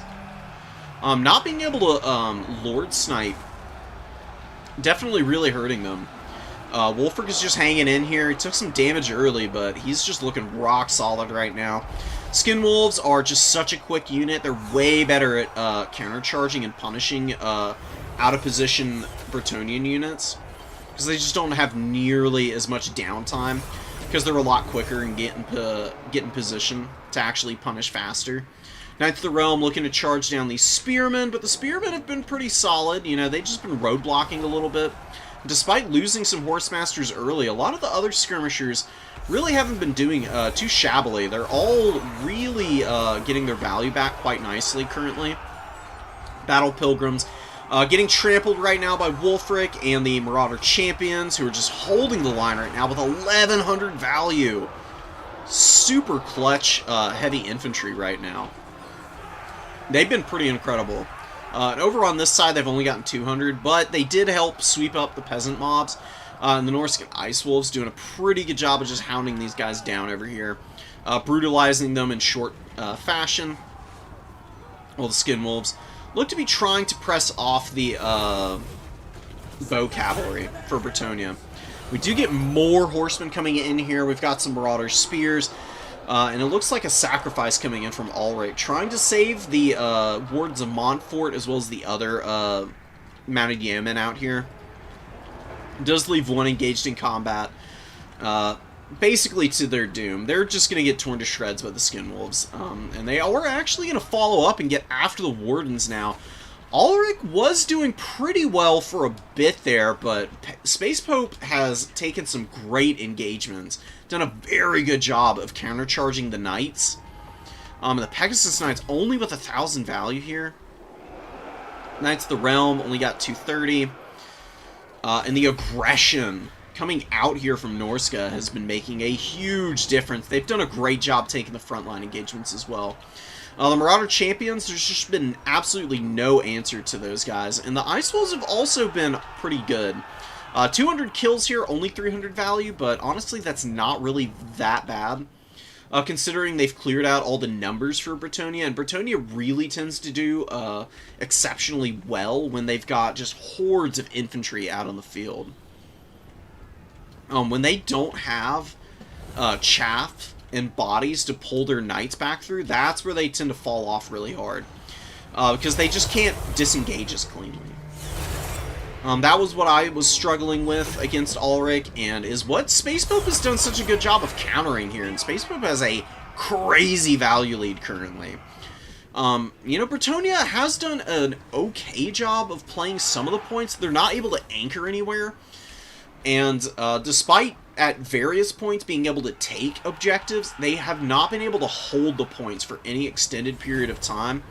Because the Skin Wolves and the Horsemasters have just been able to maneuver out here and retake them, and it's given Space Pope a nice little ticket lead on top of the value lead. Wolfric just continuing to bully units with the HP and the collision attacks, and honestly popping sort of Torgold on this guy, even if he's not hitting very consistently because of the low melee attack values that he's got at base. Just rampaging about and getting the odd hit in has been pretty impactful because of his 788 armor-piercing weapon strength. Not all of it armor-piercing, but 555 of it is. We get a brutal terror route down on the Knights Errant, man. Apparently that Impetuous... Oh, because it's only while they're charging. That makes sense. The Impetuous just not saving them. They get engaged in combat a little too long. They end up breaking. They're running. We get more heals coming down for Bretonnia, and it's looking alright. I mean, the mobility engagements have really been where Bretonnia has traded well. Their infantry just diving in on the middle objective there, I think was the only mistake that Ulrich has made this game. If he had just stuck to his guns at playing the outside and maneuvered his infantry in a position to kind of block Norska from maneuvering their infantry out to these side points, and just isolating Skin Wolves and Ice Wolves alike, might be looking a little bit better on the value trading. It's not totally over. I think it's going to be a long way to go. We do get a Spirit Leech going down to the Royal Pegasus Knights. Not an amazing target, but is going to do a little bit of damage to them. They do get a rear charge on Wulfric here. He does take quite a pounding from them as well. But again, despite being down to about half health, he's got 8,000 HP. I mean, that's about as much as most combat characters on their big old griffins have to begin with, right? That's about how much Lewin has to start out. So, leaving him looking a little bit lacking right now. Because he's heal-capped currently, damn near. And Wulfric is just all over him, not relenting on the pressure at all. Or not Ice Champions, Marauder Champions moving over. Getting some pretty good damage on him. You know, the fact that Wulfric has a little bit of infantry support here is making a big difference in this fight, because Lewin's attacks, they're making good contact with Wulfric when he is actually focusing on Wulfric. The fact that there's infantry here does dilute the splash damage on occasion, as well as just the fact that Lewin wants to swipe at these guys as they're sitting underneath him. So, we get mounted yeomen coming in here to peel for our Bretonnian Lord and Hero. All the Pegasus Knights continuing to try and value trade. Knights Errant and the Knights of the Lionhearted getting some pretty good work done here, though. And it's looking a little bit better for Bretonnia out on this side point. But the number 2 objective is very, very close to flipping for Bretonnia. Or, sorry, for Norska. Bretonnia's barely hanging on to it, is what I'm trying to say. Horsemasters sweeping up some yeomen who obviously got resummoned. They got a lot of ammo, so I'm thinking that the fights over here for Norska have been looking a little bit better for them. Marauders trotting out. Wow, look at this. I'll look away, and then I come back, and Wulfric is actually routing. Is Ulrich going to sweep this game back in his favor? We lose Wulfric there completely. And there is still terror on the table for old Lewin here. Marauder Spearmen looking to hang in as best they can with the Ice Wolves, but both of them losing a lot of leadership with the Lord Death penalty. Definitely not going to be doing them any favors right now, but Knights Errant do get taken down. More Ice Wolves looking to move in, and there are a couple Skin Wolves in here as well. And, you know, Lewin may have been the winner of the Lord Duel. Bretonnia may have killed Wulfric, but Lewin's not that far behind. He is looking absolutely abysmal on the HP front. Wow, it actually seems like Ulrich is going to throw the towel in there. He was pretty gassed. He really didn't have a whole lot left on the field. Just a handful of mounted yeomen. The infantry just got absolutely brutalized by Norska's front line. Which is making me think that in my match against Ulrich, I probably should have just bum rushed him. Used the Skull Cannon, the Hellforge Bellowers, to pound his front line a little bit before engaging with my infantry corps. And just kind of bullied him on the objectives. Because Ulrich did a great job at the mobile play. You can see some pretty good values out here for Bretonnia overall. Like, they got 1,700 on the Royal Pegasus Knights, 1,700 on the Knights of the Lionhearted here.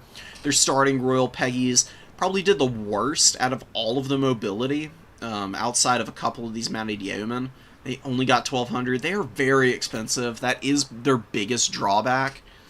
Some of the Knights of the Realm, 2 of them were a little mediocre, but overall it was much better for Bretonnia than for Norska. The issue that Bretonnia was going to run into was holding on to the points. They were already down on tickets, and they were going to run out of magic, and that's where Skin Wolves are going to really take over. Because, you know, Regeneration is an amazing heal. They would still take pretty significant damage from Knights of the Realm charges, but them coming in the late game, not having to rely on magic for staying power, would have probably made a pretty big difference for the very end of the game there, and given Space Pope an edge where he already had a pretty decent one. Wulfric ended up with 3,000 value on the Mammoth dude. That's pretty impressive. Huge performance from him. Shaman Sorcerer of Death just popping Spirit Leech all game. A lot of them going down on Lewin. A couple going off on some of the Royal Pegasus Knights as well. He got 1,300. This dude is dirt cheap on the ground. Just walking around ferrying himself via the ancient ways. Getting that cardio in. Costs like 600, so doubling up on value there. Marauder champions were great. 1300 and 1200. Just great all-around value. Gotta love to see it. Well played to Ulrich, though. Despite looking really grim early, after a few nice initial picks in the skirmish phase, did a pretty good job of scrapping that back.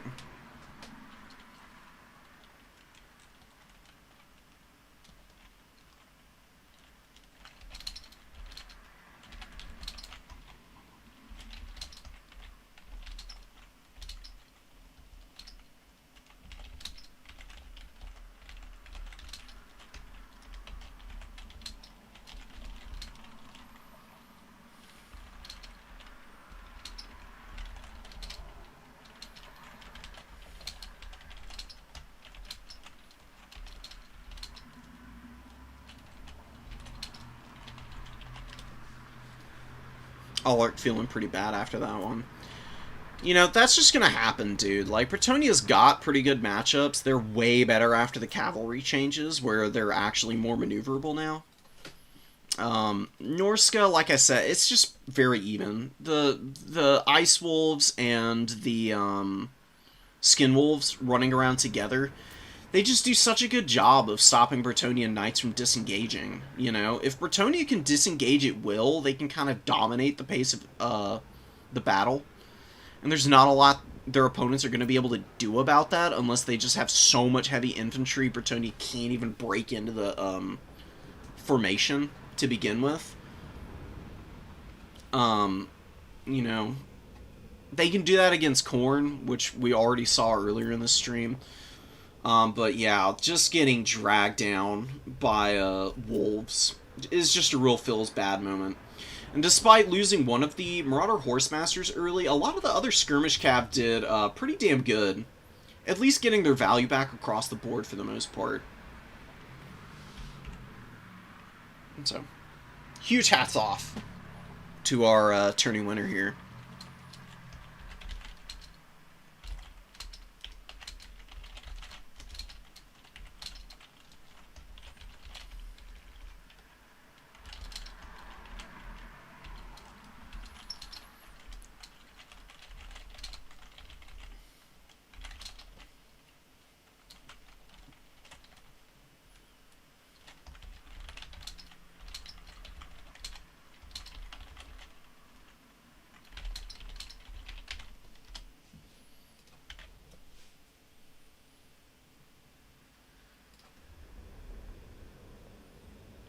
Is there anything Bretonia could have done differently in this game?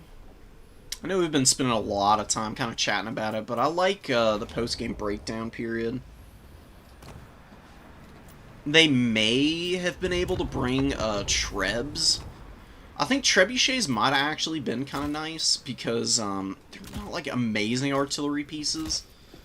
But you just like mix one in, and it can just kind of throw rocks out at your opponent endlessly from safety. They got a decent amount of ammo.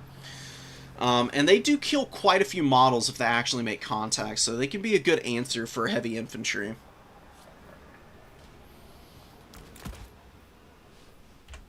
And, you know, Bretonia's got the mobility to be able to, like, counter dive pretty easily.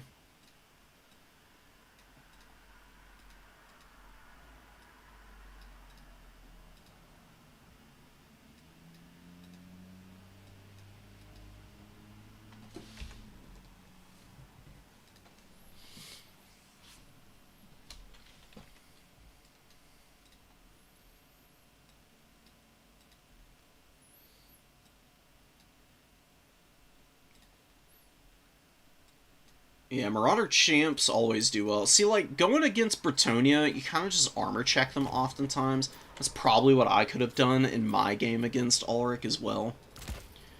Go Valkia, because she's just quick and hard to, like, pin down if you know what you're doing with her. And you bring some Chaos Warrior Halberds to kind of, like, anchor your objective, and then you go with some Chaos Warriors.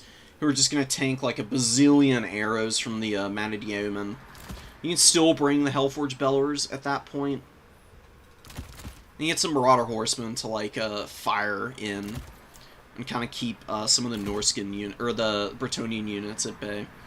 I'm feeling like I would have done a lot better if I had kind of gone with that instead of what I ended up bringing, which I think was just not good enough, you know.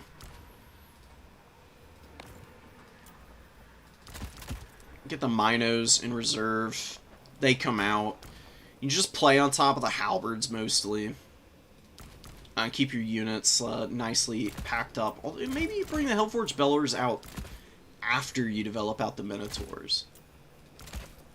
Really curious how that would play. Personally, don't think it's a bad idea. Maybe you can. Nah, I do. Never mind. I think you do bring the armored warriors.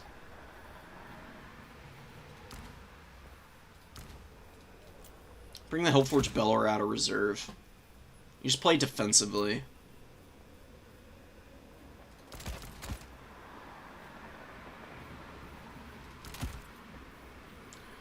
Kinda sucks, man. I feel like Khorne just has a really bad matchup against Bretonnia.